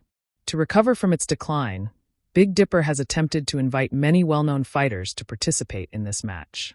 There are even martial arts masters among them. Even though Big Dipper has offered an impressive appearance fee, they all have their own itinerary. None of them have the time. That's especially the case for the high-ranked martial arts experts. Originally, your opponent was supposed to be last year's champion of Jinhai City's fighting competition. But what's wrong? Shi Feng asked, suddenly curious. Shi Feng had some memory of Fang Qinghua, last year's champion of Jinhai City's fighting tournament. The man had participated in a provincial-level competition and earned a relatively impressive rank. He had become famous throughout Jinhai City. However, Shi Feng doubted that he would lose to Fang Qinghua. After all, there was a fundamental difference between those who knew internal force and those who did not. Furthermore, Shi Feng's current physique was better than ever. But your opponent was suddenly changed because someone had defeated Fang Qinghua. That someone is now your opponent. I heard that when he fought Fang Qinghua was defeated with a single punch. If it had been a normal defeat, that would not have mattered. However, when that person sent out his final punch, he had used internal force. He has even expressed great interest in becoming the head instructor at the Big Dipper Training Center. Hence why he wanted to replace Fang Qinghua in this match with you. Although Zhao Ruoshi knew Shi Feng was proficient with internal force, the opponent was similarly an internal force expert. Moreover, the other party was very powerful. If the two really fought each other, no one knew what kind of result to expect. An internal force expert, huh? Interest suddenly sparked within Shi Feng. Internal force experts were not cabbages easily found in the streets. Even after a decade, such experts were extremely hard to find. Shi Feng had only mastered internal force due to luck, and he had never fought another internal force expert in the real world. However, before this, Shi Feng had never heard of there being an internal force expert in Jinhai City, let alone an internal force expert at the Big Dipper Training Center. In the past, there was no head instructor at Big Dipper. However, such a person had suddenly appeared. It was truly unexpected. Is history changing because of my reincarnation? Shi Feng pondered slightly. When he thought about the changes in God's domain, his certainty grew. After Zhao Ruoshi lectured Shi Feng for some time, she had noticed that her classmate did not seem particularly concerned about his opponent. Hence, she intensified her lecturing, hoping to dissuade Shi Feng from participating in the competition. A match between internal force experts was no laughing matter. One mistake could lead to serious injuries and could possibly have future repercussions. Shi Feng was an internal force expert. His future prospects were boundless. There was no need to risk his life for the position of Big Dipper's head instructor. In the end, however, Shi Feng refused Zhao Ruoshi's kind suggestions. He wasn't just doing it to become Big Dipper's head instructor. For the most part, he was doing this for Zero Wing's future development. The 5 virtual gaming cabins and the 15 bottles of S-rank nutrient fluids were too important to Zero Wing. If Zero Wing could nurture more experts, Shi Feng would not have to exhaust himself running left and right for the guild. He could focus on his own desires. Following which, Shi Feng chatted with Zhao Ruoshi for some time. After Zhao Ruoshi left, Shi Feng started his daily training. Ever since he came into possession of a virtual gaming cabin, Shi Feng's training yielded far better results. Moreover, for reasons unknown, his mind had also become more active. If he could pair these effects with S-rank nutrient fluids, he might improve further in these areas. Without him realizing it, a day had passed. At 8 p.m., the system upgrade of God's domain was completed. When Shi Feng entered God's domain, his virtual body felt particularly loose. His 5 senses had also grown sharper. "Guild leader, I can't use any of my skills," Flying Shadow exclaimed. Initially, he had intended to rush off to investigate what had changed with the system upgrade. However, he suddenly discovered that he could not use any of his skills. "Nothing wrong here," Blackie said as he shot a dark arrow at a distant stone pillar. But after his spell struck the stone pillar, Blackie frowned. "That's weird. That wasn't where I had aimed for." Everyone became flustered shortly after logging back into the game. Melee classes could not use any of their skills, whereas mages' skills had weakened and become less accurate. Shi Feng did not immediately reveal the reason for this situation. Instead, he conducted a few experiments. Unsheathing the abyssal blade, Shifeng swung the sword, his actions resembling the movements one would use when activating chop. Following which, a blade of light shot forward, slicing apart the stone pillar ahead of him. Just as I thought, Shifeng was quite satisfied with his attack. He could feel his improved control over his body. As for using only movement to activate skills, he was not the slightest bit surprised by it. On the contrary, he adapted to the change smoothly. Following which, he used Earth Splitter, Thundering Flash, Thunder Flame Explosion, and most of his other skills, stupefying Aqua Rose and the other observers. Guild leader, how did you do that? Fire Dance had already tried to use her skills many times. However, regardless of whether she shouted or chanted the name of her skills silently, nothing worked. How was an assassin without skills supposed to kill monsters? Yeah, let us in on the secret, guild leader. Flying Shadow was equally anxious. It's very simple. After this evolution of God's domain, you no longer activate skills with speech or incantation. Now you have to perform the proper movements to use your skills. Go ahead and give it a try. In the skill menu, there are clips of the movements relating to the skills.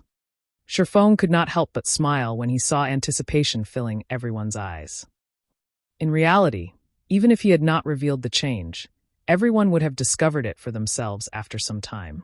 It was especially true for the players who had frequently changed their skill menus. There had not originally been video tutorials to explain how to use a skill in the skill menu. Now, however, there were. The videos were specifically meant to serve as a standard for players, teaching them how to use their skills more efficiently. After listening to Shifeng's explanation, everyone began their own experiments. In such a way, Shifeng's party of 6 tested the new mechanics as they searched for an exit in the land of the fallen star. While Shifeng's group explored, they were unaware that players throughout God's domain had descended into madness.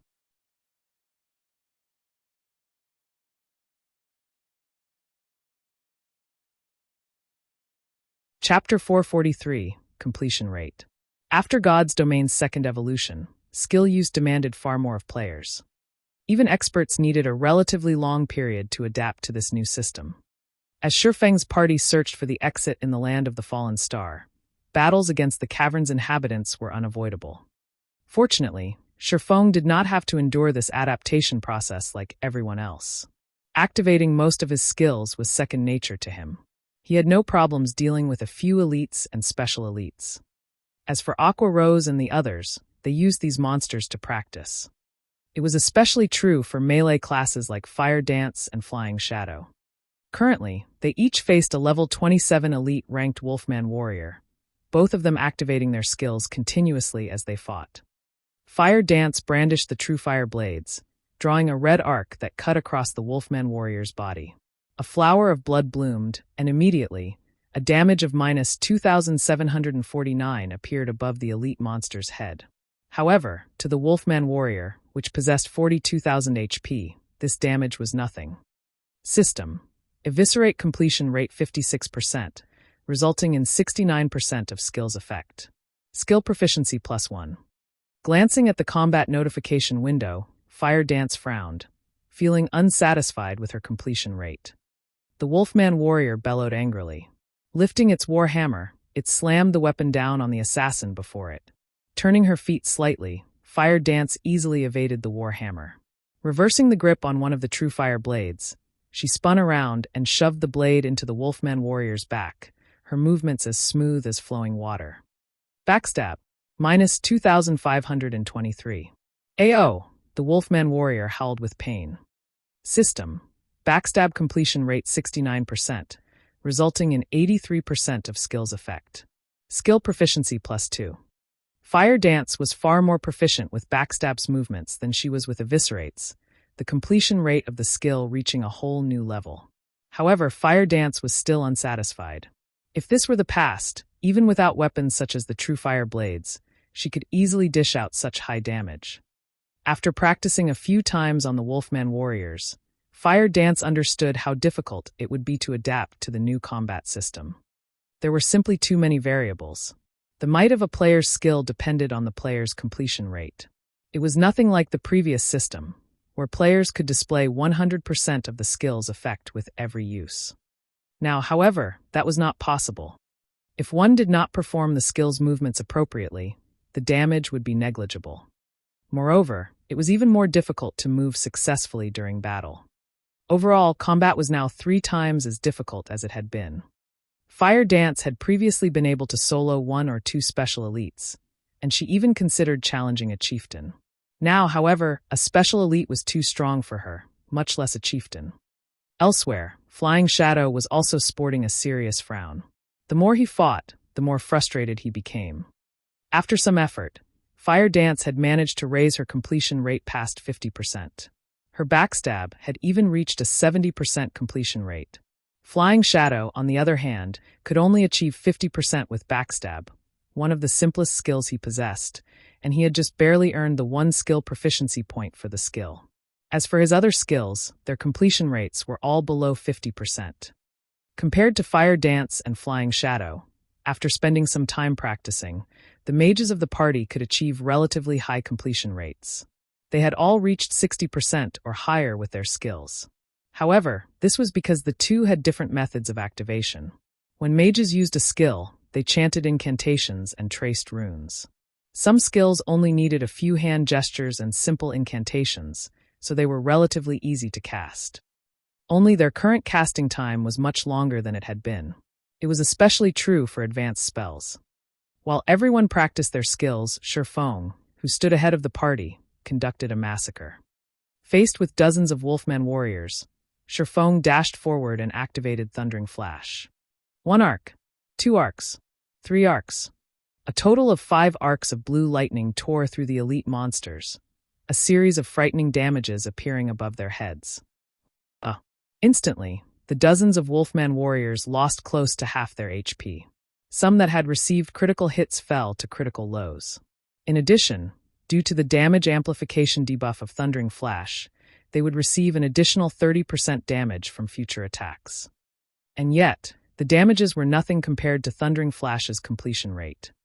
System: Thundering Flash completion rate 83%, resulting in 97% of skills effect. Skill proficiency +3. Immediately after his attack, Shifeng leaped into the air.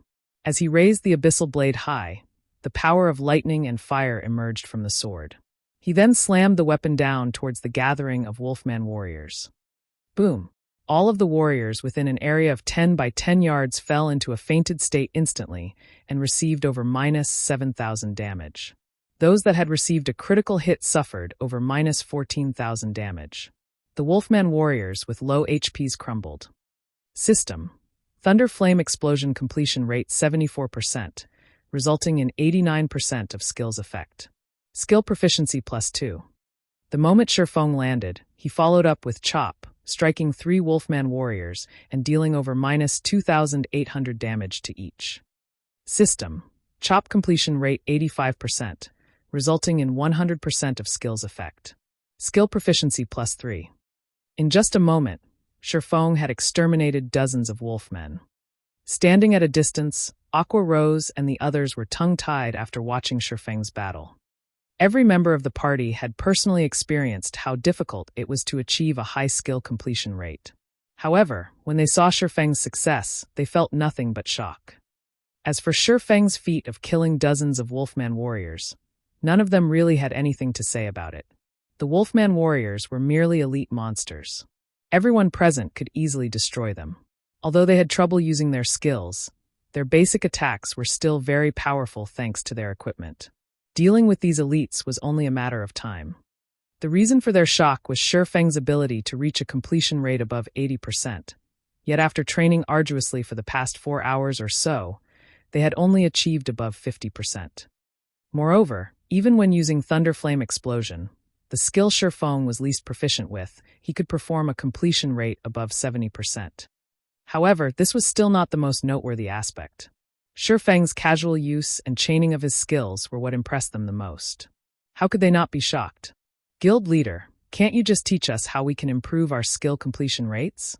Aqua Rose envied and admired Shifeng's super high completion rate. That's right. It's not like we're demanding much. I will be satisfied if I can reach a 70% completion rate. Blackie's completion rate had given him a headache. In the beginning, their completion rates had improved relatively quickly. Within half an hour, they had managed to achieve 50%. However, it had taken them over 3 hours to rise from 50% to 60%. Moreover, it only became more challenging to raise their completion rates the higher they went. By now, their completion rates had basically plateaued. At around 60%, they could only display roughly 60% to 70% of their skill's potential. If they could stabilize their completion rates at 70%, they could almost display their previous strength. Only when a skill achieved an 85% completion rate could it manifest 100% of its effects. If the completion rate could rise past 85%, then the skill's effect would exceed 100%. If they could raise the completion rate of all of their skills past 85%, the combat power would surpass their previous selves. Everyone eagerly looked forward to such a day. Unfortunately, they had no idea how to overcome the challenge of the new system. Do you guys really wish to know how to improve your completion rates quickly? Shifeng asked after tidying up the loot. He could not help but laugh as he looked towards his party members.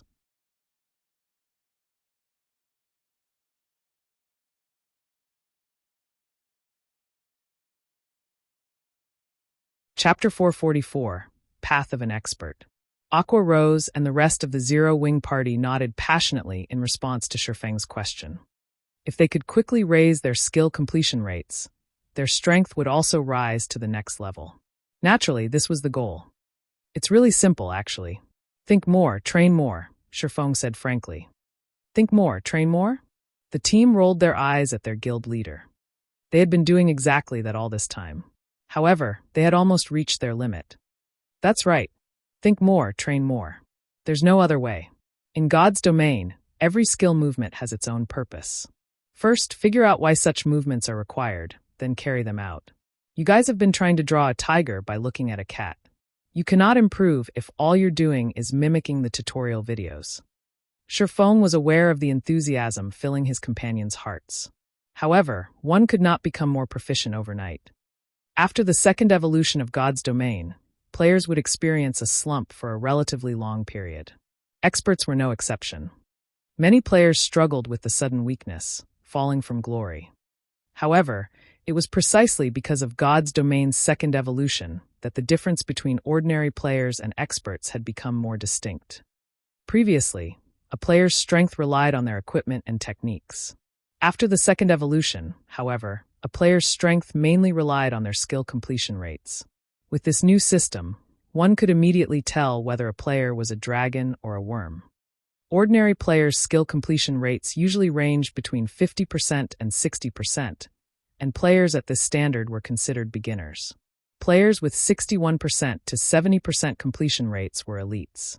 Meanwhile, those who achieved 71% to 80% were experts, and 80% to 90% was the domain of top-tier experts. Players who could reach completion rates above 90% were as rare as a phoenix's feather. In the past, Shifeng's best record had been 87%. Although he was only 3% away from surpassing a top-tier expert, it was the difference between heaven and earth. The fact that Fire Dance and the others could achieve such results with just a few hours of practice was already impressive. After the second evolution of God's domain, many players had not dared to solo monsters. Many players had spent several days practicing their skills just to reach a 50% completion rate. Only players who had achieved a 50% skill completion rate were strong enough to solo. Otherwise, with inadequate completion rates, their damage was negligible. In addition, a majority of the players in God's domain relied on their skills to kill monsters. Hence, without sufficient completion rates, players would only find death if they grinded alone. Contemplate the importance of the required movements? Fire Dance pondered. Must I do that to manifest the techniques of the skill? Fire Dance recalled her previous uses of backstab in battle. In the past, she would always think of ways to strike her opponent from behind, never considering how she could use backstab more efficiently.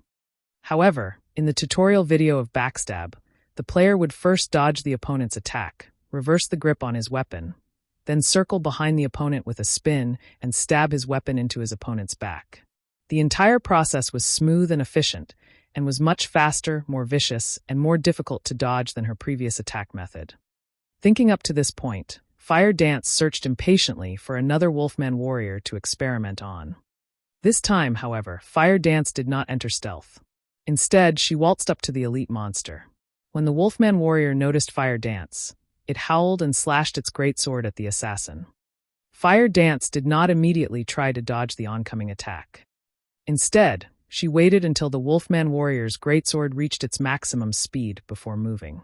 Fire Dance took a step forward before sidestepping, dodging the greatsword at the last possible moment. Reversing her grip on the Truefire blade, she then spun and shoved the blade into the Wolfman warrior's back. Due to her body's rotational power, the radiant sword's speed had increased. Even Shurfong could not avoid such a fast attack, much less the Wolfman warrior. Hua! The Truefire blade pierced the Wolfman warrior's back, a damage of minus 2,736 appearing above its head. System: backstab completion rate 76%, resulting in 90% of skill's effect. Skill proficiency +2. Fire Dance's eyes shone upon seeing this system notification. As if she had found a path through the darkness, her confidence suddenly skyrocketed. Hence, she continued practicing backstab on the Wolfman warrior. When the skill's cooldown finished, she would begin again. In the end, the poor Wolfman warrior died after Fire Dance toyed with it for 5 minutes. Sister Fire Dance is amazing. That last one even reached 78%. Flying Shadow's admiration intensified when he saw the final backstab Fire Dance had used on the Wolfman warrior. After watching Fire Dance's performance, as if realization had dawned upon them, everyone hunted down their own targets to practice with. Meanwhile, Shurfong continued to search for the exit in silence, not bothering to comment. Excessive guidance would lead to Fire Dance and the others to believe that his way was the only way. However, everyone had their own paths and unique fighting habits.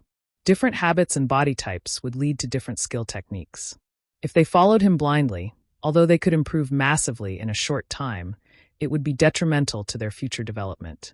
Thus, he wanted them to figure things out for themselves. In the past, Shurfong had tried mimicking other experts, copying their every move in the hopes of improving his technique. Unfortunately, nobody had warned him about his actions' downsides. Although his strength had soared in a short time, in the end, he had been stuck as a top-tier expert. No matter what he did, he could not overcome that final hurdle. In the past, he had never been able to use void steps. However, after reincarnating, Shurfong discovered that only the path that suited him most was the best path. He was not other people, so how could he achieve any results if he followed a path meant for someone else? In the end, this revelation had allowed him to master void steps in this life, becoming significantly stronger. However, learning void steps was nothing more than the first step away from mimicry. He still had a long way to go and many aspects to explore before he could forge his own way.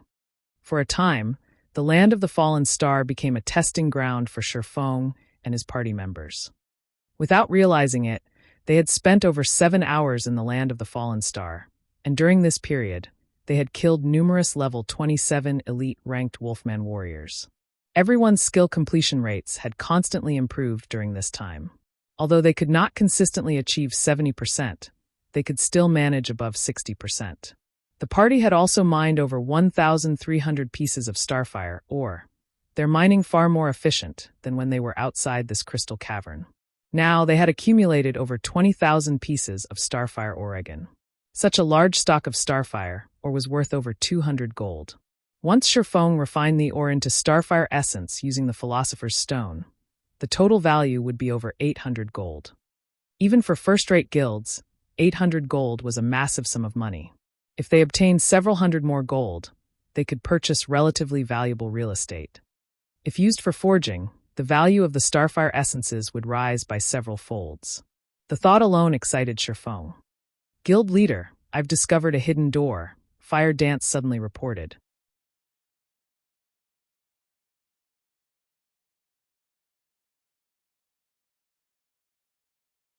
Chapter 445, Golden Stone Tablet. Silver flames engulfed a stone pillar. Everything within 10 yards of this flame had been incinerated, transformed into a field of white ash. Guild leader, the hidden door is inside this flame, Fire Dance said as she pointed towards the silver fire. Just before Shurfong moved closer to have a better look, Fire Dance held him back, saying, Guild leader, be careful. The silver fire is extremely hot. When I stepped into that scorched region, I immediately lost 2000 HP. Such high flame damage? Although Shifeng could tell that the silver flame was something extraordinary, he had not expected it to be so powerful. If it could deal minus 2000 damage to players every second, he would take significant damage even with his 70 points in fire resistance. Even he would die if he occupied the region too long. Violet, heal me. I'll go in and take a closer look.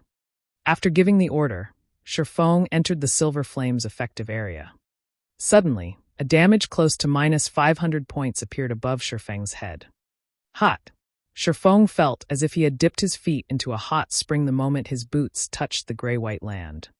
He was even wearing the flame boots, which lowered the temperature his feet felt. If he had equipped some other shoes, he would probably have had to skip and hop constantly while inside this scorched region. Following which, Shifeng approached the burning stone pillar. The closer he got to the stone pillar, the higher the temperature became. Similarly, the damage he received also increased. When Shifeng was roughly 2 yards from the pillar, he lost over 1000 HP every second. Even though Shifeng had long since recovered from his weakened state, his HP returning to over 8400, he would only last 9 seconds at most. Fortunately, he had a powerful healer, Violet Cloud, supporting him. After Violet Cloud cast a sacred shield on him, he could just barely cope with the high dot. Sure enough, there's a hidden door here. Shifeng noticed that there was a tightly shut door on the burning stone pillar. There was also a blue chain not far from the door. Shifeng grabbed the blue chain, searching for a connection with the door. However, the instant he touched the chain, Shifeng suddenly felt a chill wash over him. The fire damage he received suddenly reduced from over minus 1000 damage to just around minus 600 damage. This chain really is special. I wonder what it is made of. It could be useful if I could find a way to take it. Shifeng examined the blue chain, sorely tempted. If he could claim this chain, raiding flame-type dungeons or facing fire-type bosses would become much easier. Just holding the chain increased his fire resistance by at least 40 to 50 points. It was even more impressive than an intermediate fire resistance potion. Moreover, the latter only had a duration of 1 hour, whereas one only needed to hold the former to gain the buff. Just how much money could he save on fire resistance potions? As Shifeng pulled the blue chain, the stone door in the middle of the massive pillar opened slowly. A dark passage with zero visibility lay beyond the threshold. After the stone door opened, the silver flames diminished gradually until they had been extinguished. Shortly after, the scorched earth also began to cool, allowing players to transverse through the region freely. Guild leader, you're amazing. Your fire resistance is so high. No one else could reach and open the door, even if they knew about it, Blackie laughed. Although they had obtained a bounty from this land of the fallen star, it would mean nothing if they could not find their way out. Let's go. Shifeng unsheathed the abyssal blade and the purgatory's shadow as he crossed the threshold cautiously. The passage beyond the stone door was cramped, and engravings of ancient texts and drawings decorated the walls on either side. From the looks of them, these texts and drawings seemed to originate from an ancient era, and not even Shifeng, someone who was very familiar with God's domain, recognized them. The passage allowed at most 3 people to walk abreast, so it would be extremely challenging to coordinate their attacks. Fortunately, the party did not encounter a single monster along their entire journey. After wandering down the passage for over half an hour, the party arrived at a towering altar. Massive statues of wolf-headed men guarded each side of the altar, and the silver flame dancing on the altar was the same flame Shifeng and the others had seen outside the stone door. A short distance to the right of the altar, there was a teleportation magic array. A stone tablet emitting a golden glow sat to the left of the altar. Divine runes and drawings covered the tablet, and one could tell with a glance that the tablet was something extraordinary. As the team walked up to the altar, they suddenly felt an extraordinary pressure weighing down on them. It felt as if someone pummeled them repeatedly with a sledgehammer. Guild leader, look, over there, Blackie said as he pointed at the space above the altar, goosebumps covering his skin. Everyone shifted their gaze to where Blackie pointed. A figure hovered above the altar, but due to the poor lighting around the altar, they could not see it clearly. However, they could feel an intense threat of death emanating from this figure. Shifeng could not get a clear view of that figure, either. However, he could feel this figure looking down at them. Shifeng then activated omniscient eyes and observed the figure. The results were shocking. Anubis's gatekeeper, Great Lord. Level 30. HP 10,000/10,000,000. Great Lord, Shifeng muttered. Others might not realize how powerful a Great Lord was in God's domain, but Shifeng knew full well what one was capable of. Their party of 6 would not even be enough to fill the gaps between this gatekeeper's teeth. It was especially true for such field Great Lords. Although their HPs were far lower than Great Lords in dungeons, field Great Lords were more powerful. Even a team of several thousand level 30 players would be no more than cannon fodder before this gatekeeper. He won't attack us, right? Aqua Rose asked, feeling somewhat nervous as she watched Anubis's gatekeeper. Aqua Rose wasn't the only one nervous. Even Shifeng struggled to keep his cool. Hopefully not, Shifeng said uncertainty. However, since he hasn't moved since we've arrived, let's not take any risks. If Anubis's gatekeeper took the initiative to attack, even Shifeng would be helpless against it. They could only try to escape. They would only throw away their lives if they tried to confront it. Attempting to find some trick against it would also be suicidal. Powerhouses such as Great Lords wouldn't afford players such a chance. According to the tiers of God's domain, a Great Lord was the equivalent of a Tier 3 class. A Tier 3 class was as powerful as the city lord of an ordinary city. After Shifeng and the others silently examined the area, they faintly understood their situation. That gatekeeper should be a monster tasked with guarding the golden stone tablet.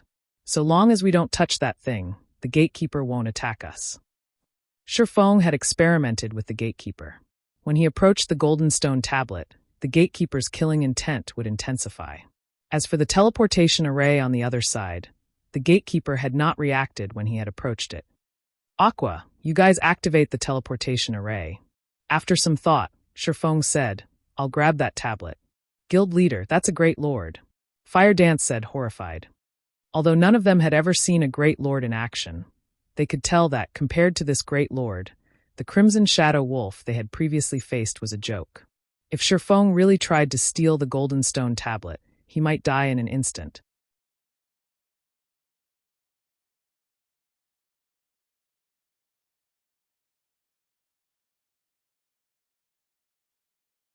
Chapter 446, Silver Flame. Everyone promptly agreed with Fire Dance's opposition. They acknowledged that Shifeng possessed frightening combat power. He was so powerful that he even suppressed the rare Lord-ranked Crimson Shadow Wolf in a direct confrontation. They, too, had previously thought Shifeng might be able to oppress even a Great Lord by force, and that by the time they arrived at the ruined shrine in White Fog Canyon's core, they would have a chance of defeating the level 25 Great Lord there. After all, a Great Lord's loot was simply too tempting. It was especially true for a level 25 Great Lord, as the level 25 equipment it dropped was precisely what the core strength of the various guilds needed right now. If they could obtain an epic item, both the guild's strength and morale would improve significantly. However, now that they stood before Anubis's gatekeeper, they suddenly felt very tiny. A Great Lord and a High Lord were from different worlds entirely. Escaping a Great Lord's wrath would be a miracle, much less defeating it. Admittedly, a treasure hidden behind a Great Lord would be precious. However, if Shifeng tried to snatch the golden stone tablet, there was more than a 99% chance that he would be throwing his life away.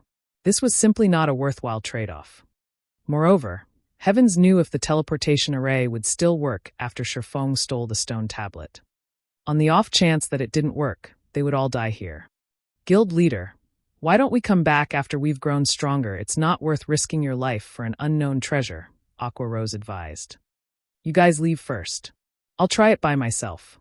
If it really isn't possible, then we'll come back in the future, Shifeng said, shaking his head. Although what Aqua Rose had said was logical, none of them knew the significance of the golden stone tablet under a Great Lord's protection. In his decade of adventuring in God's domain, the treasures he encountered that had been guarded by Great Lords were at least epic rank. Obtaining an epic item was definitely worth dying once. If he came back for it in the future, there was a possibility of someone else claiming the golden stone tablet. After all, the land of the fallen star was not particularly hidden. When everyone heard Shifeng's determination, They had no choice but to obediently head towards the teleportation array and prepare to leave the land of the fallen star. However, just as Aqua Rose was about to activate the teleportation array, her hands suddenly froze as cold sweat began to drip down her forehead. Even the others at the teleportation array with her war-grim expressions. It was as if they were preparing to welcome a great enemy. That cold and intense killing intent felt like they had been dunked in ice-cold water, and they suddenly struggled to breathe.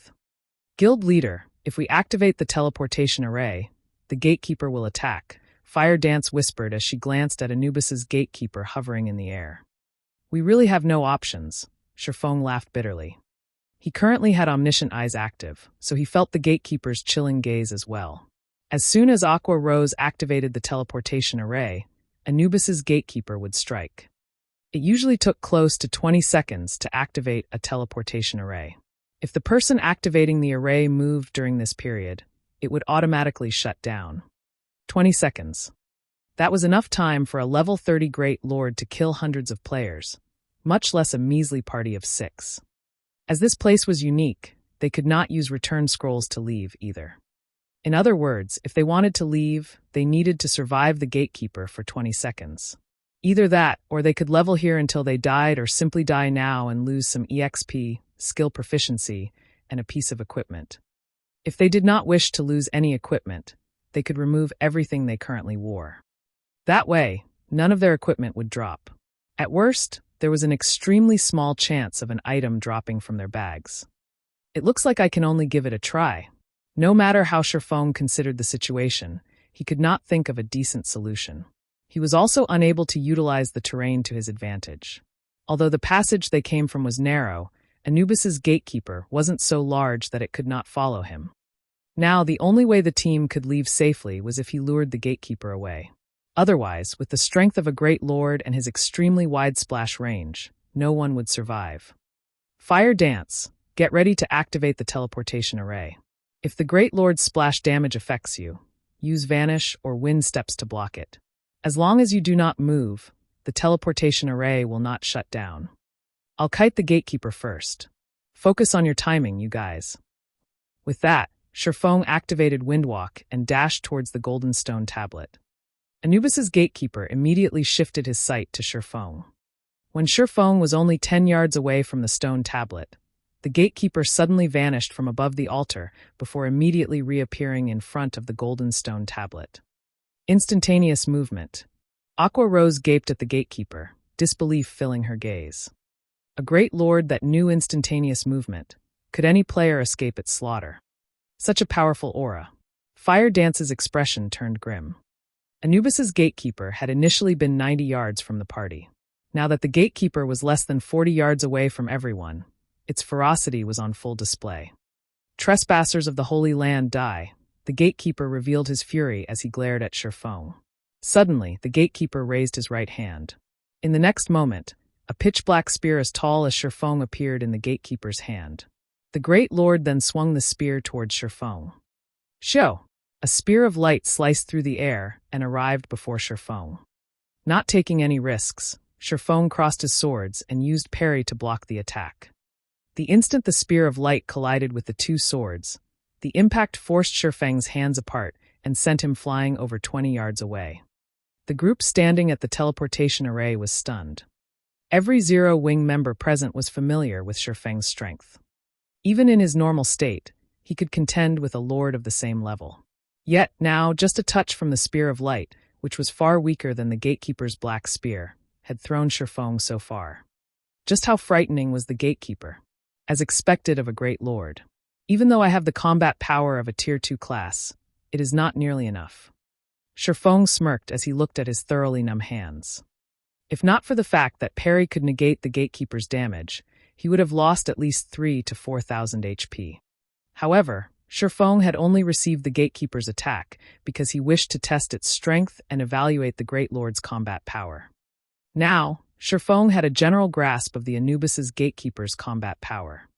Tier 3 intermediate combat power. The Great Lord would then beat a Tier 3 player like a dog. However, even after striking Sherfong, the gatekeeper showed no signs of stopping as it turned towards Fire Dance and the others. Trespassers of the Holy Land die. Emitting a low growl, the gatekeeper stretched out its left hand. Suddenly, a silver flame condensed in his palm. In the blink of an eye, the originally fist-sized flame grew into a large fire the size of a house, and even Shifeng, who stood over 20 yards away, felt a stinging pain from the temperature.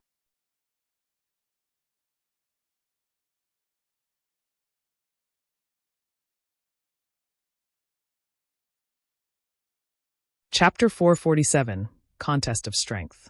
Just as Anubis's gatekeeper was about to unleash its silver fire on Fire Dance and the others, suddenly, a black barrier appeared around the gatekeeper, containing the Great Lord. Following which, the flames gradually dispersed. Close one. Violet Cloud released a sigh of relief as she wiped the cold sweat from her forehead. Every Zero-Wing party member shifted their gaze to Violet Cloud. Fortunately for them, Violet Cloud had managed to interrupt the gatekeeper's attack. However, before everyone could calm their pounding hearts, the Tier 1 spell, Black Coffin, burst like a popped balloon. Impossible, Violet Cloud said, her voice filled with disbelief. Black Coffin was an advanced Tier 1 spell. Moreover, she was a Tier 1 astromancer. Black Coffin should be able to trap even a High Lord for a few seconds, yet the spell had not lasted half a second against Anubis's gatekeeper. Trespassers of the Holy Land die. The gatekeeper waved his hand once more, collecting a larger and more intense silver flame than before. The silver fire also appeared faster this time. As the gatekeeper was about to bombard Aqua Rose and the others with his fire, a blood-red glow struck the Great Lord, dealing minus 5,021 damage. Although the damage was negligible to the monster, the gatekeeper froze and turned towards the attack's origin. Immediately, he discovered Shifeng, the ant that he had sent flying earlier. The tear suppression is too powerful. Shifeng grimaced. The move he had just used was the additional skill of the blazing meteor, Flame God's Fury. The skill allowed him to deal 900% damage to the first target the blazing meteor struck. Yet, even with such power, his attack had only dealt around minus 5,000 damage to the Great Lord. It was not even 1/3 of the damage the skill was usually capable of dealing. Although Shifeng possessed the combat power of a Tier 2 class, his character was still a Tier 1 class. A Great Lord was the equivalent of a Tier 3 class. With a difference of 2 tiers, the damage he could deal to the gatekeeper was significantly reduced. This was also one of the reasons why Shifeng had not attempted to raid the level 25 Great Lord in the ruined shrine. Not only would tier suppression significantly reduce a skill's effect, but it would also significantly reduce one's potential damage. Moreover, this was in the event that the difference was only a matter of 2 tiers. Currently, Overwhelming Smile didn't have any Tier 1 players. Fire Dance, activate the teleportation array now. Shifeng urgently shouted in the party chat as he returned the gatekeeper's chilling gaze. Knowing that time was of the essence, Fire Dance did as she was told. Immediately, the teleportation array Fire Dance and the others stood on shone with a dark blue glow as it started gathering mana from its surroundings. At this moment, Anubis's gatekeeper paid no attention to Fire Dance and the others. Instead, he suddenly disappeared, reappearing in front of Shifeng. Raising his spear high, he swung the weapon down on Shifeng. The gatekeeper's attack was different from the spears of light he had casually sent out before. Just the pressure preceding the attack turned Shifeng's movement sluggish. Shifeng hurriedly activated Defensive Blade to defend himself.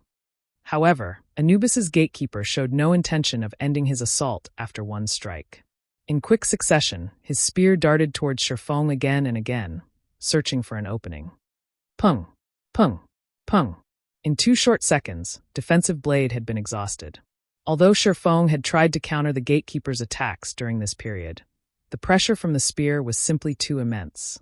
His sluggish body could not keep up with the black spear's speed.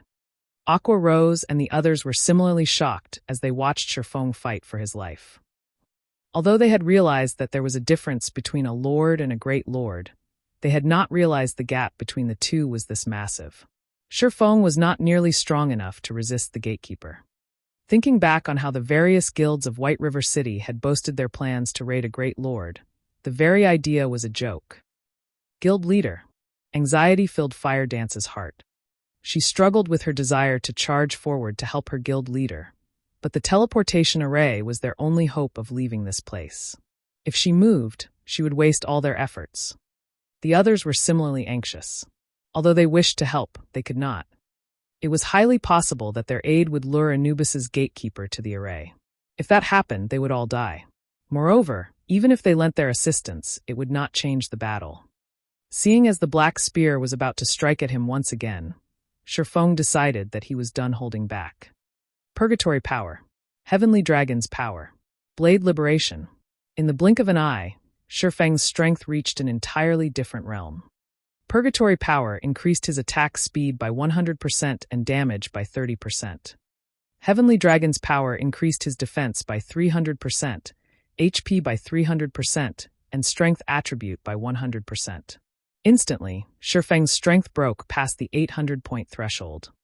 Blade liberation increased Shifeng's strength by 80% and agility by 120%, allowing his strength to reach close to 1,500 points. With close to 1,500 strength, even a rare lord of the same level would be beaten mercilessly. At this moment, Shifeng's body released a faint, bloody glow. Now, the black spear's pressure was ineffective against Shifeng. Immediately, Shifeng swung the abyssal blade upward, meeting the gatekeeper's attack head-on. Boom! The collision instantly created a storm in front of the altar. Shifeng's teammates nearly lost their balance due to the resulting shockwave. This shockwave is so powerful, Blackie exclaimed. Nothing will happen to guild leader, right? Flying Shadow was thoroughly shocked. Despite standing over 30 yards from the battle, the intense shockwave still reached them, rocking them back. One could just imagine how horrific the combatant's strength was. Guild leader had overpowered a rare lord easily with the strength he's using now. He should be able to hold the gatekeeper off for some time, Fire Dance said, uncertainty coloring her voice. The others also nodded in agreement. With strength capable of suppressing a rare lord, Shifeng should have a fighting chance even against a great lord. If not, then a great lord was truly a heaven-defying existence. When the dust settled, everyone could finally see the conclusion of the exchange. They were all stupefied. Cracks spreading out as far as 10 yards away covered the ground beneath Shifeng's feet. A damage close to -600 points had also appeared above Shifeng's head. On the other hand, the gatekeeper of Anubis was completely unharmed. The Great Lord had not received a single point of damage. It's over. The gap between them is just too wide, Fire Dance muttered in despair. Flying Shadow silently agreed with Fire Dance. Shifeng had received nearly -600 damage, doing nothing more than defending himself with his own weapon. Mages might not understand what this meant, but as melee classes, they knew full well the significance of the gap between Shifeng and Anubis's gatekeeper. Trespassers of the Holy Land, die. The gatekeeper growled once more as it continued brandishing its black spear. The Great Lord thrust his spear towards Shifeng in an unending barrage. Although Shifeng tried to avoid the oncoming attacks, both the spear's speed and angle of attack were extremely precise. He could not dodge the attacks. He could only counter with his swords. However, every time he blocked an attack, the impact would force him backward. The gatekeeper sent over a dozen strikes at Shifeng in quick succession, forcing Shifeng into a constant retreat and disrupting his balance. Meanwhile, Shifeng had lost close to 10,000 HP during this brief assault. Fortunately, Dragon's power increased his HP by 300%, granting him a total of over 25,000 HP. The 300% increase in defense also allowed him to survive the brutal onslaught. If any other player stood in his place right now, they would have died long ago. Meanwhile, when Anubis's gatekeeper saw that his opponent had yet to fall despite receiving so many attacks, he suddenly flew into a rage. In the next moment, silver flames emerged around the gatekeeper's spear, instantly causing the surrounding temperature to soar. The gatekeeper then jumped into the air, and gripping his spear with both hands, he slammed the weapon down at Shifeng. The black spear was like a giant flame serpent as it spread its jaws, intending to swallow Shifeng with a single bite. You're tuning in to the Blimay's Sword of Destiny YouTube channel. We're so grateful for your support, and don't forget to subscribe to join us on this incredible journey through captivating stories. Your generosity through donations truly makes a world of difference, as it's the primary source of revenue that allows me to expand and enhance this channel for you. Thank you from the bottom of my heart for being a part of this adventure.